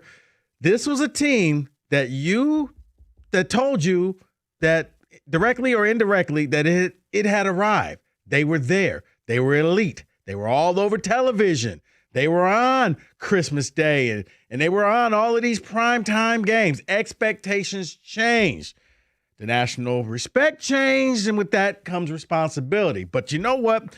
There was one show that tried to tell you one thing wrong with this team. Hold on. There it is. Something was wrong with this team from the start. But I was told, don't worry about it. We got this. Just give them a little bit of time. Don't worry about the coordinators.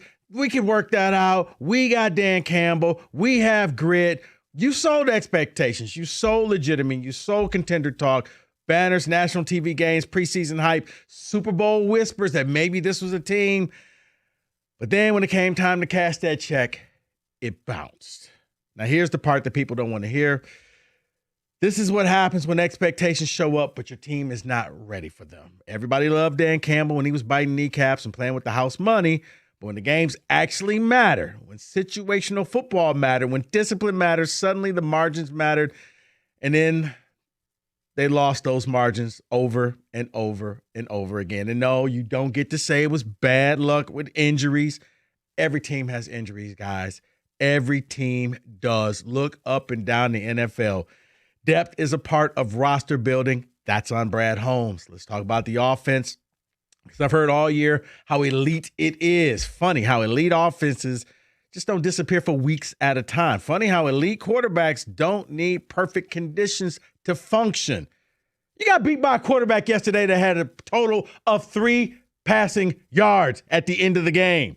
So I don't want to hear about that. Look, Goff is fine, but when things break down, when protection slip, when the run game stalls, when the pressure ramps up, where does he go? I don't know. Because it's not upward. You don't see it on the field.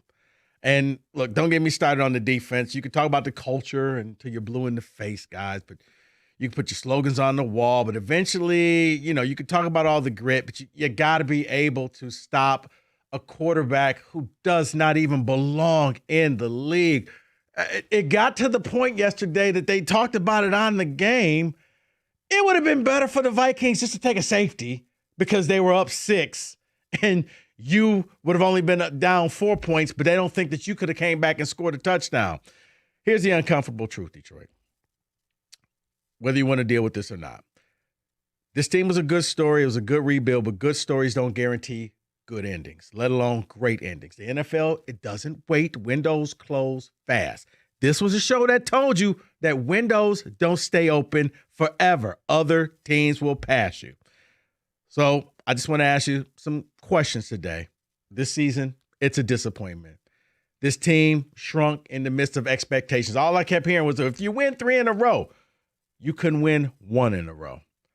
My question to you, Detroit, 248-539-9797. Are you 100% sure that this current regime knows how to take the next steps to get you to where you want to go? That NFC title game was a long time ago. Matter of fact, it may seem like decades ago. Here's what Dan Campbell had to say, and no truer words were spoken.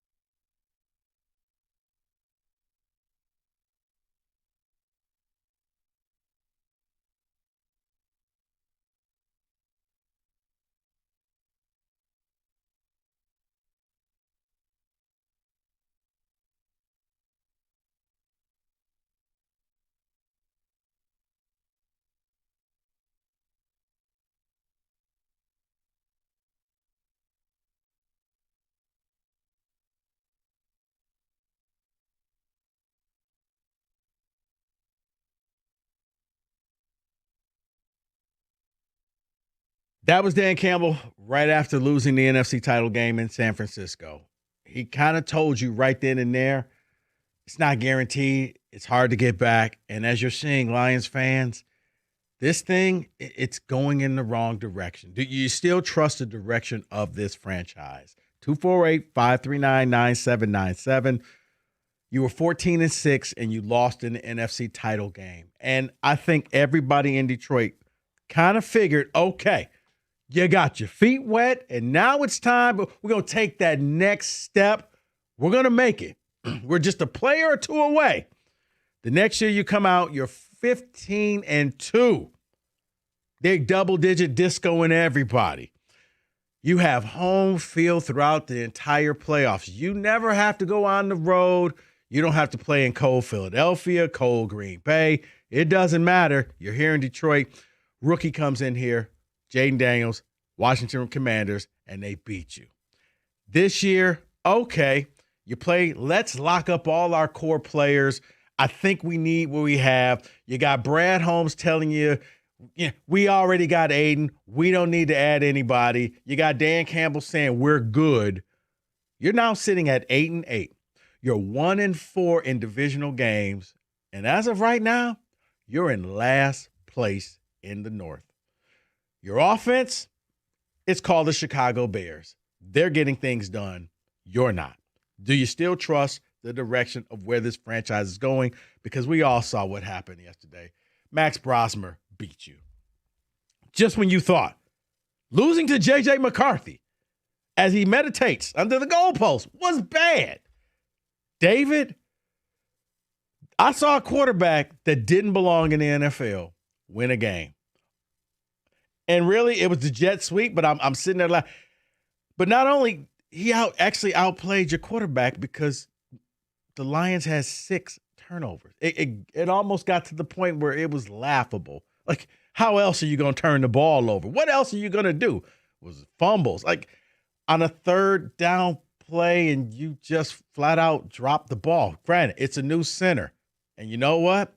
That's on management. That's on Brad Holmes because you shouldn't be down to your 4th-string center. Maybe you could have did better planning rather than going out and getting a bunch of toys. If you're not – here's the thing. For me, in order to trust the direction of where this franchise is going this offseason, you got to do 2 things. You got to improve that offensive line, and you got to improve that defensive line. I don't want to hear we got Aiden. Why do we need to get anybody else? We trust our guys. I don't trust your guys. I don't trust your guys anymore. Here's what good teams do. They adjust on the fly. Let's go back because everybody will talk about you were 30 minutes away from the Super Bowl. You know what's happened since that 30 minutes away from the Super Bowl? The Eagles had been to the Super Bowl the year before. They had to adjust on the fly. They do. They go back. They win the Super Bowl.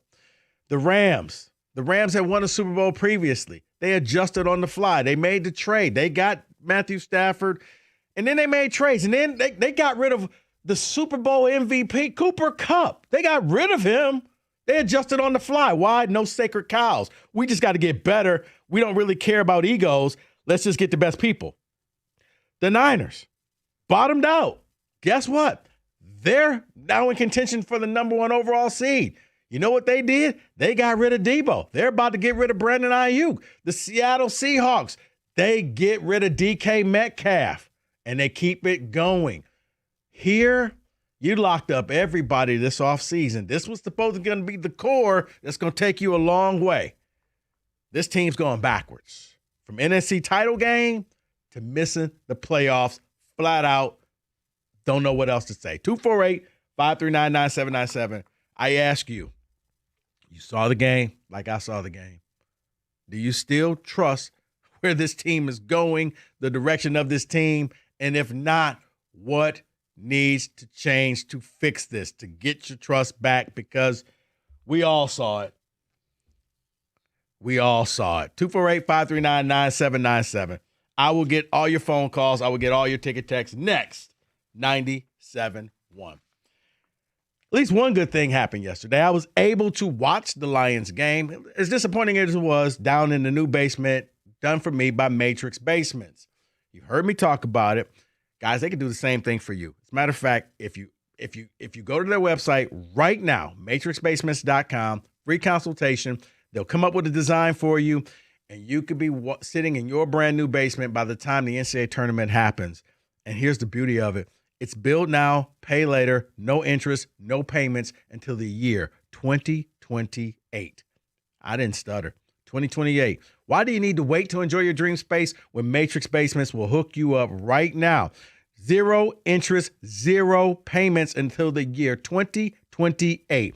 Build now, pay later, and enjoy your beautiful new Matrix Basement a lot sooner.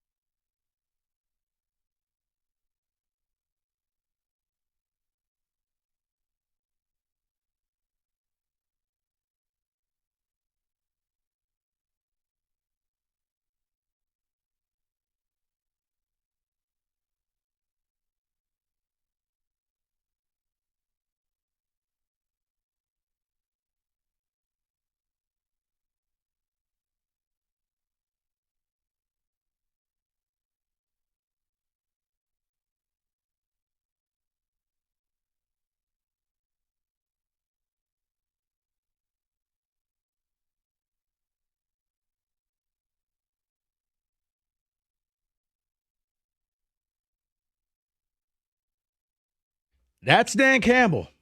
And he told you back in the day when they lost to the 49ers, it's not guaranteed. And now you're starting to see it's not. There's a lot of things that failed this team that brought all the way up to this point. There is not just one thing. But here's the one thing that I'm not going to let people harp on and be like, well, we had injuries. Man, so does everybody else. Look at the Bears. Hey, look at the Chargers and losing their tackles. And they're fighting. They're in the playoffs fighting for a better spot. Like, everybody has injuries. It's where the depth kicks in. It's why I got so upset about some of the moves and players who are not even playing and the trading away of picks because you either went after toys or developmental players, guys who can't help you here. It's somehow not knowing that Ragnar was not going to stick around. And then I look at next season and I don't know what Taylor Decker's going to do. I don't know what's going on with Kirby Joseph. Brian Branch is going to be gone for most of the season. There's a lot of pieces already missing. So that's why I'm asking.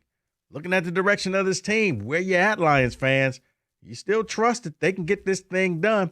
248-539-9797. David, let me talk to you before I get to the phone calls.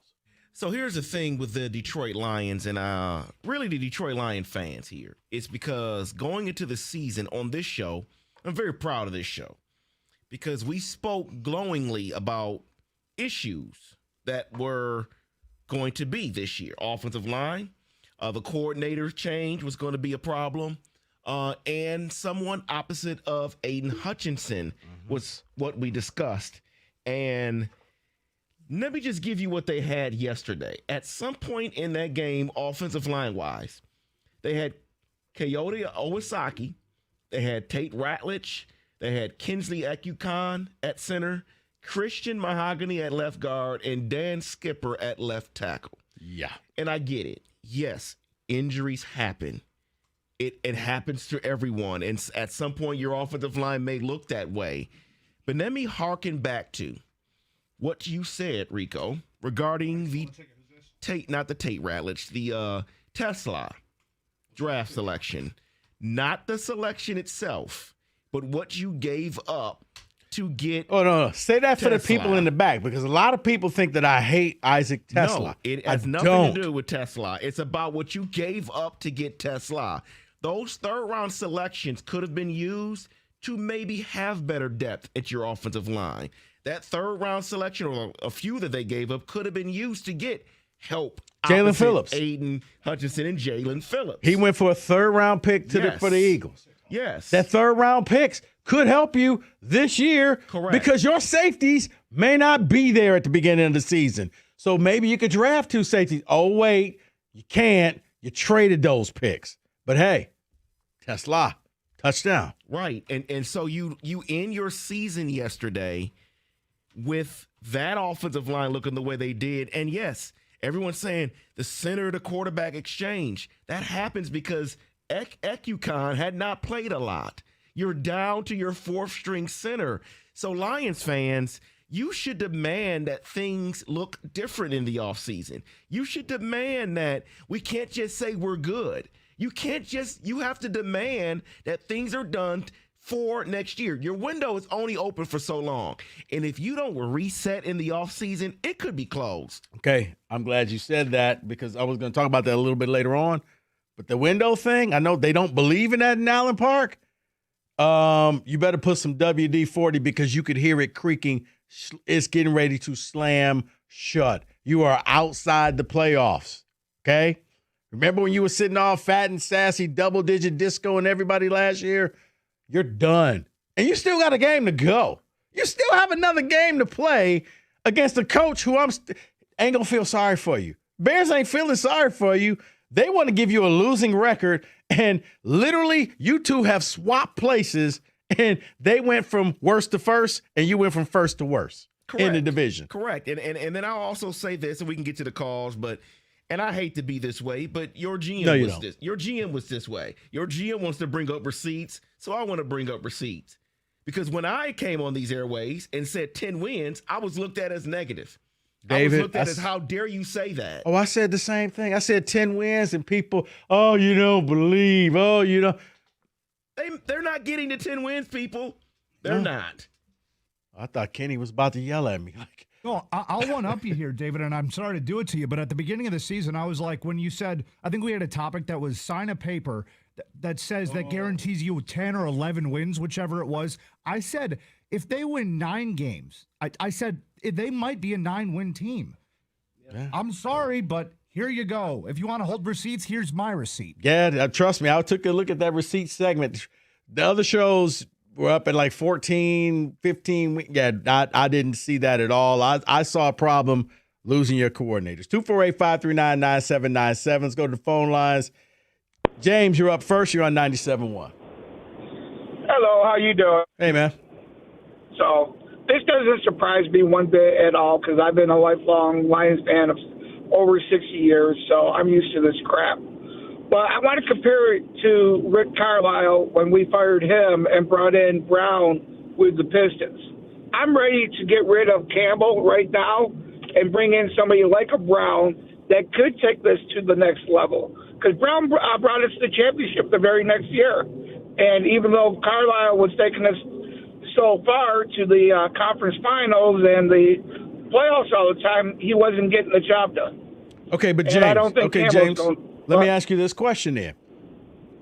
Who is that coach equivalent to Larry Brown? Because I don't think Andy Reid is leaving the Chiefs. No, he's not. So, honestly, I cannot honestly tell you because I don't follow football as much as I used to, so I couldn't tell you any young coaches out there. I got you. But I tell you what, I sure would love to have Ben Johnson leading this team now. Woo, okay. Appreciate the phone call. Is that Jeff Rieger? Oh, Jeff and I have had this conversation in full disclosure, and I don't know if Jeff wants me to say it, but he tells all my business, so I'm going to tell his. We've been having this conversation for 3 weeks of who would you rather have coaching this team, Ben Johnson or Dan Campbell. And I'm like, well, Jeff, let's wait till the season ends. Well, season's kind of ending. We'll do that a little bit later. 248-539-9797. Yeah.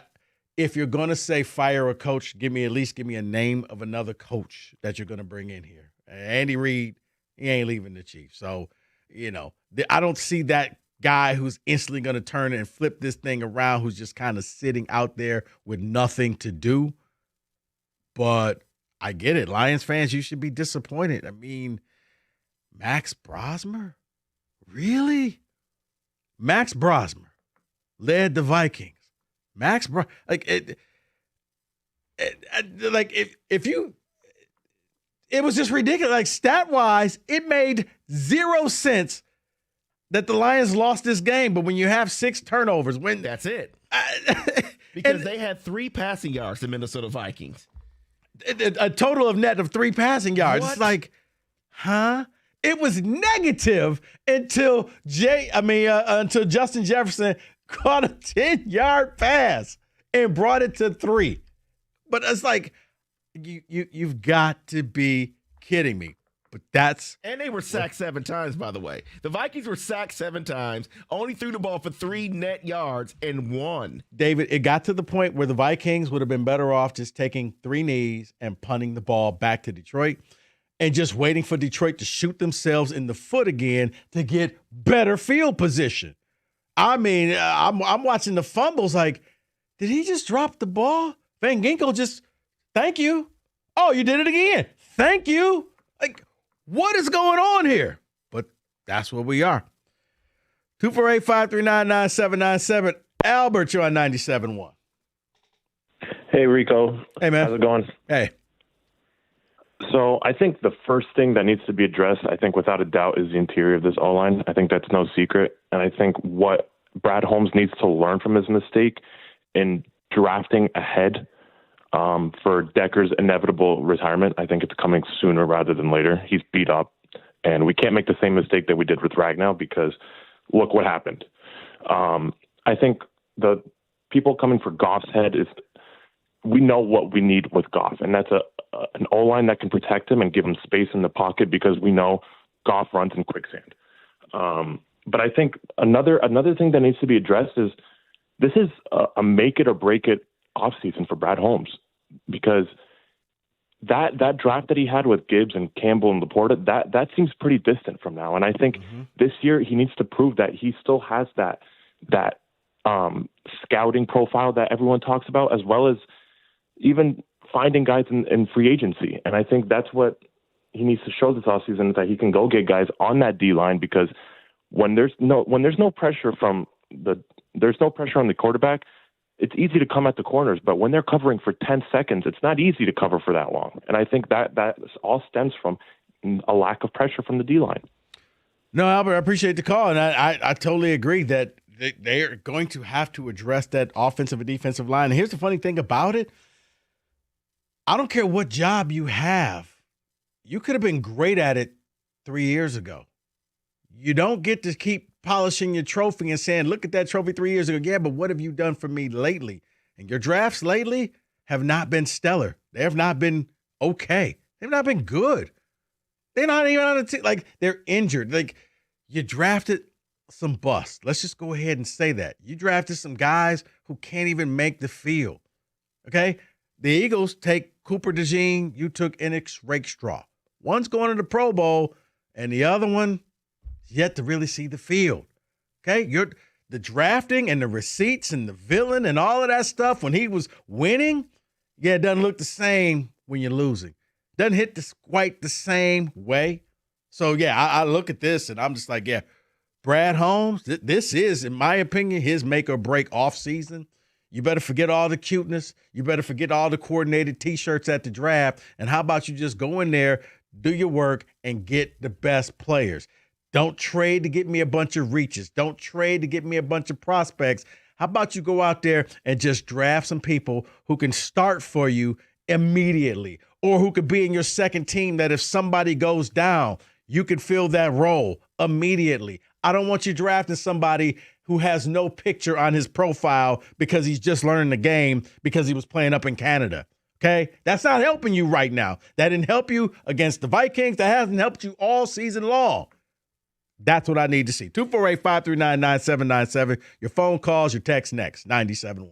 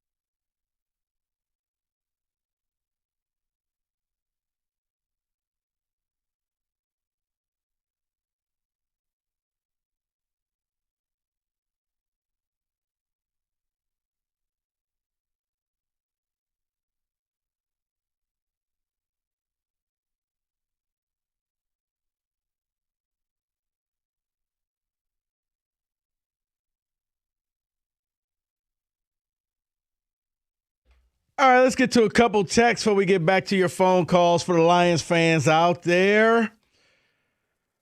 How are you feeling about this team going forward?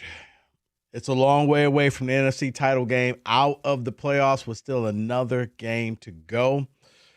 248-539-9797. David, give me a couple ticket texts. I do not trust Brad Holmes. He couldn't recognize that the Lions needed to improve the pass rush when the entire city knew we had to.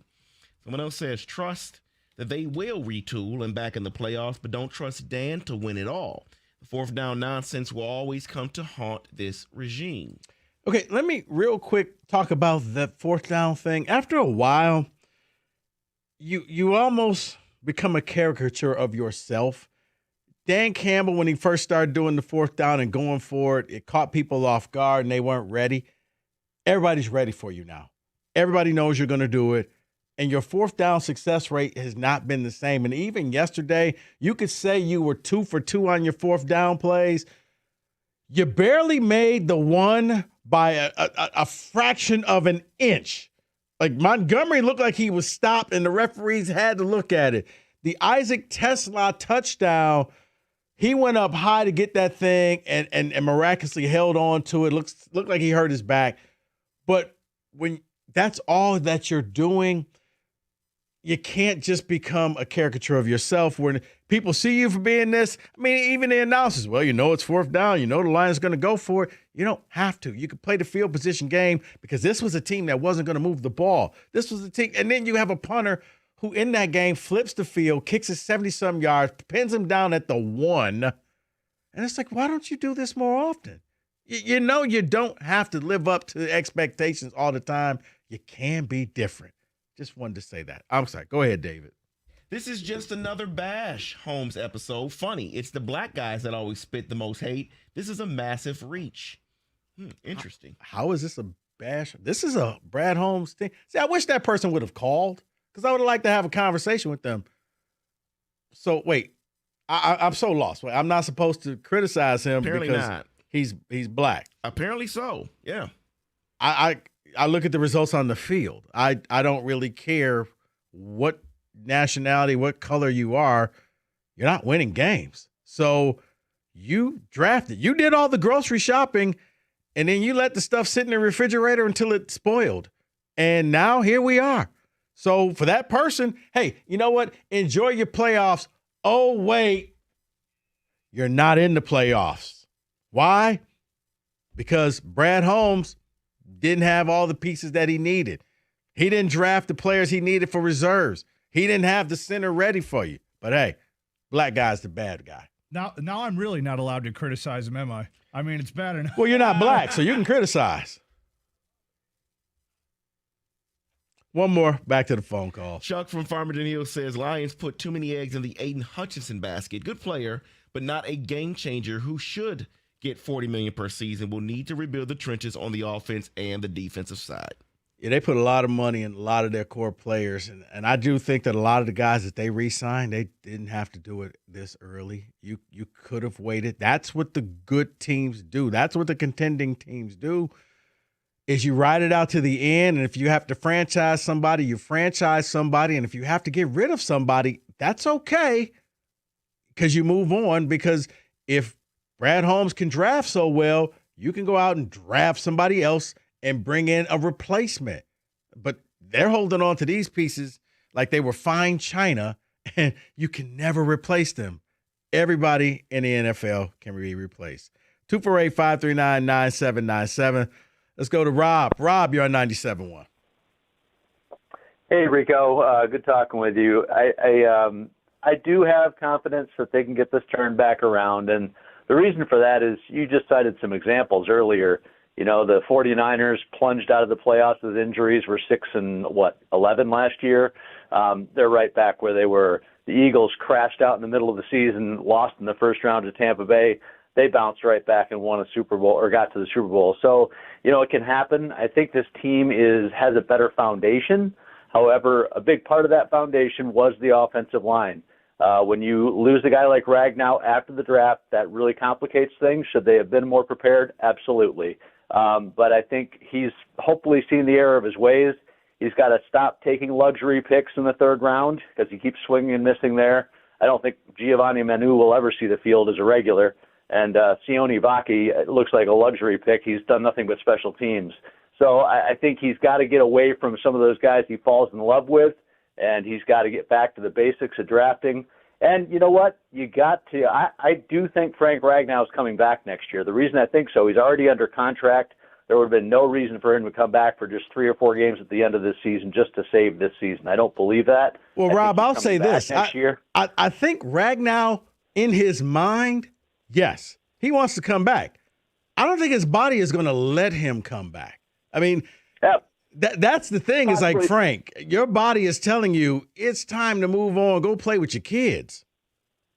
Yeah, possibly not. I just think the guy was working out the whole time. Didn't even realize that he had a grade 3 hamstring pull. So I think he's tough enough where he can gut out another season. I think he wants to. I think he's bored. I think he wants to play. Is he going to be effective enough? I'll tell you what, I'll take 80% of him over what I saw the last 4 weeks, especially in the front of that offensive line. So I think he is the key to it all. I think he is going to come back. I think they're going to have that indication early. And I think if he says he's coming back, then I think he's going to get Decker to come back for 1 more year. If he doesn't say he's coming back, Decker, I think, might be gone too. Either way, they definitely do have to draft and or sign a free agent based on the timing of those announcements by those guys so that they're ready to at least go into camp with those guys and get them up to speed. Because, as everybody said, it's the interior of that offensive line. 2 inexperienced guards and a center who is used to playing guard and wasn't a great center, certainly not of Ragnow's ability. No knocking him. You know, he was put in a bad spot, Graham Glasgow. No, I get it. But I think they rebuild there, and I think they stop taking luxury picks. And, by the way, let's sign a free agent edge. Go out and get it. It doesn't have to be, the highest price edge on the market, but get someone that you can count on the other side of Hutchinson. That was an arrogance that cost them in the end, no question about it. No, it was, and appreciate the phone call, Rob. I would even say this. Look, Ragnow's, he is tough as nails, but I do think that his body is telling him we can't keep doing this. If one of your biggest things is you got to get Ragnow back on this team, I would say, how about go out and find the next Ragnow. Go out and find the next center. Go out and find the next Taylor Decker instead of slapping a Band-Aid and putting these guys up here for 1 more year. Look to the future. Get young guy. You got control of his contract for the next 4 or 5 years, and you can build instead of just trying to keep this band together. Yeah, I think Lions fans would be making a mistake if you're going out in the offseason saying, oh, well, Ragnow's going to return, Decker's going to return. If you do that, I believe you're in the same boat you have been in this year. Yeah. So even if Ragnow returns, every week it'll be injury here, injury there. He'll be on the report. Questionable. Exactly. Unless you know for sure, unless Brad Holmes has had a one-on-one conversation with Ragnow, Ragnow's like, I'm doing everything I can to get healthy. I'm going to have surgery, and I am coming back. Maybe. But I would move on. I'm with you. But we just got to get Ragnow. No. You need to move on. Guys, there are other players out there that you can draft, and they can be just as efficient on this team. But you just got to get the – go into the offseason, if I'm Brad Holmes, knowing I'm probably not going to have Decker, Ragnow, Kirby Joseph, Brian Branch. Now what do you do? And that's the question that we're asking. Do you have faith in this regime going forward that you trust the direction of where this team is going? Because if it's just keep everybody happy, keep paying everybody, keeping the band together, you're seeing, the band is missing some dates, okay? They're missing the playoffs this year. They're not. They weren't good enough. They're 1-4 in the division, and you still have to play the Bears. You could end up 1-5. 248-539-9797. We'll have more Lions talk next. 97.1.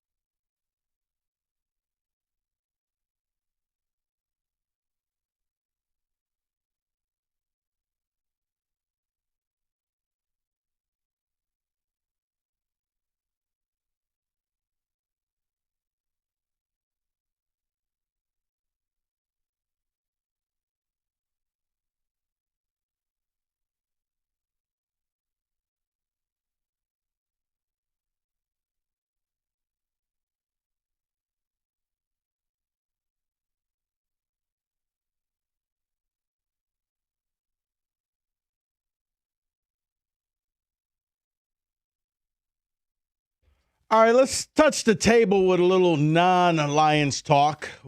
Plenty of that to go around. David, if you would, please. Wow, what is that music? Okay, I have no idea. What is that music? Oh, my. So the Lions. What is this, Canadian Football League? This is mock draft music, actually. The Lions are eliminated from playoff contention, and it's mock draft season, guys. We beat Carson Anderson to this. Mock draft 1.0. Let's do it, guys. Let's go through it. Number 1 pick. They expect the Giants to get the number 1 pick, but there's a projected trade already in this mock draft. With the Jets? No, with the Dolphins. Okay. They expect the Dolphins to trade up to the number 1 overall pick and select quarterback Fernando Mendoza. Mendoza, yes. You know what? I don't know yet. Here's the thing. I can't believe we're doing mock drafts, but you know what? Let's just go with it. Yeah, I think Mendoza's the best quarterback out there. He's probably the best quarterback that still a lot of people outside the Big Ten have not seen. He won the Heisman for a reason. He's really good. He's 6'5", you know, he all the different things. And you're seeing, David, if you take a look at the playoffs right now, all of these young quarterbacks are in the playoffs. The teams that invested and drafted well, paying off. The number 2 selection here goes to the Raiders. They also select a quarterback. You want to guess which quarterback? Oh. Is it coming from Detroit King? It is coming from Detroit King. It is Dante Moore with the number 2 pick here for the Raiders. Again, it is early. It's early, but I'll say this. This is where transfer portal works. Yes, you're right. David, 2 years ago, everybody was saying this young man was a bust. He's a bum. He can't throw. Look at what he's doing at UCLA. He had more pick sixes than touchdowns. He transfers to Oregon and does the smartest thing this young man could have ever done. He sat for a year. He just sat for a year, got the notebook out, learned, and now he's about to be a paid quarterback. Now, right, this is still early, mock draft, you know, correct 1.0, but heck, you know what? The Lions are in the draft now. We can't talk playoffs. Go ahead. And I'm not going to go through every pick. I will just mention this at number 3 because this, of course, it will change. It's a wide receiver taken, but you know how it goes with wide receivers in the draft. It just depends on who likes who. They have Jordan Tyson as the first wide receiver going number 3, and then Carnell Tate going number 5. So it just depends with wide receivers, right? Right. I would have went Carnell Tate simply for Ohio State pedigree. Correct. It used to be like Penn State linebacker just automatically worked. Ohio State wide receiver, I don't know if you've been taking a look around in the league, David. They're money. Like money. They get the job done. And I'm not a Buckeye fan. Correct. So the number 4 overall selection, this just seems too good to be true for a team that always gets it wrong in the draft. The Jets select edge Reuben Bain out of Miami. See, but the Jets need a quarterback. They do. So what do they go for quarterback? Free agency? You just did that with Justin Fields, and it didn't work.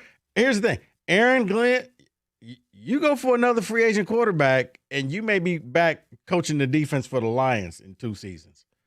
Just say, if you draft a rookie, it buys you some time. Were they going after Mac Jones? I have no idea. If I'm Mac Jones, don't answer that 212 phone call. Don't do it. Let's move down here to the number 10 overall selection because this was a projected trade, okay? So the Giants have moved down to 10 because they traded with Miami, and they have selected safety Caleb Downs. Who got the Miami? This the Giants. This was the trade with Miami. So Miami was 10. They traded up to 1. That's a good pickup. And then they trade down to 10. The Giants do. That's a good pickup. I wonder what Mike, what do you feel about that?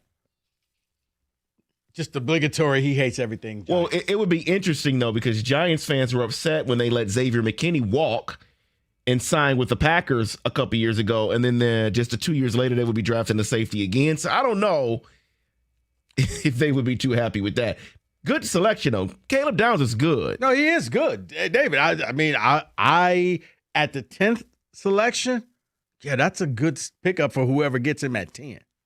Now, this may upset people if this actually happens because Kansas City did not make the playoffs this year. Their quarterback has an ACL injury. What is the one thing that they are missing offensively with the Kansas City Chiefs? A wide receiver? Run game. Oh. Jeremiah Love to the Chiefs in this mock draft. Okay, that's not fair because you're right. It's like when that bad team in the NBA tanks and, oh, by the way, here's Tim Duncan for your tanking job. Jeremiah Love to the Chiefs, yeah, that would be a good pickup for them. I was going to say wide receiver, but yeah, they haven't had a running game to really balance out that attack. I mean, Pacheco, but he was a 7th rounder. They got lucky with him. And the run game helps the quarterback, but it especially helps the quarterback coming off an ACL injury. That's true. That's a good pickup. Okay. So let's move over to what the Detroit Lions do here. Let me guess. They're at 17. Okay. I don't know who's there. For me, first pick would probably be the best edge rusher out there. That's me. But it's the Lions, so who's the best wide receiver available? Well, it's interesting because you would be correct about what you think, because I think that they should go edge as well, which edge Cassius Howell from Texas A&M would still be available. Okay. Edge out of Clemson, TJ Parker, would also still be available. These would be two guys that can come in here and get it done. Now, I'm not saying they're going to come in here and be Myles Garrett, but what I will say, they could balance out the line that Hutchinson, everybody's beloved Hutch, will have better stats because now you kind of pick your poison. But instead, let me guess, a tight end. No, hold on. There's one more edge that would be available from Texas Tech. Romello Height would also still be available, but they go on the other side of the line. They go offensive tackle. Okay, you know what? No. Okay. Let me. I'm okay with this. I am okay with this because that means you have the foresight to realize you're probably about to lose your tackle, and if he sticks around for another year, you got depth they could learn. Okay, smart move. I can live with that. Had you told me they was taking a tight end or wide receiver, I would have quit. Yeah, so they would have taken Caden Proctor from Alabama. Okay, in this let me one. backtrack. Anybody but Caden Proctor. Caden Proctor has regressed. Caden Proctor, he is not the same person. As a matter of fact, David, if he comes to the league, he's being projected to as bump inside. He's a guard. Correct. Because he has regressed. He is not in shape. And you're exactly right. He wouldn't be a tackle anymore. So now what are you doing? Are you moving Ratledge to center and he's your guard? You're just trying to upset me. That's all. I'm thinking, okay, this is great. Not Caden Proctor.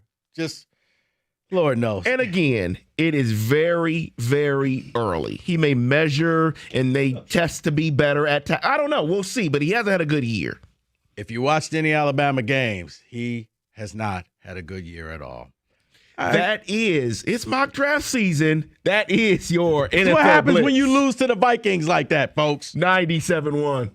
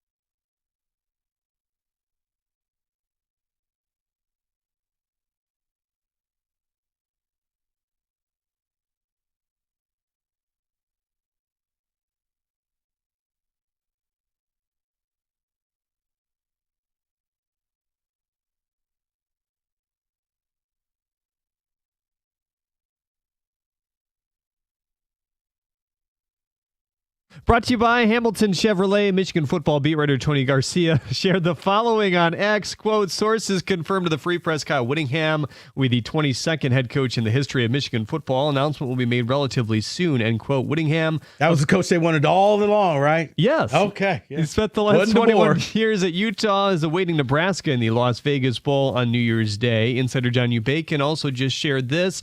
Quote, expect the Jenner and Dunn investigation into U of M athletics to be public in early to mid-January. But at the same time, U of M will be announcing a new president, end quote. The Pistons. AD? What's that? What about AD?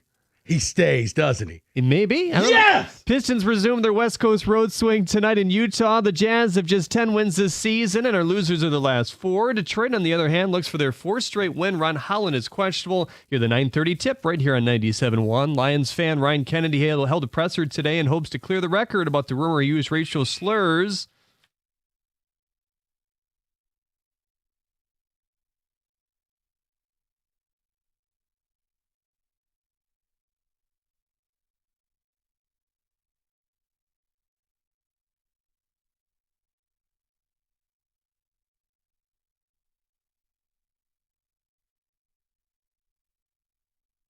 Northwestern leads the game above Bolt 27-zip at the Corwell Health Sports Desk. I'm Jeremy Otto. For more, go to 97.1 The Ticket or Odyssey.com.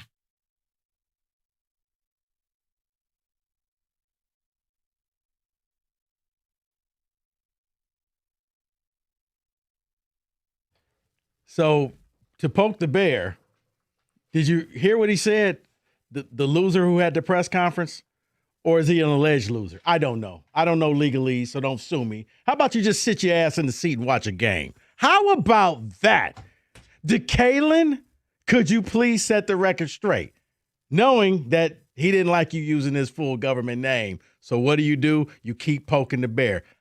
Keep playing stupid games. That's all I got to say. Don't walk up on DK on the street. He would be Mr. DK to me. Anyway. Or you could just stay ass in the seat and watch a game and you won't need to hire a lawyer. I digress. It's 3 o'clock. We all know what happened yesterday. Lions lose to the Vikings. I know. No one saw this one coming. I didn't. Did the pregame show with Mark Ryan yesterday and just knew they were going to bounce back. I just knew. And maybe this is my fault because I kind of had this show already pre-planned. This was going to be the show. Did that victory get you to believing in this team making the playoffs? Instead, went full dumpster fire. And 6 turnovers later, Max Brosmer and the Minnesota Vikings defeat the Lions 23-10. Season is done. Now, technically, they still got to play the Bears, but you can't go to the playoffs. You have officially been eliminated. And maybe we should have known something when you had multiple players saying they didn't want to play on Christmas Day. Huh? It was fun. I mean, I heard John Jansen talking about it this morning, and even he was shocked. Like, you get that opportunity. You get the right. You earned that right. So I don't really care, and nobody cares that you're working on Christmas Day. If you're playing on Christmas Day, it means at the beginning of the year they thought you were a good team. You know who's not playing on Christmas Day? We're not lining up to see the Titans play.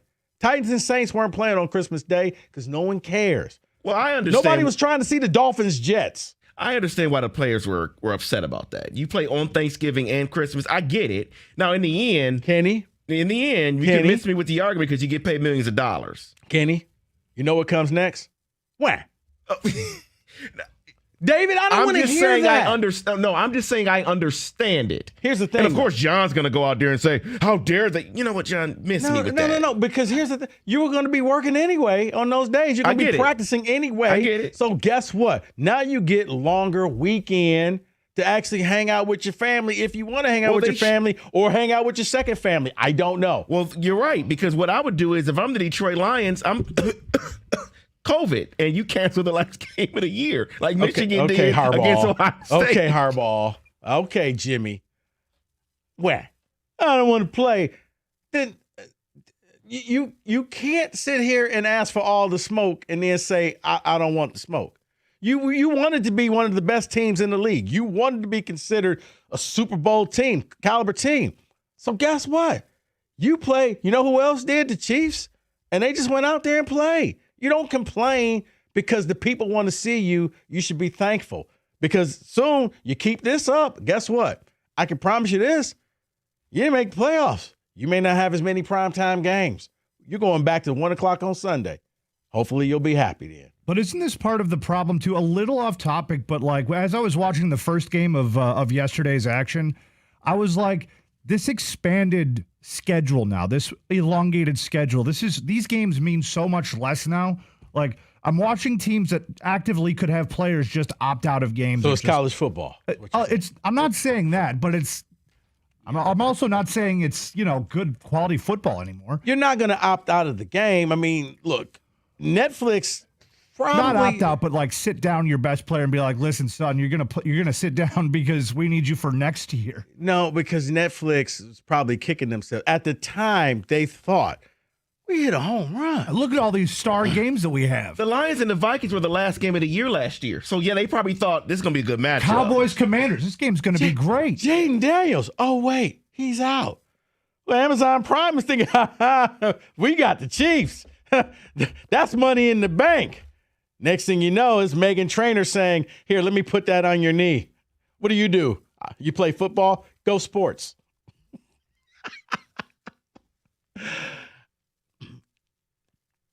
Don't sit here and complain. This is what you wanted. You are one of the better teams. And that's kind of what we're talking about. Expectations were set sky high for this team. And this ending, not acceptable. I was sold to Billy Goods. Hey, don't worry about the coordinators leaving. We're good. Don't worry about an extra edge rusher. We're good. We have Aiden. Don't worry about the offensive line. We're good. We'll figure it out. All of the things that this show, the idiots from 2 to 6, told you all season long, and we got bashed for saying, I think Mike had the highest win total at 11. I had him, I took the under. I think me and Kenny took the under. And Kenny's a Lions fan. But we saw, it just doesn't work that way. You went from the penthouse to the outhouse of the NFC North. And on the flip side, the guy that you said, he had a foot out the door. He really didn't care to be in Detroit. He's going to crash and burn in Chicago. Ben Johnson got them in first place right now. It'll be real interesting to see what Brad Holmes has to say after his little receipts two-step that he did after the NFC title game. You know what? If we did a bingo, I could promise you this. This is one of the bingo things that he will say. He will talk about what a red zone target Isaac Tesla is and how he is just going to be phenomenal. And when we get into the red zone, look at all the touchdowns that he has. Kenny, write this down. on December 26th at 3:08, I told you, he will harp about Isaac Tesla in the red zone will be one of his main topics. Don't look over here. Look over here. Hey, Brad, what about your offensive line? Did you see Tesla catch? Will the talk down to the fan base thing be on the bingo board too? Like, you guys don't see what I see. Oh, I have a plan here. There's something cooking that you guys don't realize. I promise you it'll be the talk down on, some of you guys just think that you're going to always run into the greatness and winning. Sometimes even great teams take a step back. And, we're not going to panic and we're not going to, sell off pieces. I believe in this core. You should, because you just pay for all of them. And we'll turn things around and we'll get this thing going. If that's the message that comes out of here, then I don't feel good about the future of this team. Because I'll say this, and then I'll get to the phone calls, 248-539-9797, because you people have been waiting patiently. Good teams, great teams, adjust on the fly. Good teams, great teams don't have sacred cows on their teams. And by sacred cows, people who cannot be moved that you have to keep around forever. You can point to different guys, and they've let them go. Like I said, Cooper Kupp helped the Rams win a Super Bowl, and now he's gone. We got Puka Nacua. We didn't need two. We just needed one. We get Nacua, and we could draft somebody else, and we move on. The Niners, Deebo Samuel. Yeah, you know what, Deebo? We don't really want to pay you. And you can take Brandon Ayuk with you as you go out the door. We'll draft somebody. We'll move on. Steph Diggs with the Bills.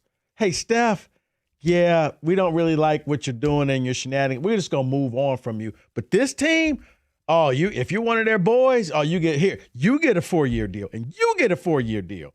And one of your deals that you got in golf, well, we'll get to that a little bit later. How about that? 248-539-9797. But, Kenny, I would be very interested, to hear what Holmes has to say. But I promise you, Tesla, he's going to get slathered. Oh, my goodness. Did you see that catch in Minnesota? Hey, Brad, did you see the game you lost in Minnesota? But did it catch, though? It was a 4th down. That was it. It'll be a real interesting meeting at the Coney between at least three out of the 4 GMs, because I feel like they're gonna all get their messaging together, and that's gonna happen right before Brad speaks to everybody. Where's Trajan? I think Trajan thinks he's too good for us. You know what? Oh, the rest of us could sit and meet at the Coney Island. He's at the steakhouse. I'm giving Get him the lost, grace. Trajan. Don't go to the Don't Coney, use Trajan. the GPS. Don't go to the meeting. Right.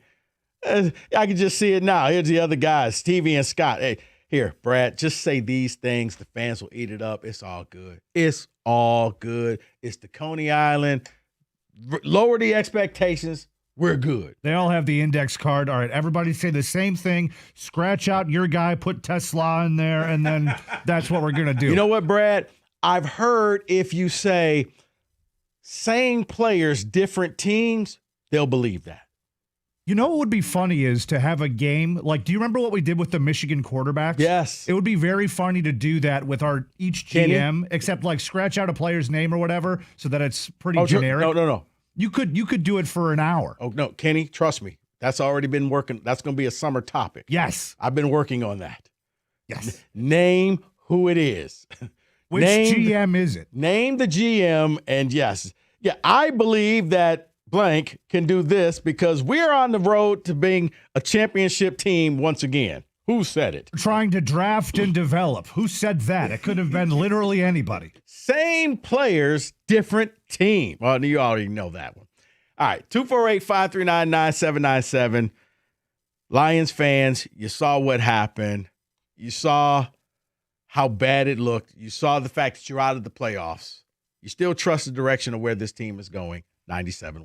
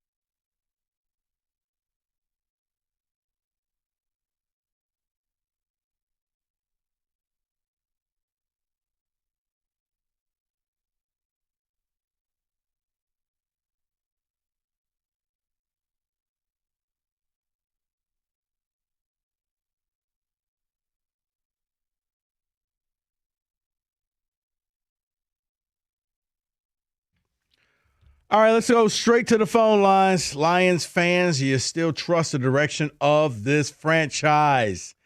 Donald, you're on 97.1. Hey, guys. How you doing? Hey, man. Hey, guys. The only way I have faith in this team, and you guys, I think you guys are overdoing Brad Holmes. I think he's doing good for us. The only thing I see happening is if they don't call Kansas City and offer Steve Spagnuolo whatever he wants to be our defense coordinator, we ain't doing nothing next year. You don't think Kansas City's not going to try to match that offer? You know what? Just the only chance we have. I understand you have a match the offer, but if we can't get someone like him, we're done. We're a 500 team with Dan Campbell. I wish we would fire him and get John Gruden, but that ain't going to happen. Yeah, you're not going to fire Campbell, Donald, but I do see what you're talking about with the coordinators. You may have to part ways and kind of do what the Eagles did when they brought in coordinators and said, nope, not this isn't happening. We got to bring in some new people. They brought in new people, won Super Bowl. I'm not saying that that's going to guarantee you're going to win the Super Bowl, but I see what you're talking about. Yeah, like right now, Brad Holmes, yeah, he drafted a lot of busts, but Dan Campbell hasn't coached any of these players up. He's drafted like 4 or 5 offensive linemen. Zach Frazier, what happened to him? He played 1 game, then he was out. What happened to him? Why we're not starting him? Yeah, appreciate the call, Donald. He, gave up some pass rushes and he didn't have a good game when he played. He wasn't ready. That's the best way to put it. He just wasn't. No, he wasn't. And let me say this, because I think fans are going a little bit too far when they're saying fire Dan Campbell. Yeah, nobody's saying that here. That's not going to happen, and I don't think that should happen. Now, is there some soul searching with Dan Campbell? Yes, because he has to hire the right offensive coordinator because he cannot be the guy calling plays. He has to be the CEO out there. There have been some mistakes since he's been calling plays where he's not paying attention to certain things or, being slow to maybe even challenge a play or things like that because he has to be the OC worried about calling the next play. Because I want to say they're 3-5 since he took over the play calling. He is. And, yeah, I mean, one of them was the Commanders who didn't have a team out there. Correct. You were beating up on homeless people. Right. And everyone's to say, oh, the offense was scoring. They've been scoring since he's been calling plays. That's great. But he's become predictable with his play calling as well. Let me tell you how predictable the play calling is, David. And I don't know if it's play calling and I don't know if it's personnel, but the fact that for the last 3 games, for those out there who play Super Tecmo Bowl and Tecmo Bowl, if you called the exact play, the defense would all just jump the man in the backfield. They turn around and hand the ball off to Gibbs, tackled. Before he gets to the line of scrimmage, he's got 2 guys hanging on him. Give it to Montgomery, tackled. Montgomery showed how strong he was on that 4th down play because he was hit and just kept driving forward to barely get it. That's telling me, I don't know if it's personnel, I don't know if it's your play calling, but you're right. They've caught up to you. So, yeah, you hit J-Mo for these explosive plays, but lately I'm seeing your running game getting blown up in the backfield. Well, there was one play yesterday. I can't remember when it happened. I think it was first quarter, second quarter, whatever it was. Doesn't matter. The point is they had like 3rd and 13, and then they called a screenplay, and it went for like 12 yards. And it was 4th and 1. They were able to go for it. They never ran a screenplay again after that until the end of the game. Mm-hmm. And it's like, what is that? It worked. Right. Or you know what? How about you use Amon-Ra or J-Mo on the jet sweep the way that they did with Addison? Because they were rushing you, so slow them down by throwing a screen or jet sweep, something. Here's what I got to say about Campbell, and you're right. Not just an offensive coordinator, but I think a defensive coordinator, and you just kind of sit back and you manage the game, and you kind of listen on the headset and go back to how it was where you could override a play call and say, let's go for it. But now it's like your mind is already churning like, okay, what's going to be our 4th down play? How about we don't get to 4th down, Dan? How about we just, get to touchdown instead of 4th down? But instead, he looks like he's just out there thinking way too much, and you're right. Now, I don't think you're going to get Spagnuolo from the Chiefs, but you may have to say, yeah, you already quietly fired your OC. Let's just face it, he's gone. And I think Shep went from being that hot name, because remember earlier this year, people were like, he may be getting a head coaching job. No, slow your roll a little bit. No, I think now maybe you – and you know what? Here's the thing about him. If he would take it, hey, I'm going to move you back to coaching the linebackers and maybe make you co-DC, but bring in another DC that he can learn from. Because I think the thing that he learned from Aaron Glenn – you just blitz on every play, right? No, you can do other types of defenses as well. It's not just all blitzing. So that's what we'll see. 248-539-9797. David, a couple texts, and then we'll get back to the phone lines. Kirby Joseph will be an injury settlement in my mind. Branch will be let go. Terry Arnold should also be let go. Once again, the secondary needs to be rebuilt. You guys need to do a 2-6 was right jar. You fill that sucker up to the brim. Every single concern you guys brought up has come to fruition. Front office needs to wake up. That is from Jimmy. Frank Ragnow may come back. There is no way Holmes can count on him, though. If he does come back, it's one more year. The Lions need to go all in on the offensive line. Okay, let's just assume that Ragnow is not coming back. Draft a center. And you don't have to get him with your first pick. You could draft a center with the second, third, if you have a third. But you can draft depth and then develop them. But sitting there saying, well, Ragnow's going to get back. Ragnow's body is breaking down, folks. If he comes back, there's a better possibility he doesn't finish the season than he actually does. So go out, get somebody younger that you can control the salary. Go out, get a center. Go out, draft an offensive tackle, and maybe make a trade or go after a free agent and add to your offensive line. That's what you need to do. Because once you get your offensive line, then all your running plays work. But noticeably, when you can't run the ball, you're not really passing the ball. All of a sudden, all of those plays aren't there. And here's the one thing that nobody's really talking about, David. Laporta has been sorely missed. People told me that was the one guy that I said, of all the people that I'm going to pay, I would pay Sam Laporta because a tight end like that is valuable. They don't grow on trees. And, we could find another tight end. All right, well, not really seeing it. That's the safety valve right there. That was the guy. He went down, and your offense ain't looked the same since. Just saying. 248-539-9797. Mike, you're on 97.1. What up, Rico? What's David up, Mike? and Kenny. Hey, Merry Christmas, man. Merry Christmas. Rico, man, you like, I don't know, we got the same mother somewhere down the line or pops, man, but out of all the jokers that's on the radio, you or TVs, you and Matt Kellerman, man, y'all be right on point in my view. I appreciate that. I had that. them no problem. I had them 8-7 going into yesterday's game. No way did I have them losing yesterday. But the reason I had them going 9-8 for the year is that Green Bay on the road, KC on the road, Rams on the road, Bears on the road, Eagles on the road, Bengals on the road, Commanders and Ravens. And that's before the season start with those quarterbacks. I thought it was going to be a rough season, But the reason I felt that way is because when you check the box to the far right during the off season, to answer your question, am I feeling a certain way? No, I'm not feeling comfortable. The two coordinators, who's responsible for that?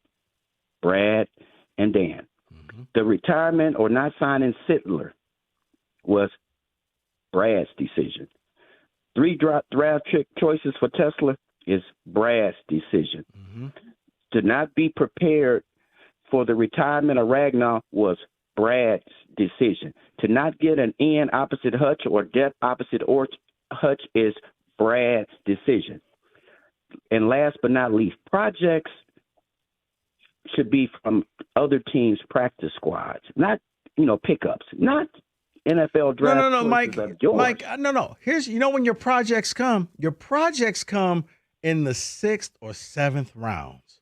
Yeah. Because those are normally people who don't make the team, but if they do, it's a great story. It's Isaiah Pacheco, and he goes on and helps the Chiefs win. It's Brock Purdy, final pick of the draft. These are guys that you're like, look, if they don't work, they don't work, and we move on. A third rounder should never be a project. Never be. And then I have a quick question for Kenny and David. I just want them to answer this. NFL stands for what? Not for long. Not for long. So from 2023 on to here, when we were saying not for long to do these things, it's 2025 going to 2026. So my major concern is that I don't have trust. He's done a good job. He won back-to-back Executives of the Year, but that wasn't enough. These other teams, if you just look at Seattle, Chicago, Frisco, Green Bay, Philly, they've been making moves, man. They've been making moves. Seattle's defense is awesome. They got rid of one quarterback, got another one. They lost a quarterback, but then they found a way to pick another one up. Yeah. Chicago got 3 guys on the offensive line this offseason. How about this, Mike? Going back to Seattle, they let DK Metcalf, the heart and soul of that team, go. And they said Green Jackson. Bay picked up the guy that they said nobody could pick this. We can't get him. Green Bay found a way to get him. Funny how that works. Mike, appreciate the phone call. You got to be willing to go out there and get somebody other than just your own. Kenny, I'm with you. That Brad Holmes presser, I'm here for that one, man. That's get your popcorn ready. I may just go just to get a back seat just to see it in person because I really want to hear what he has to say. But I promise you, on the bingo card, they're going to speak glowingly of Tesla and what an asset he was. And he was a steal, and we couldn't have done this without him. What, not make the playoffs? Probably couldn't. 248-539-9797. More of your phone calls next. 97.1.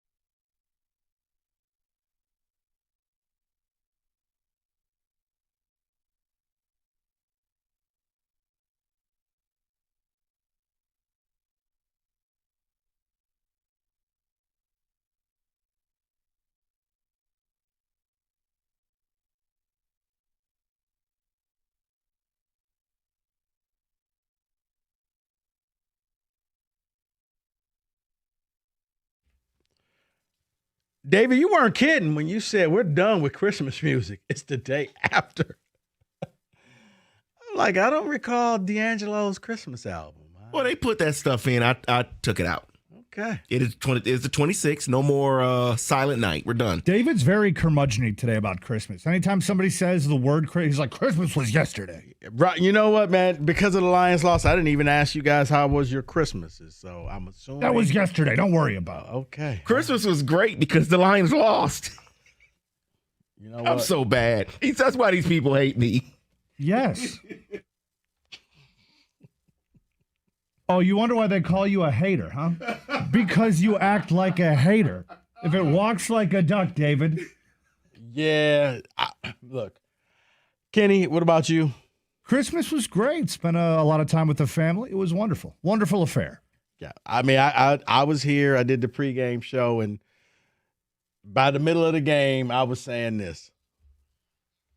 I'm like, what am I watching? You're not about to lose. It was 13-7. Okay, you can still come back and score. Okay, it's embarrassing, but you'll still win. Wait, what? Just fumble? Huh? Oh, okay, yeah. So I blame actually my brother-in-law in this game because it was the opening kickoff and the guy slipped on the opening kick, went down at like the 20-yard line. No contact. Somebody eventually put their hands on him. And he's like, oh, if they lose to that team, that's going to be real embarrassing, huh? Oh, no. And that was the kiss of death, I think. Not that team. Oh, no. Like, oh, look, that guy slipped. They can't possibly lose to these guys, huh? The Vikings returner. Okay. Yeah, Thanks, I've heard all types of weird things, down to even it was the Amon-Ra dance that he did at the Commanders game. But either 3 and 5 or something like that. Since try 2. Oh. Try 2 and 5. Oh, jeez. And one of those victories was the Giants game, which I still count as a loss. Yeah. I count that one as a loss. That was just lucky. Anyway, let's go to the phone lines. Hey, Ron, you're on 97.1. I love it. You can call me Aaron all day. I love it. How you doing? Merry Christmas, belated Merry Christmas, and Happy New Year to everybody. How you doing? You too, brother. You too. Hey, I just have to say, what is wrong with everybody wanting to repeat what has happened? I'm not saying there hasn't been success, but we have to draft. This is on Brad Holmes. This is on the decisions that he's made. We have to draft. And I really believe we need to draft 2 edges. We need to draft 2 tackles, and we need to draft a safety and a corner. And honestly, looking at what's going to be happening with golf, in my honest opinion, we have to think about a quarterback, because all the other quarterbacks in our division, let alone what's going on with the landscape of the NFL, don't have the pro-style quarterback anymore. I mean, Jared Goff is a dinosaur when it comes to that. I mean, it's just the truth. And I think we only have them for 1, maybe 2 more years before any sort of restructuring. So if you're going to, we've got to rebuild around them. And if not, you've got to think about getting a quarterback with one of our picks. But Brad Holmes needs to do what he's supposed to do, because it is not good. There's nothing good about any of this right now. Okay, Aaron, I appreciate the call. You hit upon something. I do think that eventually this offseason, you're going to have to make the decision about Jared Goff. And look, we're having tough conversations today, and I think that's the toughest one. Because Goff, I think he's got like a $50 million cap hit. I'm not saying you get rid of him or you trade him, but it may be time that you just ride this contract out. Like, look, you signed the bad deal, so you got to live up to this bad deal. But if you don't think he's your future, you got to go out there and groom another quarterback so that you're ready and that you don't have to do a total rebuild. The guy's already been on the team for maybe a year or 2, and you can make a smooth transition. That's the thing that nobody really wants to talk about, because if you bring up Jared Goff, Detroit's ready to fight. I think the only thing they're ready to fight you more over is Jameson. Other than that, Jared Goff is number 2, because either you love Jared Goff or you hate Jared Goff. And I'm saying you have to ask yourself, is Goff the guy to get you to the next level? We got to stop pretending like he's this untouchable person. We got to stop pretending like, oh, well, what else you going to do? Quarterbacks come, quarterbacks go. There's going to be new quarterbacks in the draft. If you can find the right one, it works for you. The Giants, they went out, they found Jackson Dart. Looks like it's working for them. Like, you don't have a high pick, and maybe you got to trade up to get a guy that you think is something that Brad has shown me. He'll trade up for somebody if he really likes him. But it is the thing that you have to start thinking about, because if you re-sign him, if you extend Jared Goff, he's a guy for the next 3-4 years. And you see what it's like with him. If it ain't perfect, then you get games like yesterday where he doesn't have his offensive line and his running game suffers. And, yeah, he did escape the pocket, and on a third down, he didn't get tripped, and he hit Amon-Ra down the field, but that's the anomaly. That's the exception to the rule. That's not what he does. Different topic, different day. Tom. Hold on. Which one? Tom, you're on 97.1. Hey, guys. Hey. I'm not calling for them to get rid of Dan Campbell, but I'm going to tell you this. We are watching the decline and fall of Mr. Campbell as we speak. And the reason I say that is a coach that coaches with his style, we've seen it before. Buddy Ryan, Rex Ryan, Jerry Glanville. It's a short shelf life. And what you have is initial success. The fans get excited. The players want to play for him, and everybody's talking about him. But then when the losing starts, which it started, it continues and it's over. The players aren't listening to him anymore. And what you're going to see, I'm telling you right now, Dan Campbell is probably not going to make the playoffs next year. And I believe he will finish with a losing record as the Detroit Lions coach. I'm not saying that because I dislike the guy. I'm saying it because I've seen this before, and I think the shelf life is short, and I think we've already seen the best of it. Tom, did you just compare him to Jerry Glanville? Went way back with that. Well, Do you have anybody in the last 10 years? Is he leaving tickets for Elvis? How about Rex Ryan? How about Rex Ryan? That's that still 25 years ago. Okay. No, I mean, Tom, I understand where you're coming from. I do. Okay, but this was a disaster this year, and you look how high people were on Rex Ryan when he was coaching, and then it just fell off a cliff. I think it's the same thing here with this type of coach. It hasn't proved a long-term winner in the history of the NFL, and I don't think it's going to prove this time. I'm just saying. I'm not calling to get rid of him, but I would say if the Ravens move on from John Harbaugh, I think I would snatch him up. All right. I appreciate the call, Tom. I didn't think that Dan Campbell was going to be taking this much heat today. I didn't either. I thought that this was going to be a Brad Holmes day. I thought this was going to be a Jared Goff day. I thought this was going to be an offensive line day. I didn't think this was going to be a Dan Campbell day. But we've had more calls to fire Dan Campbell. I mean, it leads me to wonder, has Dan Campbell peaked? I think in the eyes of many fans, I think these fans are just emotional today. I was going to say that too. Are they emotional? Step back a little bit. Are they emotional, or do they really feel like Dan Campbell has peaked and that everything is downhill after? Like, if you look at it's on a graph, it is going. And I hear you. This is just another example to me of Lions fans not understanding how football works. You can have a bad year. That doesn't mean you're a bad coach. Right. I'm talking about the linear. It's not progressing. It's going the other way. It's regressing. I think people are just emotional because do you remember? Let's go back to the Hendon Hooker era where anytime Goff had a bad game or didn't throw enough touchdowns or threw an interception or whatever or got sacked, people were like, oh, he's not mobile. Bring in Hendon Hooker. People are emotional. And then when he had a great game, they chant Jared Goff at a Grand Rapids Griffins hockey game for no reason. I think fans are just knee-jerk emotional reaction, and I think this is a symptom of it. All right. Kenny set the record straight. 248-539-9797. We'll take your phone calls. We'll take your texts next. 97.1.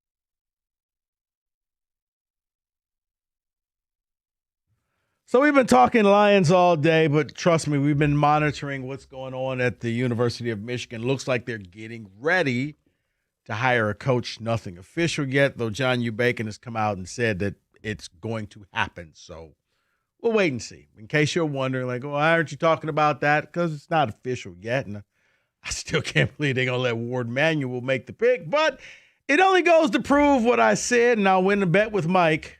Ward Manuel is Teflon, and he cannot be fired. Anyway, back to the Lions. 248-539-9797.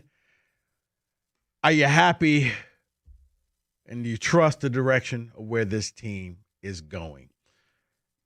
It's a long way from the NFC title game. Dan Campbell said after the game, look, there's no guarantee you're going to get back. Since then, you had the number 1 overall record last year. You got beat by Jaden Daniels at home. And now this year, you're sitting at 8-8, 1-4 in your division. You're in last place in the North. I guess the consolation prize, you get the last place schedule next year. I don't even use that because, to be honest, they only get a difference in 3 games. 3 games. Now, I know that would be a huge 3 games. Difference. Maybe the Saints. It could be. Here's what it could be, and I just marked this earlier. Oh no, I don't know where it went. Let me find this and I give it to you because it could be a matter of here we go. 3rd place schedule gives you right now at the Rams, Colts, Commanders. That could change. The Rams could end up being whatever. It could be the Niners. It could be Seattle. It could be the Rams. 4th place at the Cardinals, Titans, Giants. So that may be a difference there. At the Cardinals. That's a huge difference there. Titans, Giants. And Giants versus Rams, Colts, Commanders. Teams that have bad years, I think but the could Giants, be good. I think the Giants are going to be better. Contrary to what Mike believes, I do think they're going to be better. Talk about a team that got hit with injuries. They did. That's why I'm like, you can't use the injury thing because every team can say, well, what about me and what about us? And but yeah, you're in last right now. So asking the people, you still trust the direction of this franchise. Let's go back to the phone lines. Sheldon, you're on 97.1. Hey, guys, like I said, yeah. Hey, gentlemen, like I said, belated Merry Christmas and so forth. You too. But the only thing I got to say with the Lions now, this should be a humbling experience now for Brad Holmes. Now he's going to have to compromise. I guess he has to think about not going into free agency looking for players. Right now, he has no choice. And like I said, we need legit experience offensive lineman, an experienced center, and maybe an experienced left tackle. And he's gonna have to tell Goff, hey, we're gonna have to restructure your contract because left tackles are not cheap. Even though Penei Sewell is very versatile, but still, you'd rather keep him at right tackle to keep the continuity and get an experienced left tackle to protect his blind side. No, I get what you're saying, and Sheldon, I'm hoping that they go into free agency, and he's not afraid. It's just how much money is he going to have to spend because he's locked up so many players already of his own.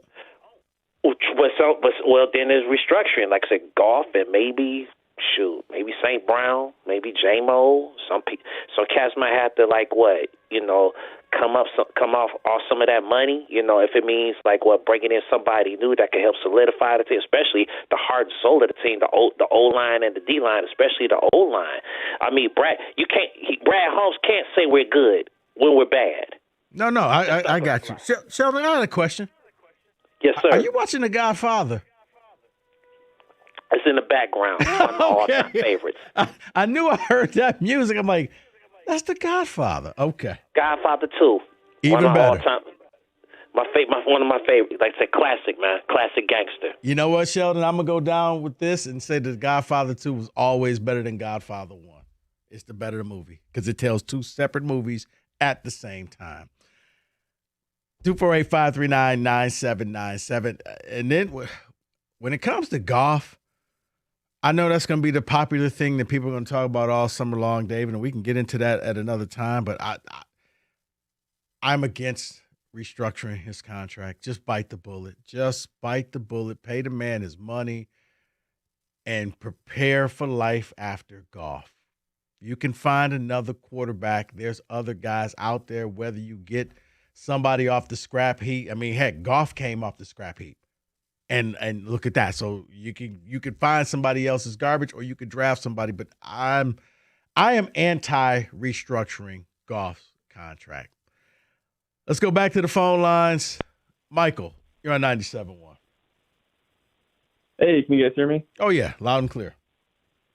Hey, so we're going to butt heads a little bit here because I think the opposite for Goff. You know, I mean, there's much more at stake than just taking a $50 million contract. You know, when you sign with the Detroit Lions, I mean, there's legacy things in place. I mean, you can have all the money in the world, tank the team, and do that, or you can have statues put up against you. I think Dan Campbell's still good. You know, he set a playoff precedent team, but I mean, every year it's starting to look bad.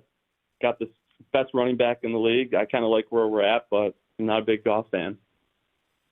You say you're not a big Goff fan? No. So you want to restructure him? Yeah, not for the money at least. You know, I mean, if he wants to take a little bit of a pay cut, you know, pull a Tom Brady, build a good team, and have statues put up for you, you know, I'd love him then. But I mean, you know, we're letting one of the best running backs in the league kind of go to waste, you know, if we keep Goff for another 4 or 5 years. No, I appreciate the phone call, Michael. I don't think Goff's going to take a pay cut. Tom Brady was winning rings, and when you win rings, then yeah, you're willing to keep winning more rings. They got to get to the Super Bowl first before you can talk about winning rings. I don't see Jared Goff giving back money. I don't think his agent would allow it. No. That's just me. So, Joe, you're on 97.1. Hey, Rico, how you doing? Hey, Joe. Hey, you know, I got a question. A couple of questions. You're talking about, the safeties next year. You're talking about Anzalone. We're talking about half the defensive line. We're talking about the offensive line. In your opinion, I don't think we make it next year. I mean, that's too much rebuilding to do. Then my next question is, what about Pete Carroll for an offensive coordinator? And can we trade Goff for a number one pick? Those are my three things, and maybe you could answer some of that for me. I can, Joe. I appreciate the phone call. Pete Carroll for your offensive coordinator, probably no. Can you trade Goff for a number one pick? Yes, if you're trying to trade in Canada. Other than that, no. You're not going to trade Jared Goff for a number one overall pick. I forgot what the third question was, but yeah, you're not going to get a number one pick for Goff. And yeah, Cincinnati doesn't want him for Joe Burrow. So maybe, you trade him to the Saints, but the Saints aren't going to come off a number one pick. They'd rather just draft one of the new guys to control that contract for the next 5 years. I would like to point to that call and say that's proof of exactly what I just said about fans overreacting to being in their feelings about things. You know what? Mike McDaniel. McDonald. Yeah, as Mike McDaniel as the OC. Yes. When he gets fired from Miami, and he will, maybe you go that route. More of your calls next, 97.1.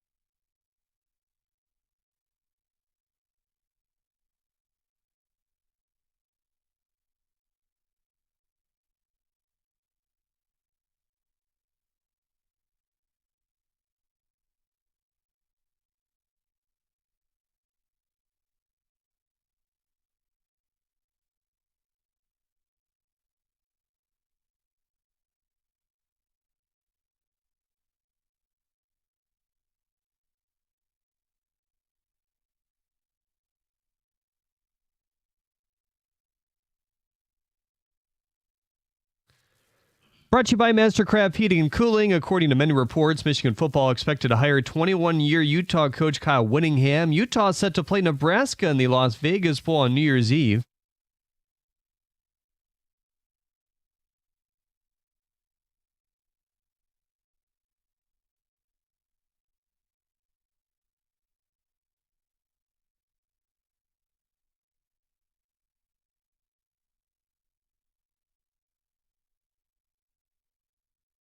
That's ESPN's Pete Thamel. An official announcement expected this afternoon or tomorrow morning, according to insider John U. Bacon. Bacon also says that findings in the athletic department's deeper investigation following the firing of Sherrone Moore is expected to be released to the public mid-month next month. The Pistons battle the Jazz tonight here on 97.1 at 9:30. It's Game 3 of their 5-game West Coast road trip. Ryan Holland has missed the first 2 games with a knee injury. He's questionable again. The Lions fan that swiped at Steelers wide receiver DK Metcalf used DK's full first name to get his attention and then asked for an autograph per his attorney here today. Since the fan has received threats for reportedly using a racial slur during the encounter, something that he denies doing. Packers QB Jordan Love is out Saturday with a concussion, and the Game Above Bowl featured 27,000 fans, plus it's 34-7 Northwestern midway through the fourth quarter. Do you need to fly your flag, Central Michigan? You're down 34-7. You scored a touchdown. Such a loser program. At the Corwell Health Sports Desk, I'm Jeremy Otto.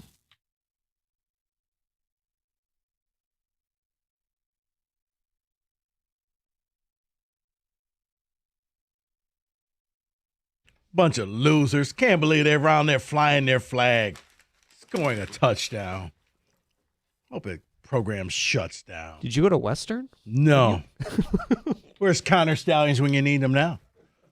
All right, David, let's have some fun.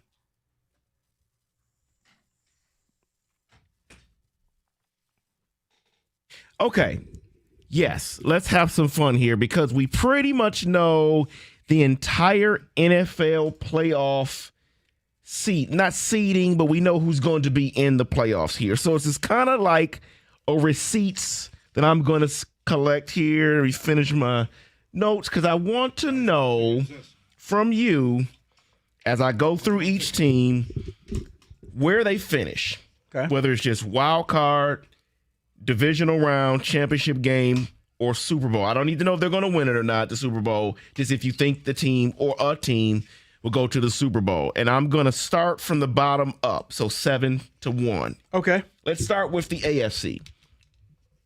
The 7th seed right now, and it probably will be clinched this weekend, will be the Houston Texans. You know what, David? And that actually, let me be honest, it could shift because it could be the 7th seed or they could be the 3rd seed in the AFC divisional winner.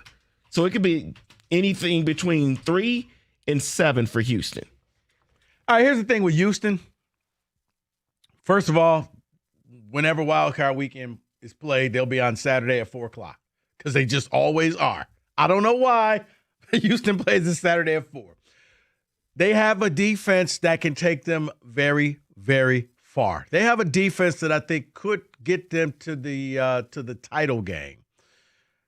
C.J. Stroud coming back. You got Nico. I think with the defense that they play, they could make it to the AFC title. To the AFC title game. Yeah. Kenny, your thoughts? I agree with Rico mostly on that. I feel like their defense is going to carry them pretty far. I wouldn't be shocked at all if they made it that far, to be honest with you. I think they'll be that surprise team. Okay, let's move over to the Buffalo Bills. They are the 6th seed right now. I'm going to say Buffalo goes out in the division. They'll make it to the divisional round. Buffalo, and it may be, I don't even know if they could play, but Houston taking out Buffalo. Buffalo may take a deep breath because there is no Kansas City there and thinking, okay, we got this. We're not going to get beat by a Bo Nix. We're not going to get beat by New England. We're not going to get beat by any of these teams, only to get beat. That could happen if Houston ends up winning that division and Buffalo finishes 6th. They could face each other in the wild card round. So, yes, that could happen. Kenny, your thoughts on Buffalo? Okay, so maybe this is an emotional reaction for me about Buffalo, but I'm very tired of Buffalo. I'm going to say they lose wherever they finish, they lose their first playoff game and they're out immediately. That's my prediction. wild card round, okay? Wild card first exit. They're done. Wild card round, which I think the next team, I think you both are going to say wild card. It's going to be the Los Angeles Chargers. No, I'm going to say the Chargers could get to the divisional round. The Chargers could win a game, David, because they do just enough, and Herbert is doing just enough at quarterback. They've overcome the injuries on that line. I'll say divisional game. Kenny. This is where I think I will agree with Rico. I'll go back to his side of things again because everything he said sounds about right to me. Okay, that's interesting to me, and I think you all could be correct. Divisional round, because as of right now, they have the tiebreaker over Buffalo, which gives them the 5th seed, which means the 5th seed will be going on the road to Pittsburgh. Pittsburgh is the next team on the list here, the number 4 seed. Could you see them losing to the Chargers? I see Pittsburgh making it to the wild card weekend, and I don't really see them going any further than that. No offense, David, but none taken. Kenny, you also think wild card then? Yeah, sorry, David. No, you don't have to apologize to me. They should be a better team. Let's move over to the Jacksonville Jaguars. Right now, the 3 seed. But again, maneuvering, they could be down to 6 seed. You know what? I see a wild card weekend ending for them as well. I just don't believe in Jacksonville whatsoever. They every time you want to believe in them, it goes full Tyra Banks and they just let you down. I agree with that, Rico. They do go full Tyra Banks, but I feel like they could survive and advance a wild card just to give you that hope and be like, oh, wow, they can actually do something here. And then that's when the Tyra Banks thing happens. So let's move over to the 2 seed currently is New England. I think New England can make it. New England can make it to the Super Bowl. I think that Drake May. Was it Drake? Drake May. Yeah, Drake May. Yeah, he may make that team all the way to take. I see what you did there. He may take that team. I got you. Kenny. He may take that team far, but it won't be this year. He'll get far. I think it's the title game of the conference, but I don't think it's the Super Bowl. The Denver Broncos are currently the number 1 seed. Denver plays with fire a little too much, and I think that's going to come back to bite them. I can see Denver getting ousted in the divisional round. So I got Houston versus New England in the championship. You do. I have them as my Super Bowl representative from the AFC. Okay. And I know it's chalk because they're the 1 seed, and I apologize for that. But I just think with Drake May is number 2. Not enough experience there. I'm not. No, it's Drake May. No, it's Drake May. I said the same thing. I said the same words that you said. Put some respect on. Okay, so Kenny, right now, looking at this, you have New England, possibly AFC title game. Houston also possible AFC title game, so something has to work out there. Denver, the Super Bowl team, so they're in the AFC title game no matter what. So depending on seeding, Houston or New England. Okay, let's move over to the NFC. Green Bay, number 7 seed. Green Bay, I think no Micah Parsons. What's happening with their quarterback and Love wild card weekend? Yep, exact same. No Micah Parsons. That's just too much of a loss for that team. That's what they kind of hinged their whole playoff hopes on. And without him, that's going to be, wild card for me. So right now, the 6th seed is the LA Rams. And that, of course, can change based on what Seattle does, who is the number 1 seed right now. But let's say they stay the 6th seed, the Rams. What do they do? I think the Rams can make it to – Rams could probably make it all the way to the divisional. I'm going to take the Rams to the championship. NFC title game? Yeah, NFC title game, yeah. Yeah, Rico, you're copying off my notes again. That's exactly what I thought when I saw them. And it was funny because when me and David were talking pre-show, we were like, maybe the LA Rams are the best team in the NFC. It's very possible. So, I'm with you. That Thursday night game is going to come back to be the game, meaning they could be the number 1 seed. They may not get it, and because they're playing on the road, possibly lose a game. So we'll see. San Francisco 49ers, who could also still become the number 1 seed. Right. Now, if they end up becoming the number 1 seed, it's the Rams' Achilles heel. That's the one team that the Rams have problems with. And if that's the case, David, then you guys will call me privileged. They'll be in the Super Bowl. Now, if they got to play Seattle, well, that's different. And again, this is right now what the seeding is. So, David, actually, now I want to for my pick for this. Can I actually make some tweaks here? I'm going to have the Rams going to the Super Bowl. I'm going to have the 49ers in the conference title game losing to the Rams because Achilles heel. Okay. Screw you, Rico. Okay. I like that. Carolina Panthers. Lions? Oh, the Lions are not on this. They've been eliminated. Carolina Panthers. Wild card weekend. Thanks for playing. Wild card weekend. I completely agree. Whoever's the 5th seed will probably destroy them. That's what I'm glad. Well, yes, and I'm going to do this. I'm going to put Tampa Bay there because we don't know what can happen with that division with the Carolina Panthers and Tampa. So if Tampa was the 4th seed, what does Tampa do? I think Tampa's still wild card weekend. They are running out of gas, and if they pull it all together in the final 2 weeks, they will be done come wild card weekend. How many teams have I got rid of in the wild card weekend? I'm trying to figure. You can't eliminate everybody in the wild card weekend. Well, Tampa wouldn't be in. I'm just saying if they would be in. Oh, if they were, then yes, wild card weekend. So you would have them like Carolina. Philadelphia, number 3 seed right now. Philadelphia, I have depending on what the health of Jalen Carter is, but I have Philadelphia at least. He is returning this week. Can he stay healthy? That's I have them question. in the division round. Yeah, I agree. Can he stay healthy, and how much will they be comfortable using him to maintain his health? I don't think he's going to be full bore. I'll say divisional as well. Chicago. I got Chicago in the divisional round. I think Chicago will win wild card weekend and will play either, you're looking at either the Philly Rams or the Niners in that game. So I got them making it to divisional round. I have a feeling we're going to be the same for the rest of these, but yeah, I'm the same divisional round. Seattle. I like Seattle. They travel well on the road. I'm going to go Seattle. You know what? Sam Darnold. Just for you, Mike. He'll lose. Wild card weekend. Okay, hold on. Okay, let me put this out there because I don't want you to. They're the number 1 seed, so they wouldn't play in the wild card weekend. Oh, okay. If they stay at the number 1 seed, divisional round. So we have to eliminate them. So you're saying they lose their first game. They'll lose their first game, so they'll lose divisional yeah, round. I agree. Same thing. Wow. So you all have the Rams and the 49ers in the conference title game. Kenny, you have the Rams going to the Super Bowl. Rico, you have the 49ers going to the Super Bowl. Yes. So the Super Bowl matchup, that's interesting Did there. we pick the winners? Is that what we're doing here? Nope. 49ers. I got 49ers. Patriots. You have 49ers and Patriots, and Kenny would have the Rams and the Broncos. Yep. So that would be interesting. I would like to watch that game. Some good matchups there. Those are, I guess, our playoff predictions, 97-1.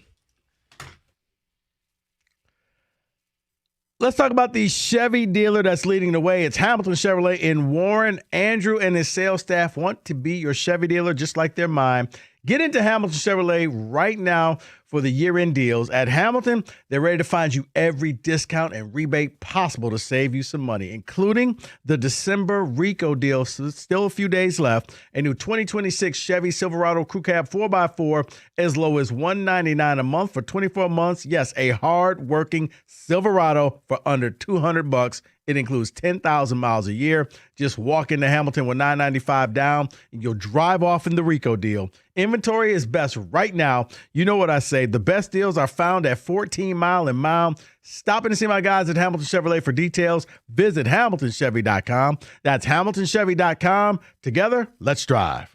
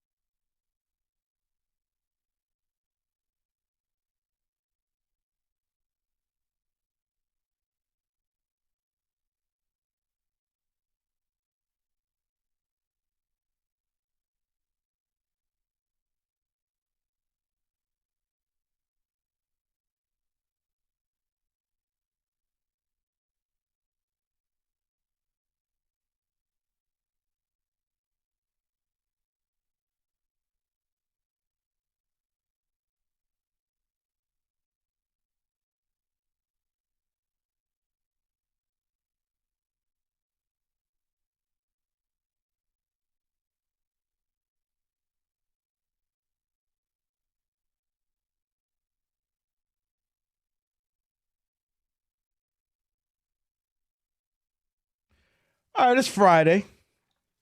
Take a little bit of a break from Lions Talk for a Friday tradition. Let's get the last one of the year. Little Who Said It.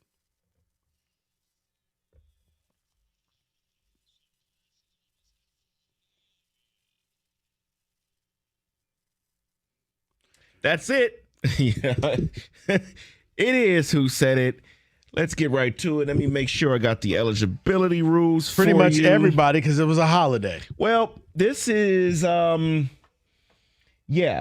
over the last 10 days. Who the hell was all on the air? I don't even, there's got to be multiple fill-ins, so Stoney probably is on that list. Rieger somewhere where he probably shouldn't have been. Anyone that was on the air from 6 a.m. to 6 p.m. But remember, everyone's been all over the place on the air. So, Rico, this might be our worst week, or maybe it's our best week. I don't know. All right. Here we go. Number 1. I knew this was coming. I knew it was coming.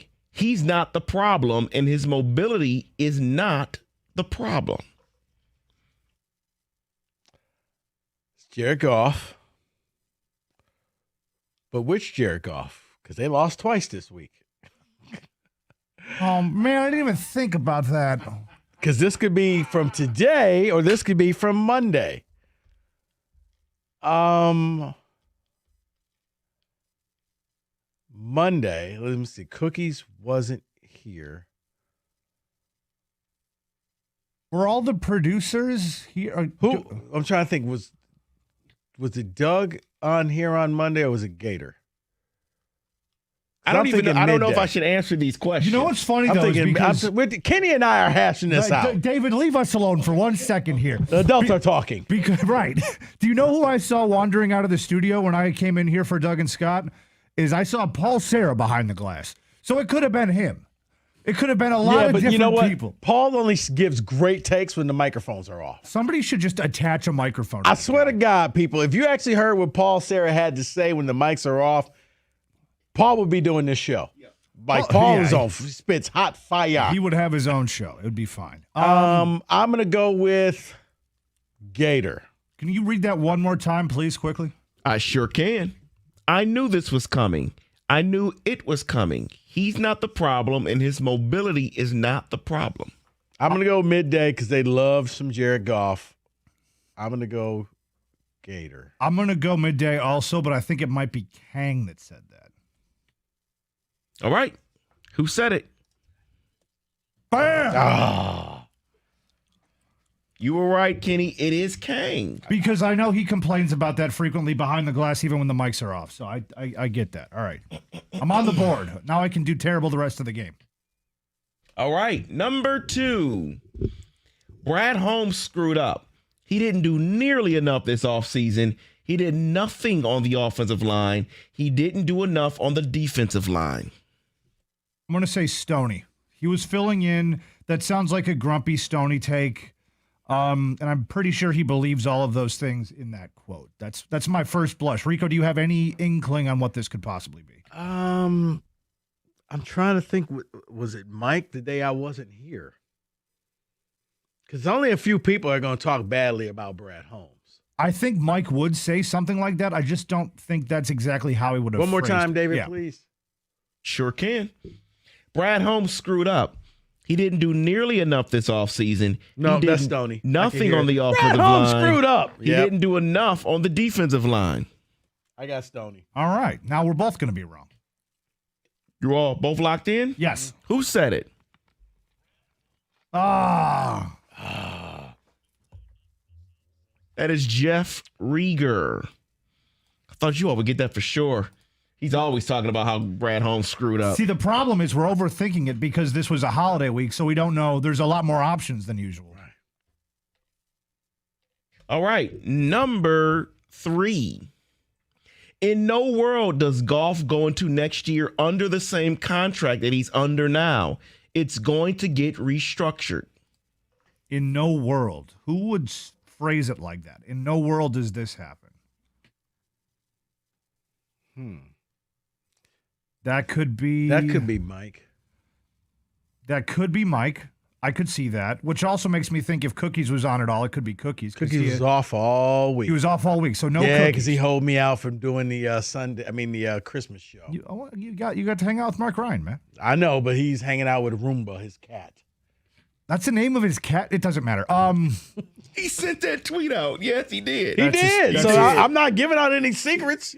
Cookies, his life is public. Jim, if you're listening, that's a stupid cat name. I'll say it's Mike. I think you might be right about that.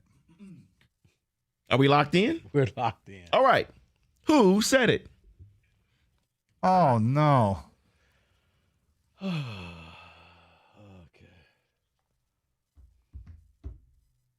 Okay. Oof. Jansen. Tough look on us, Rico. I know. It's okay. At least you got one.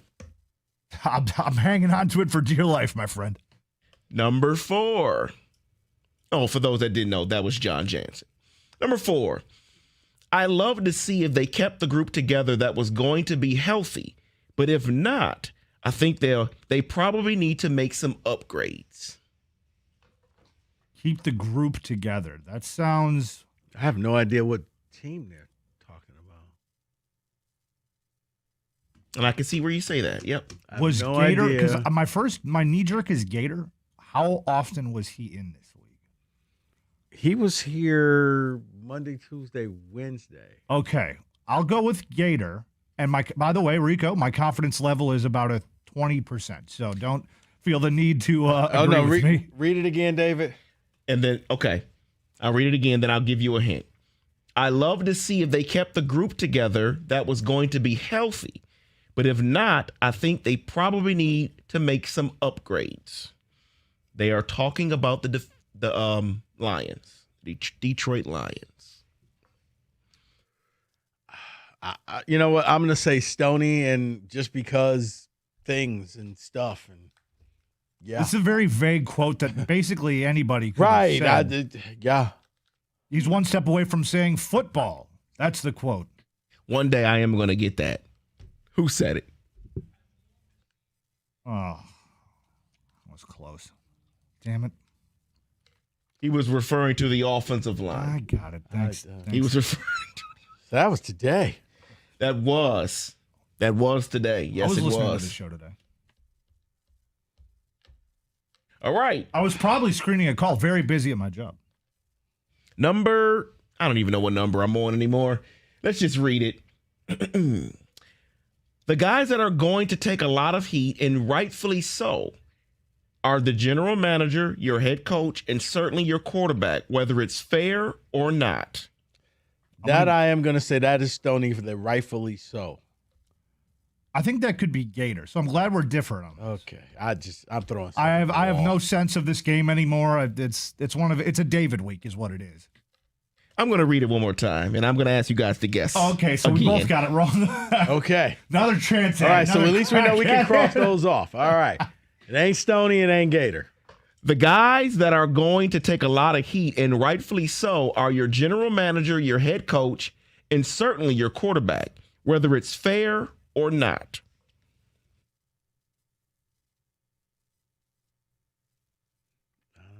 I have no sense of it. I'm trying to think, did I say this? What if David's doing like a Jedi mind trick where he repeats himself because one of us got it right and he's trying to double I would cross never do that. Then David's a bad person. Yeah, I would never do that. See, can I trust that? Man, if we just assume it's not Gator and we assume it's not Stoney, who's left that would say it like that? Would it be another Jansen? Would it be... I was here Tuesday. TJ wasn't in, was he? I don't think he was. TJ was here Monday. Was he? Yeah, TJ was here Monday. But I don't think he'd be that critical in that manner. I think he'd be critical on the field play, not about. So I'm thinking it's probably either me or Mike. You guess Okay. you, I'll guess Mike. Okay. I'm going to read this one more time. I hate this. Think about There's this. nobody left. I know I said 10 days, but think about what's being said here. Okay. The guys that are going to take a lot of heat, and rightfully so, are your general manager, your head coach, and certainly your quarterback, whether it's fair or not. Think about what's happened this week. Doug. Think about what's happened this week. They lost twice. Right. So it's got to be Doug being respectful. I'll go with Gov because I just don't know anymore. I don't even think Gov worked this week. I don't care. He didn't. Okay, so not Gov. Give me Greg. He didn't work this Just week. play the thing. We're never going to get it. Great. How are we supposed to guess that? I was hoping because we've been talking about after not making the playoffs, and this was today, John Jansen today. I thought it was Doug. It could have been because it was also today. Yeah, you're right. It was respectful. Boy, it's a real terrible game we got here. Why do we do this every week? You know what? This type of thing happens to me every week. You know what? No, we're just going to end it right here. Yeah, that's a good idea, Rico. Let's not embarrass ourselves any further. Lions talk next, and we'll see if Michigan has a coach 97-1.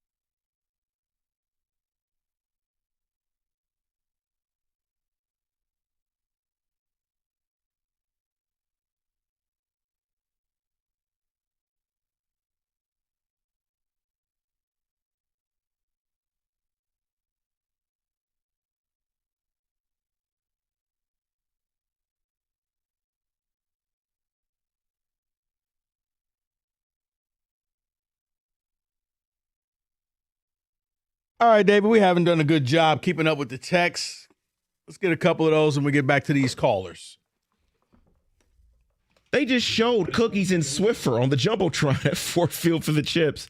They were in matching outfits. That is Scott and Carlton. He is not serious. He is joking, people. I don't know. He may not be. He could be correct. Okay, Cookies, then. I can't say I'm not sad to see your team lose today. Hey, I wonder if spy glasses were in the swag bag gift that Central Michigan got. And along with, like, coaches' uniforms. Bunch of scumbags. This overreaction regarding golf is the same overreaction people had when Stafford is here. People call in and complain about the quarterback, but they have no idea what they're talking about. I understand why people would be upset, though, because he has 6 turnovers. It wasn't like he went out there and played this great game and they lost. Like, he had pretty bad turnovers in this game, and that's now last year when the season ended. He had a bunch of turnovers. So, yeah, big-time games, doesn't play big time. These fans are delusional today. I climbed poles in this weather, and I thought I had a hard job. Good luck, fellas. Keep your sanity this offseason. Oh, man. Don't feel for us. I feel for you, sir. No, I do. But I can't be angry at the fans because expectations were set high. Nobody walked into this season saying that this team was going to be 8-8 going into week 18 and was going to miss the playoffs. I didn't hear that. Had I heard that, I would be like, you know what? You knew they weren't going to make the playoffs. I heard you were a Super Bowl contender. Look at the Super Bowl odds. You know, you could win 13, 14 games. We could go back. We could beat anybody in the NFC. That's what I heard. So fans, they're allowed to be upset. One more if we get to the call. Oh, I love this one, and I'm so glad they texted us in because I was busy, couldn't respond to the caller with his suggestion for Pete Carroll. But this texter did. Pete Carroll's a defensive coach and a dinosaur. That was one of the dumbest calls I ever heard. Yeah, he can't be the offensive coordinator. He's a defensive guy. Hey, it worked for Matt Patricia. Yeah, let's base it off of that. Remember how that worked out around here. Just saying. Sorry. All right, let's see who's been holding on the longest. Let's go to Matt. You're on 97.1. Yeah, hey, how you guys doing? Happy Matt. holidays. You too, buddy. I think everybody is terminatio-sexual right now with college football and then all the things. Everybody just want to fire somebody and do something. But I think it was the schedule last year, and I think it was the offensive line and the tight end. That's it. I mean, in the NFL, once they catch on, it's like it's over with. So we overreacted. We only had 2 times in the playoffs in the last 8-10 years. Like, come on, man. We not there yet. I just want to go to the playoffs. Okay, but Matt, years in a row. But Matt, when are we going to be there? Everybody deserves a down year. Everybody deserves a down year. That tells you if you can really fix it. Yeah, we had a lot of, but this is called. I was about to say, Matt, they had like 20 years of down years. Like they finally got good. But we've seen the results for 2 years. We've never seen those type of results. So they deserve a year, same as. I mean, I hate to say like Mike Tomlin and John Harbaugh because they got Super Bowls, but they've went through years where the fan base was like, fire them all. And it's like, y'all been overreacting for a while, but we haven't seen what they really could do. It doesn't bother you. Hold on. It doesn't bother you that they went from NFC title game to 15-2 out in the first round to not making the playoffs? It doesn't because I haven't seen enough. It's like I haven't seen enough. Okay. Once we actually were out of it a long time ago. I mean, that's just what the story was. We've been out of it for a while. I went to the barbershop and I said we should have started losing around the Dallas game, if you ask me, because we can't. We're too far out of the draft to get great players, game changers. Now we really actually got to do our homework. We end up with 50-50 guys. How everybody hates this class we just had last year. Mm-hmm. I mean, we should have just started the tanking a long time ago so we can get us a offensive lineman. Or isn't that on your GM note? Because the Philadelphia Eagles rarely draft high, and yet they get studs all the time. The Rams, same. It is. It is, but I've been a Lions fan since '95, and I haven't seen them be able to do that. I rather like I've seen when they've had they've been too high to get somebody good at just a few picks outside. So I just felt like maybe we should have tried to get a top 10 pick this year. Maybe we could get somebody that's solid. Matt, to summarize, I think you're just happy seeing winning football, and you're okay with that. You're not really about Super Bowl. You just want to see the team play well. We will get to a Super Bowl eventually, but we haven't even tasted just being here for a while. We need to be here for a while. Okay. Like if we fire Brad now, and where we going next? We'll go try again. We really start over from step one. Matt, I appreciate the call. There's always somebody else. So I guess he's just give it some time. I guess that's what I took from that call. We're not quite there yet, and you should just be happy because you're not losing. Okay. Josh, you're on 97.1. Hey, Rico, how you doing, man? Merry Hey, Josh. to you. You too. I'm just wondering, why has there been, like, this season such vitriol against Dan Campbell, the offense, whatever, when coming into yesterday's game, they were the number 2 ranked offense. Shouldn't we be focusing on the defense when relative to last year, they dropped from number 7 to number 23, and their front 7 has been mostly healthy? Shouldn't there be a hot seat on Shepard and that staff at least? Well, Josh, I'll say this. The Dan Campbell talk today was weird. I don't know. People are really angry they lost this game. The offense and the defense, a little bit of the Spider-Man meme. The offense scored a lot of points, but a lot of that was empty calories because you did it against a lot of bad teams. When you went up against good teams, not so great. When you played the dog crap teams, you ran all the points and did the dipsy-do plays. They still scored 25 points on average against teams above 500. All right, let me look at this. Yeah, apparently you're not doing enough, Josh, because you're losing more games. Let me see the Steelers. Sure. I get it. I get that, Rico. It's like, shouldn't we? I mean, defense wins championships, and you need to win, in the regular season to get there. We should be focusing on defense. So should Brad Holmes. I mean, look, Brad Holmes and his drafts the investment has not reaped a return. No, and Josh, I'm with you. We're up against it. Sorry to cut you off, but I've been saying that for the longest. I understand the defensive thing. Your offensive line just got shattered and Ragnar retired. Defense, every draft, I was the guy saying, hey, Jordan Davis, hey, Jalen Carter. Hey, even last year, Landon Jackson, when you made the trade and I heard Arkansas, I thought it was Landon Jackson, the defensive end. Instead, you took Isaac Tesla. I've been preaching that for the longest, so I'm with you on that.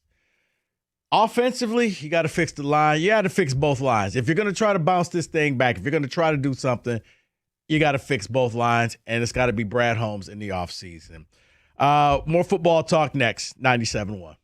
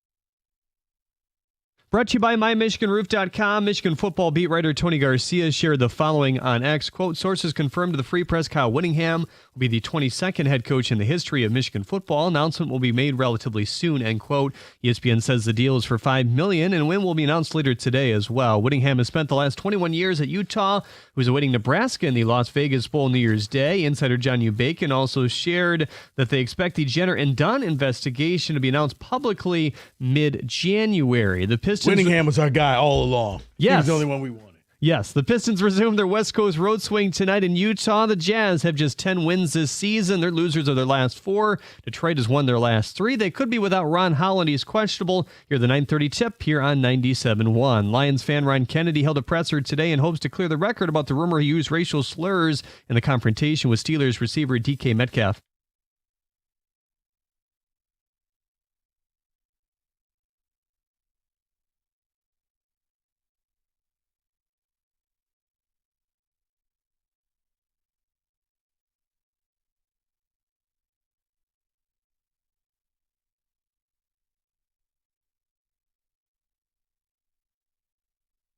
Northwestern won the game of Bowl 34-7.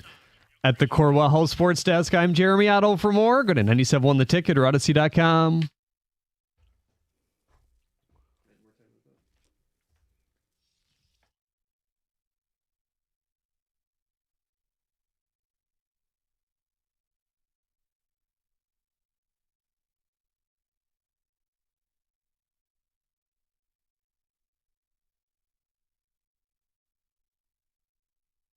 As you heard from our very own Jeremy Otto, I'll give you full credit, Michigan this time has finally got their guy.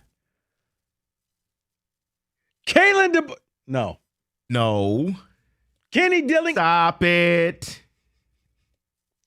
Jetfish? No. Michigan has hired. Jeff Brom. Michigan has hired Kyle Whittingham as their next head coach. I am not going to allow you to do this. Kyle Whittingham? Really? Because I thought it was all the other guys. No.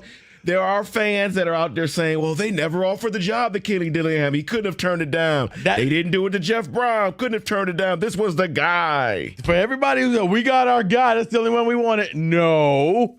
It's the only one who said, yes, they'll go to the prom with you. Michigan got their coach in Kyle Whittingham, 5-year deal. We know the money yet? We don't know the money yet. 5-year deals coming from Utah. Look, real talk, he was a good coach at Utah. I don't know how this translates to Michigan. No real ties here.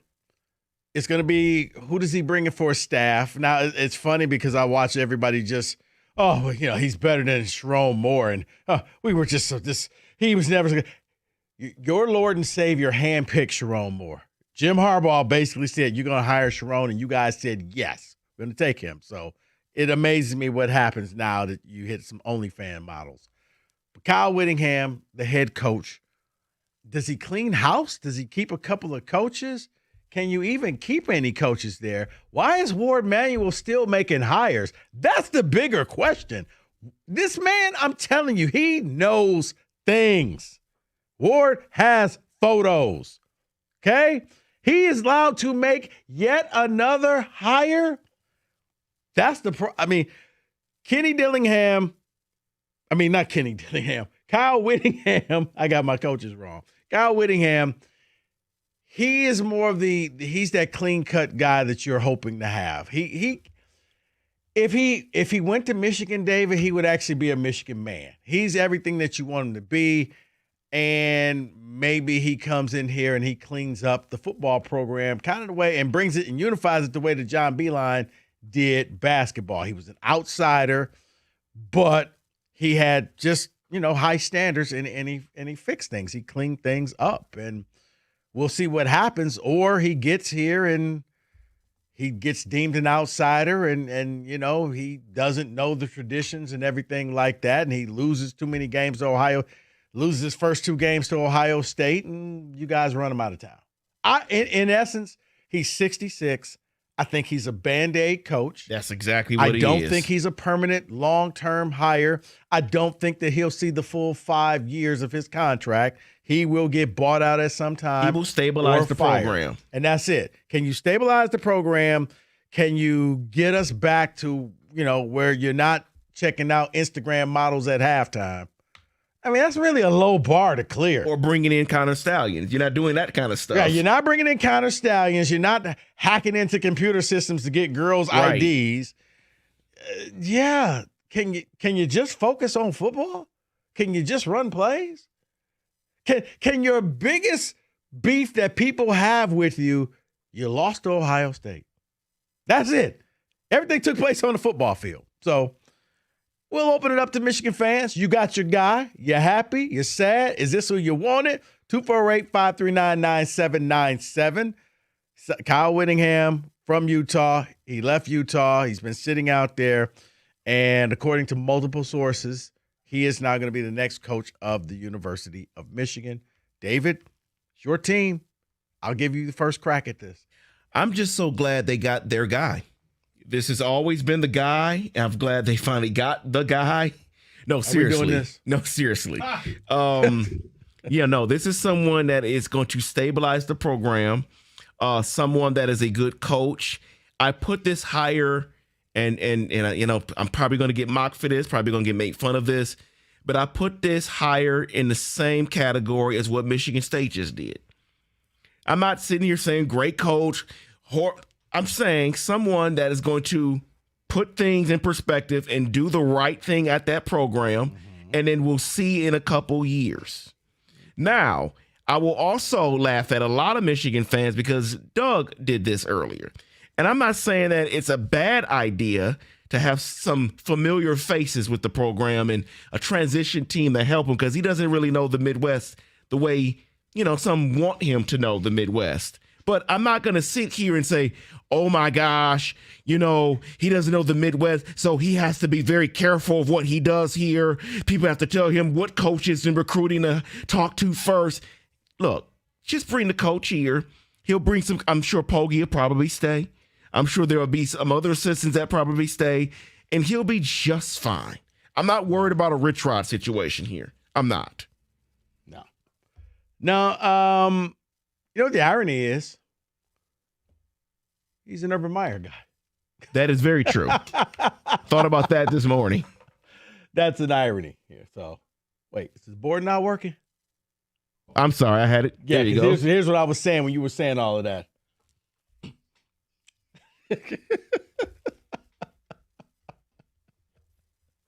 It's a really solid hire. It is a good hire. It's for Michigan, it's anything you want to get more as far away from you as possible. This is a guy I don't think that you need to worry about embarrassing university. Now, can he stabilize this thing? Can he get Michigan back to being just a credible program that only you're talking about football and you're not talking about other things? Now, the thing that doesn't make sense is you're hiring him, but you're keeping the guy who all the controversy happened under his watch in Ward Manuel. How this man keeps a job, I don't get it. But maybe Whittingham will be that guy. How long will you stick with him? Do you just need him to stabilize his program? Or do you actually think he's going to come in here and win some games and get you back to the top of the Big Ten? I don't know. Because at 66, look, he's got great defenses. I think his offense is pretty much run, half pass, which is good for Michigan. They love to run the ball. But are you going to allow this man enough time to get in here and get things done? I don't know how he uses the portal because he was at Utah. I don't know what he does with NIL because he was at Utah once again. I mean, he understands what a rivalry is because he did go up against BYU, so he knows what the amount of hate is, but I don't know if he knows how many people hate Michigan. I think he knows about Ohio State, but I don't think he realizes everybody hates Michigan. I was about to say, yeah, everyone. Everyone. Everybody hates Michigan. So not just State fans, not just Notre Dame fans, not just Ohio State fans, right. Northwestern fans, so USC fans, everyone. Everybody hates Michigan. So it'd be interesting. Fans. So, yeah, I don't think he sees the full 5 years, but I think that this is a good – it's a credibility builder. You needed something because, my God, a little over 2 weeks ago, I felt like I was watching a Netflix series. Like, is this real? Is this real? I mean, when you got OnlyFans models trying to stick up for you but really burying you, that doesn't help. The fact that you need OnlyFans models to give you some type of credibility. Dude, why are you texting and calling OnlyFans models during and after games? You got a wife for that. Anyway, let's go to phone lines. AJ, you're on 97. Gentlemen, hey, good afternoon here. A couple things here you guys are overlooking.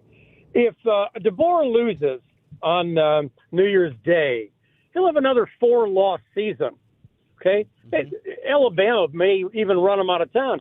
He has a back-to-back 4-loss seasons. Is he really that good of a coach? I think Kyle Willingham's going to be a fantastic addition to the Michigan roster here. I really and truly do. And time will only tell. As opposed to Ward Manuel here, he should be any other organization. He'd be selling Cracker Jacks in front of Tiger Stadium here when the season's opens. Believe me. Now, AJ, I'm with you. As far as the 4 losses at Alabama, look, it's Alabama. He was following up Nick Saban. I think that he is a good coach in Kalen DeBoer, and I do think that he'll get Alabama on track. So, kind of like Michigan, everybody hates Alabama. Everybody brings their best against Alabama, and he's finding that out. It's not just in Auburn. It's everybody. There certainly is a lot of hate out there, gentlemen. There is. It's why you love college sports. Appreciate the phone call, AJ. I'm just saying, that's the thing of college sports, David. We did the whole hatred rivalry type of thing, and the best rivalries are built-in hate. Strong hate too. I mean, it's just what it is. If you get into a fight, it's bad when a prosecutor tries to arrest your players. That's hate. Oh, I think about Kenny because in my mind, Florida has sucked for years, and yet this man still hates Florida the way he does as a Georgia fan. But he can't stand them. You know what's sad, though, is I think the longer we go down the road we're going on college football, I think that's going to start to slip away a little bit, too. I don't think so, Kenny. I think I will never love Ohio State. No. Fans will never. Players won't buy into this whole thing because they're going to be. Kenny, we talked about it. It was a guy that started out his career at State, David, about to hit the portal for the 5th time. Oh. Dude, it's kind of like the Lions season. Each team you're going to, you're taking a step down. You may just want to hold tight and maybe listen to the coach, okay? When you're about to leave, you've left Texas State, you're leaving, now you're going to leave UNLV. Where you going, Wayne State? Seriously. Boy, keep your butt on the team, listen to the coach, show up to practice. North Dakota State doesn't even want him. Right, but you're going back into the portal for the 5th time because the 5th time is the charm. Well, then again, it did work. You got your 5th coach that you went after. So maybe the 5th time is a charm. 97-1.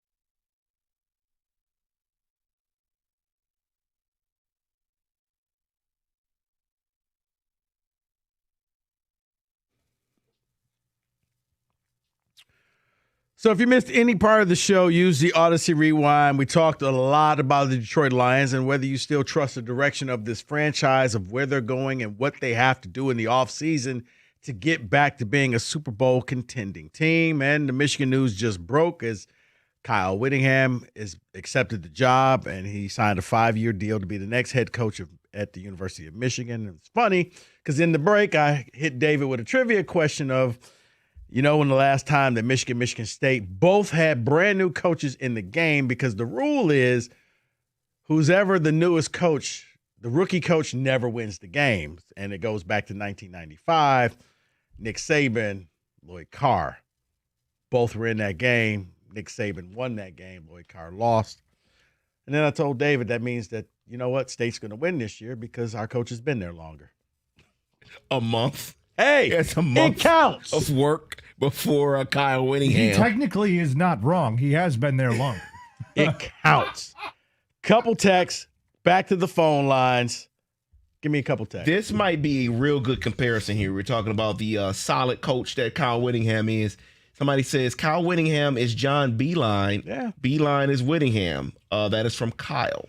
If it works out, he's John Beilein, who a lot of people were like, oh, okay, this is the best that we can do. They were not excited about the hire. I was not either. And then when he left, it was like, wow, he left, and he left us high and dry. So if it works out, he's Beilein. If it doesn't work out, he's Rich Rod.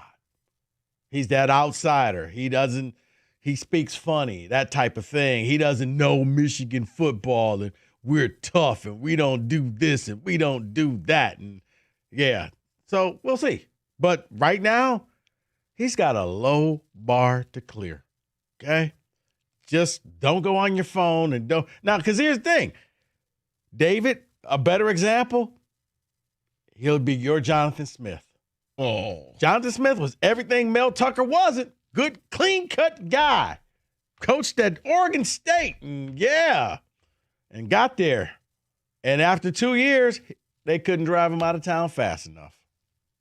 Now, I do know this because people are worried about the ties to the Midwest and all this stuff. I have heard and seen some reports that Jim Harding is going to come on and be the some kind of offensive coach, whether it's offensive line or offensive coordinator. Jim Harding is from the Toledo area, and his wife is actually from Troy. So that guy has coached in the Midwest time and time again. So there are some ties that he's trying to find to this area when it comes to recruiting, and I just wonder how many know the area. I wonder how many Michigan people he'll retain. That is the great question. Or do you just blow this out? And I'm not even trying to be funny, but is everybody tainted because of Moore, or is it just a few people that, this guy was a good guy? Because there's a couple guys on that team that I'm really hoping. Yes. I'm hoping that he's not one of them. One was the coach at West Bloomfield. I'm really hoping he wasn't a part of any of this stuff. He's a decent guy, too, so yes. That's my guy. I would be shocked. If they were serious about rebuilding this thing and trying to start from scratch, they would start from scratch and basically blow up the whole thing. The problem with that is Ward Manuel hired him. Kenny? So I don't think they're willing to do that because those are all Ward Manuel people. You know what, Kenny? I know you never saw Boomerang, but see, now your stuff is coming out. Kenny nailed it, folks. He's right. Kenny just nailed it. As much as this hire is, the guy who made the hiring is the same guy that all of this stuff has festered under his watch. You want to get rid of all the tainted people. The guy at the top. There's the guy at the top. Yeah, because Kyle could be putting a staff together and he says, I want to get rid of this guy. And Ward can go and say, no, you need to keep this guy. But he could be tainted. That's exactly or right. If Ward I like this guy. Wait, you know what? Never mind. I don't want him. You like him? I don't want him. So how seriously can you take any hire that Michigan makes with Ward doing the hiring? If Whittingham puts a staff together, that's cool. Good for you. You should put a staff together. The more people you push out that are tainted, the better for your program. But how serious can you take it when Ward Manuel's doing the hiring? Kenny, you know what? You just hate to see it. Okay, see, Kenny, you did it. I'm sure he hit that museum, right? I'm sorry. I was happy with the solid hiring. Now I'm angry because you have a great point. While Kyle Whittingham is a solid hire, and I don't know. Oh, and my by the way, gosh. David, I'll help you out a little bit, though, is I'm not saying Whittingham's a bad hire. No, but you're saying he could be a very solid coach. I'm not saying he couldn't be. But the hiring underneath him could be Correct. tainted if you're trying to keep or, and word could be like, no, you're not getting rid of that guy, and that guy could be the tainted guy. Those who stay. Will be tainted. 248-539. I hate both of you guys right now. You kept me out of a national championship game because of your damn cheating. I don't want to hear it from you. Okay. You know what? Let's go back to the phone lines. Tim, you're on 97.1. Gosh, guys, I really wanted to talk Lions, but now you've just got my blood going, and so did that last caller. We hit on about everybody hating Michigan. With all due respect to that last caller, that call, not the guy, but the call is what makes me hate Michigan. To get on and say that Kyle Whittingham was the guy and Kalen DeBoer is on the brink of 4 losses sitting in the college football playoff is just the most smug and arrogant take. And you're only kidding yourself. You saw that irony, huh, Tim? Okay. Yeah, it's like now. Yeah, it was like, well, he's going to lose 4 games. It's like, okay, but yeah, he's. I mean, just talk about grasping at straws. But getting Lions real quick. Go for it.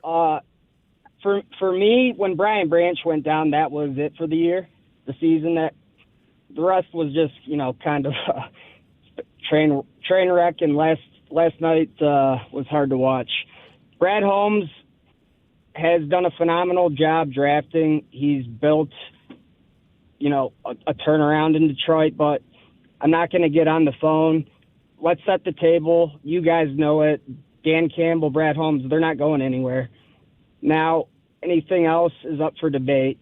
Next year is a big year for me because outside of draft capital, which, again, phenomenal job, we got to do something in free agency in the offseason. We should have done it, and it was like watching the Tigers all over again. End of rant. I appreciate you guys taking my call. Oh, no Happy New problem. Year. You too, man. You too. All right, so, yeah, well, that was a little arrogant. Let's go back to the phone lines. Whoa. You done did it again, Rico. What did I do? David. The stat on the coaches is incorrect. Michigan and Michigan State both had new hires in 2024. One Jonathan Smith and Sharon Moore. Brand new head coaches in 2024. Yes. Yeah, but Moore had been a head coach. Remember? He cried at a game. You cannot he count him cried in. at a game. Rico's right. He did cry. He cried at Penn State. Those wins went to Harbaugh. No, it didn't. Oh, come on. He cried. Crocodile tears. He cried. I'm counting it. Michigan won 2024. You know what, David? You win. You get a subscription to OnlyFans. There you go. He already has one, Rico. You don't need to get whoa. What?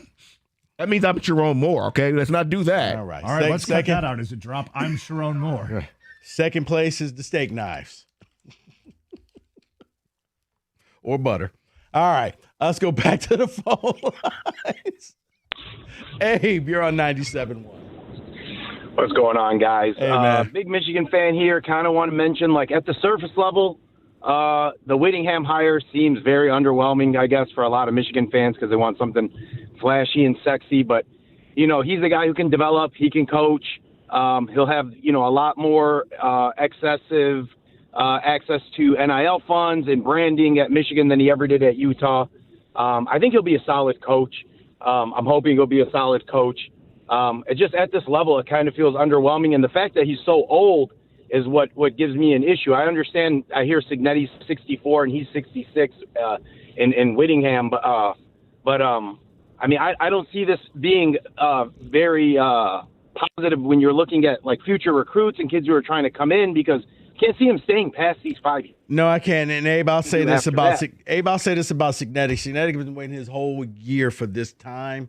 So even though he's 64, this is finally his moment. Whittingham had his moment for the last, 20-some years at Utah. So, now it's almost like he's taking a second job, or this is like a hobby. You're right. I don't see him lasting 5 years. I think you get maybe 3 good years out of him, and then either he moves on or you fire him. Yeah, and can I make a point about Ward as well? I'm not a big Ward Manuel guy as a Michigan fan, especially with everything that's gone on, the stains on the program underneath him and under his watch. But it's also hard for me to see Michigan getting rid of Ward Manuel because I kind of, just from the outside you look in, they've got a top 5 basketball program in men and women, top 5 hockey program. The Olympic sports are doing well in terms of men and women gymnastics, field hockey. Like, what is it going to take to get rid of this guy? What type of scandal is it going to take? And well, you know what? Hey, Abe, you can spin the wheel. Appreciate the call. You can spin the wheel on what type of scandal, and it doesn't matter. The man is Teflon. I mean, you had the biggest cheating scandal. No big deal. You just had your coach a couple weeks ago go all OJ. No big deal. You've had a coach breach all types of women's emails and photographs and stuff. No big deal. Rico, do we want to have take like betting odds on the next scandal? Like, obviously, he's Teflon. I'm not saying he's going to go. Kenny, not the next scandal, but like I said, at construction sites, days since last accident. You just erase it, turn it to 0. And how long until this goes back to 0? Season since last scandal. Right. We can maybe get to 1 now. But you had a basketball coach open hand slapping people like All right, he guys, Rick James. That's enough now. Let's read I something. like this. This is good. Let's get some football. 97-1.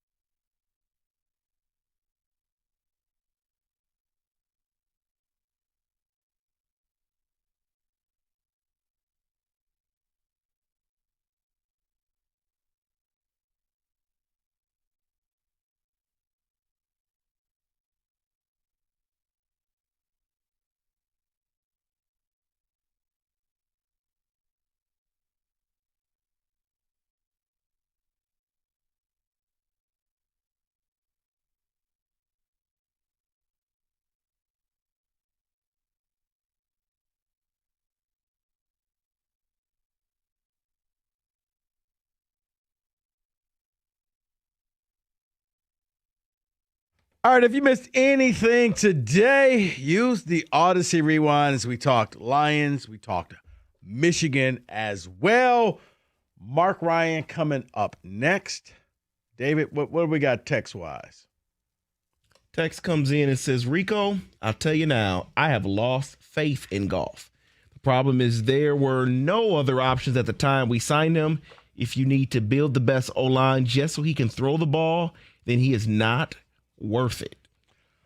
There's going to be a very serious Goff discussion later because there's a lot of people who feel like, you know what, he's the best that you're going to get. And there's other people who feel like we can do better. The truth may lie somewhere in the middle. But, yeah, when it comes to Jared Goff, I think it's a safe thing to say that everything has to be perfect for him. And when everything is perfect for him, it works fine. When something is wrong, when the O-line is not there or you can't run the ball, then it's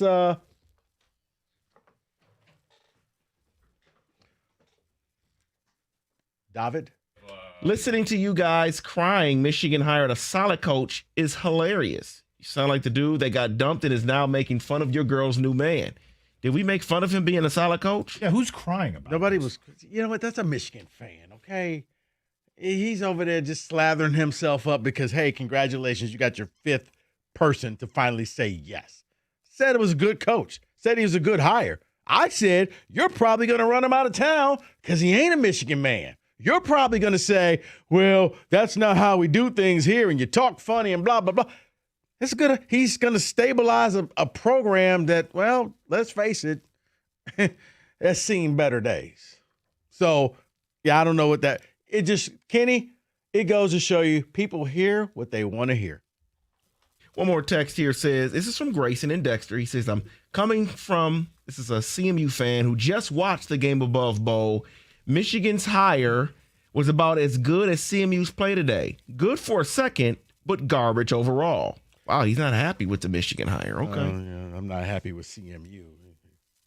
I don't know what CMU did to you, but CMU is a fine university. All right. Wonderful football program. You know how every bowl game gives out a swag bag?